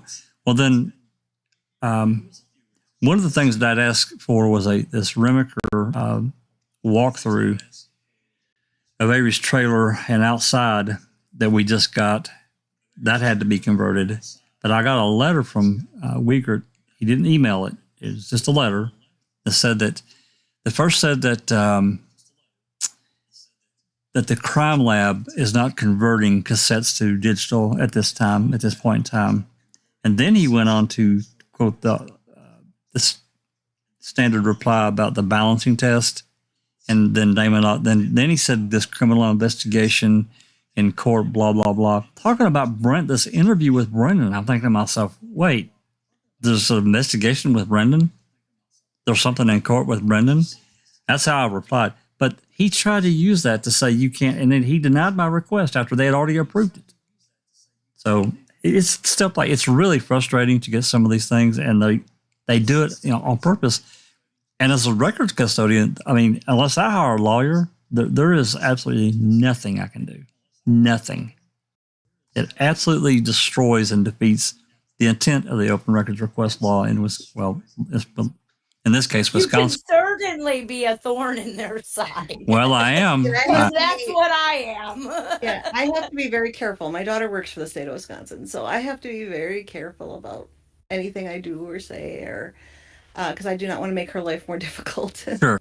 Yeah, and she works in Madison, so you know, she works with the crime lab, so I definitely have to kind of be on my best behavior when I talk about them, since these are her people she works with, and but at least she doesn't work in the crime lab. She just has to work with them occasionally. So, well, I mean, I find it just an absolute ridiculous statement that they would say that the crime lab is not converting cassettes to a digital format. I can buy cassette to digital converter for $30 on Amazon right now, and they're not doing it. And basically, that Brendan's case is like still active. It's active. It's an open investigation, and it's not. It hasn't been for forever, years now. So I was quite amazed that he would send that to me. Go ahead, Alice. Sorry, Jack. We have somebody new. We've got Malibu Gorilla Products said federal. He said first, Teresa received her 221 call from Kruger's Bar, Hales Corner.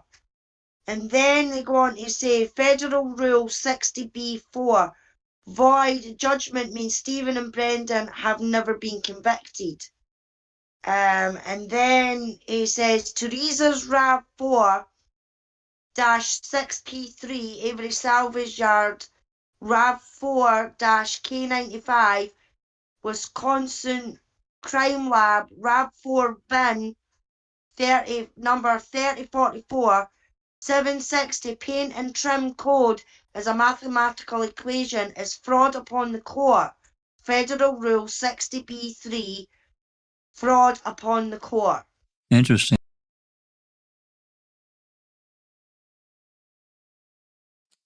What's Jennifer saying here? As long as Brendan is still hopeful. I will follow his lead and continue as well. I'm so thankful for all of the supporters that keep working on his cases. Yeah, I tell you, we get, we try to be good and try to keep our mouths kind of zipped, as it were. But I can tell you, if you want to fire a group of people up, talking about Brendan's case, and I guarantee you'll fire up every member of Foul Play to the nth degree, because it is so ridiculous. Anyone that has read through his case file, and I'm talking about all the way through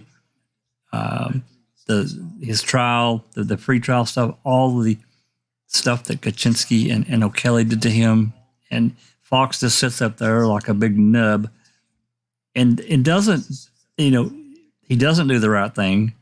2010 rolls around. He really had a chance to correct the ship. He still doesn't do the right thing. It is absolutely beyond ridiculous, considering I have to consider, because I dug so far into what O'Kelly's actions, what he did throughout the case, and then what he did in 2009 to basically bury the videotapes and whatever else he had, that recorded information of Brendan. He allegedly ships it off to his lawyer, and then his lawyer says, "Oh, well, I lost it. We moved offices and I lost it." What? It's just absolutely terrible.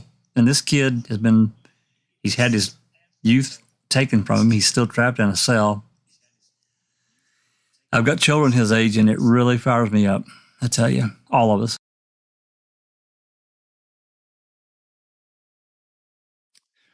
So, all right, let's. We're at 4 hours and 20 minutes. Any other questions that we can pick on Tracy with while we got her here? We love having you. I got to tell you, it's been fantastic.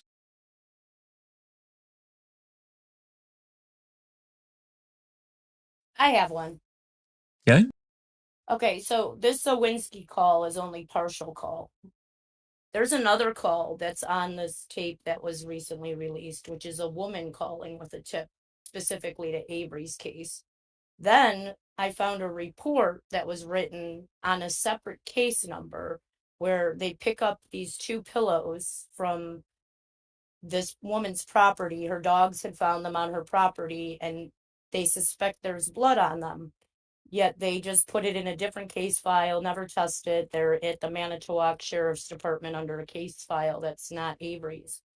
Is there a way for her to ask for scientific testing on that, or would that be procedurally barred? And would that help, verify that they are maliciously keeping tips from the Avery case? That would most likely be procedurally barred. Procedurally barred. Anything that she could have found and didn't. Even if she didn't, this is a different case number. How would she have found it? I found it because I asked. You found it, so. I asked for all the case numbers that were created during a certain time, and then I asked for certain records. That's how I found it. Yeah. I mean, that's the type of thing that I always say, just send it to KZ and let her decide what she wants to do with it. But it very easily could be procedurally barred. But she'd have to go through the whole thing of explaining why she couldn't find it, how it came to light now, and then it would actually have to have some meaning. That's the thing. She could file to test it for sure. That's that they might be open to doing. But then it would depend on the test results whether it would actually even be something she'd file a petition on. But she could try to actually petition the court to test it. It's interesting. That's a great question. Send it to her, so she never responds to me though. So I just send her stuff. I don't know if it matters or not. She never responded to me either. I'm just like, here you go. Here's some information. I don't know if it matters. It probably doesn't. But here I am again. Hope I'm not bothering you. That's a great question. I never hear back from her. It's a great question and find, Jinx. I remember when you found that. It's excellent. Okay, I'm going to start at the top and we'll go down the list. And final thoughts, Alice. I don't like what we just read. I'm hoping Kathleen's response blows what they've just said out the water. She's a savvy woman, she's got 21 exonerations under her belt. So I think she's still got a few cards that she could maybe play. What? I don't know. but she's not going to put all her cards on the table so that they can procedurally bar everything, you know. So, and if you remember her last motion and that when she brought up Sowinski, we were like, well, she's got to have proof for that, you know, she's got to have something to corroborate that, but she didn't put it out then, but then she put it out this time, and it was the call and everything like that was involved. So I'm hoping she's maybe got something like that up her sleeve again. It's just a case of waiting and seeing now, and hopefully she kind of has an idea of what the state's going to say. So she's maybe got stuff already in motion to prepare for the comments that they're going to come out with. So fingers crossed, and as everybody says, we've just got to keep hope. Absolutely. Susan, final thoughts? Yeah, I'm going to cling to the fact that Tracy still thinks there's a chance of getting an evidentiary hearing. So I'm going to cling to that hope and, you know, just wait and see. There we go. Jinxie, final thoughts? I'm just going to reiterate, let there be hope. Let there be hope. Absolutely. Neverly, final thoughts? Let there be hope. I'm going to be hopeful even when I'm not. I'm going to remember to be hopeful. If Stephen can do it, we can do it. Absolutely. Tracy, final thoughts? I think I said a lot already, but I would say that from what I need to read this again. I need to read the entire response and actually absorb all of it. But from what I've heard earlier and what I've seen so far, I don't see anything that would give me the idea that there shouldn't be a hearing. I don't think they've changed my mind that there should be a hearing. So I think that's good news. I didn't see anything in there that says like, nope, you don't deserve to get a hearing. So I think that's about the most positive thing I can take out of it, is that I still think that there should be an evidentiary hearing. Yeah, I'm with you on that, and that's before we get to Dr. Sullivan, that's going to be my response as well. I didn't see anything in there. Actually, I saw them trying to claw the other way and name all the reasons why there shouldn't be. But I think to sort through everything, Judge Angie needs to have a hearing and get these people in the courtroom and hash it out. That's what I think. Dr. Silkman. I'm really glad that we did this, and thank you so much, Jack61, for your sources for getting this document. I'm actually not surprised at all by the state's response. I think it's pretty well standard. We have seen this type of response before. So I'm honestly just sick and tired of all the legal tennis match that is going on. You've got, these are not people that don't understand the law. You've got Kathleen Zellner, who defines what, exculpatory evidence is, what a Denny, Brady violations, etc., right down to stating and citing specific cases. And yet we have the state saying, no, you're not. This is wrong.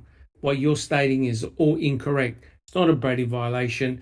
It's not a Denny, etc. And we've seen these legal tennis matches go on all the time. To me, what surprised me was the fact the way the state gave Bobby Dassey a lot of rope.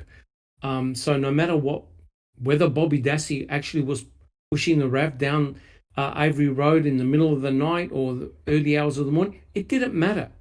So it seems to me that for Stephen to be exonerated, he literally either needs someone to come clean, a whistleblower, or a videotape of someone committing the crime against Teresa Horbach.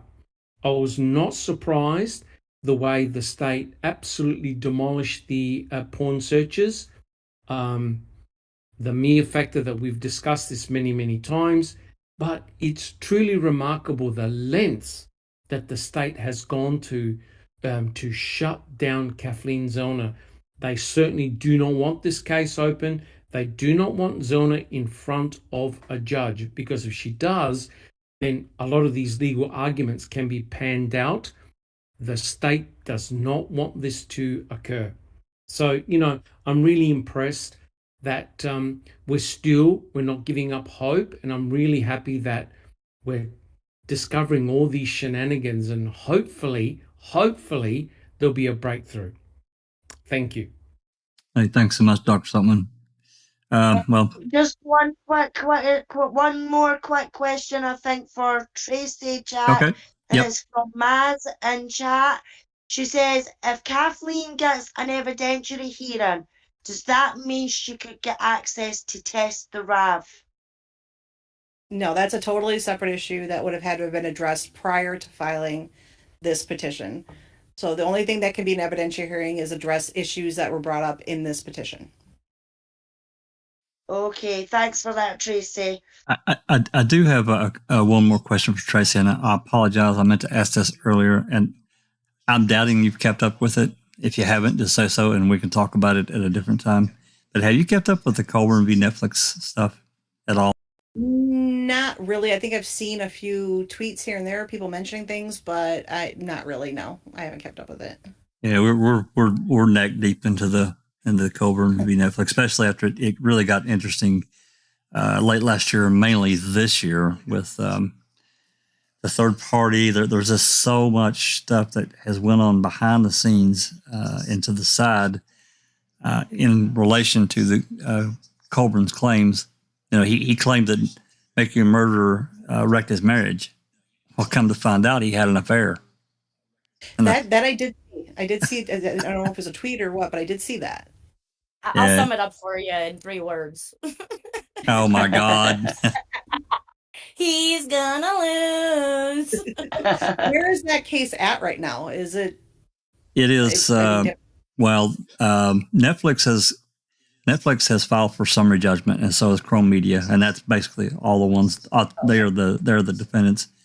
Colburn filed for partial summary judgment. Yeah, and he's had to back off a number of his claims that he made, even his second amended complaint. He's had to completely back away from those. No, a number of them, actually. There are things that he actually outlined in his second amended complaint that didn't even point to him at all. They were pointed towards Link. I'm talking about stuff from the documentary.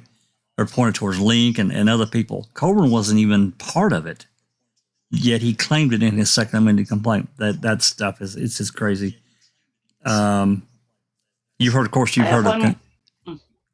I'm sorry. Go ahead, Susan. Jack, I'm sorry. I was just going to say that there's the addition of the third party, Miss Brenda Schuler, that is part of convicting a murderer. Do you know who Brenda is, or you've heard her name? Yes, I do. Yeah. Unfortunately, yeah. Okay. Well, there's basically between Colburn, Griesbach, and Brenda, there's over 4,000 text messages that had to be turned over to the court. Now they're still sealed. We can't get them. Oh, that would be interesting. Oh my God, yes. We've seen some of them.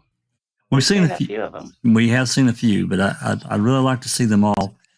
And, these are things that a lot of it was attorney-client stuff, privileged information. It's so convoluted, it's crazy. Anyway, I was just curious if you'd kept up with it all. They have to be really pissed at him for filing this lawsuit then. Well, because, and then, I would think that they would be, because now a lot of stuff's going to have to be coming to discovery that they wouldn't want anyone to see. They should be pissed at themselves because Brenda Schuler encouraged him. She admitted it in her depo to pursue this. They also signed Colburn to a contract that meant he could talk to nobody else about any of this case stuff. And they were hoping that convicting was going to be like, the next big thing.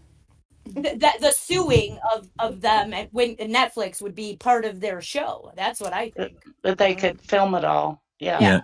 She got him to sign an exclusivity contract just about a month before he actually took retirement.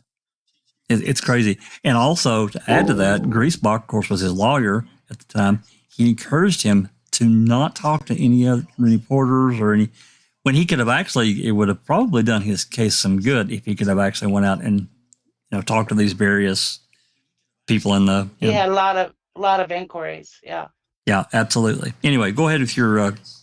Thank you, Tracy. Anyway, go with your question, Susan. I just wanted to ask you if she does get an evidentiary hearing and it's on the Sowinski stuff, the fact that he saw people pushing the rev, couldn't they have those fingerprints tested? Sent through the system? That's actually a good question, because that actually would. But I think she should have asked for that prior to filing the motion. That would have been something that she would have used the fact that she had a witness seeing them push it as the grounds for filing a motion to test. Through APIS. That would be how I would do it. I would do it that order. I don't know how you can come back afterward and ask for testing. That's something you would do first. I think, but that's a great point. That's a great point. Yeah. I totally agree. So, and then you get those results, and then that just strengthens, or hopefully strengthens. But then again, if there's I don't think it really hurts you if they come back and they're not, it's inconclusive. Right. I don't really hurt you any. Right. So I think it can only help if it comes back to showing them. But and they could always point to someone else, Yeah. It's something she could possibly bring up though prior to the actual hearing. She could bring that up. But I don't know. Yeah. A good question, but actually in that case that might be allowed, because if somebody else was touching it and we know that there are some fingerprints that weren't identified, that actually could, so that she actually could, but that would be something that she would have to request prior to the hearing. Okay. So that's a good point. I didn't even think about that, but that's possible. I think that would have been something to do first, but it could be done. You can try at least. Fantastic. That's a really great point and great question, Susan, which I've brought it up many times in the past. Allegedly Stephen and Brendan moved this hood over to hide, the RAV4, and it was never tested. It was never tested for prints. So if they'd picked it up, it would also bring up A23 again. Because absolutely. Yeah, absolutely. Could have been bloody pushing that RAV. That's right. Yeah. Well, that's why it's interesting why she wouldn't have filed that already, because again, this is something that this would give you grounds, because she would definitely need to inform the court as to why she needs to do this testing and what she would think that it would find.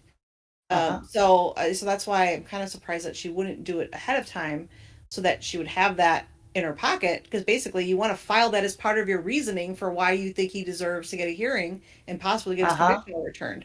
So it's kind of a backwards way of doing it, but but I'm not going to say it's out of the question, because that could be relevant for sure. Interesting. Cool. Good job, big sis. Thanks, bro. All right, let's truck her on out of here. I want to give my heartfelt thanks to Tracy for spending a lot of time with us and answering our questions and questions from the live. Obviously, you're welcome anytime, and I do mean that. Anytime. Thank you. If there's ever anything you want to present, I mean, you got your own channel, of course. You can do that as you want. But if you want to do it in a group setting, we're certainly willing to do that in pretty much any format you'd like. So. Okay. Well, if she files a reply, then maybe I'll have something new to talk about. But we'll see. That would be awesome. Yeah. Hopefully she'll file one here. I can imagine she's hammering the keys right now. It'll be a real quick turnaround. Yeah, it'll be a quick turnaround if she does, because it usually doesn't take very long. She would probably make the request early next week, and then file within a couple weeks. Yeah, that's what it sounds like to me. So that's going to be pushing towards Christmas time, right? Approximately. Right. Yeah. Okay, and final words, final thoughts. Neverly, did I get to you yet? I'm sorry. I get to Neverly? Yes, you did, Jack. Thank you. Yeah. Oh. I think you got through everyone, Jack. Okay. I just wanted to make sure. All right. I didn't want to make sure I didn't skip anybody. All righty. With that said, I want to thank everyone in the live chat. We've had a really good crowd tonight, a lot of great conversation. And of course, as Tracy said, I'm sure we'll pick this up again when Zellner I'm sure when she files her reply, I'm sure we'll get together again and go through it and try to understand as best we can. Hopefully Tracy is around and she can help us what all's going on. And for tomorrow, 5 o'clock Central, reading with the crew. We'll continue on with the next part in the chapter we're doing. I think it's chapter 2, I think. And then Sunday, open mic. We're going to be going back into the Colburn documents, as I actually just talked about that, but we'll be going back into them. And I will tell you ahead of time, document 330 has a bunch of attachments, and some of it I'm sure is some new excerpts from some depositions and so forth. So we'll get through those as well. Give me just 1 second here. Let me pull this. With that said, hey, if you like what we're doing, give us a like and subscribe. Head over to Tracy, give her some love too. Subscribe to her channel and give her a like. Jinxie, Becca, Jeff Jones, Mystic Jinx, everybody, support the community. And with that said, this has been a Foul Play for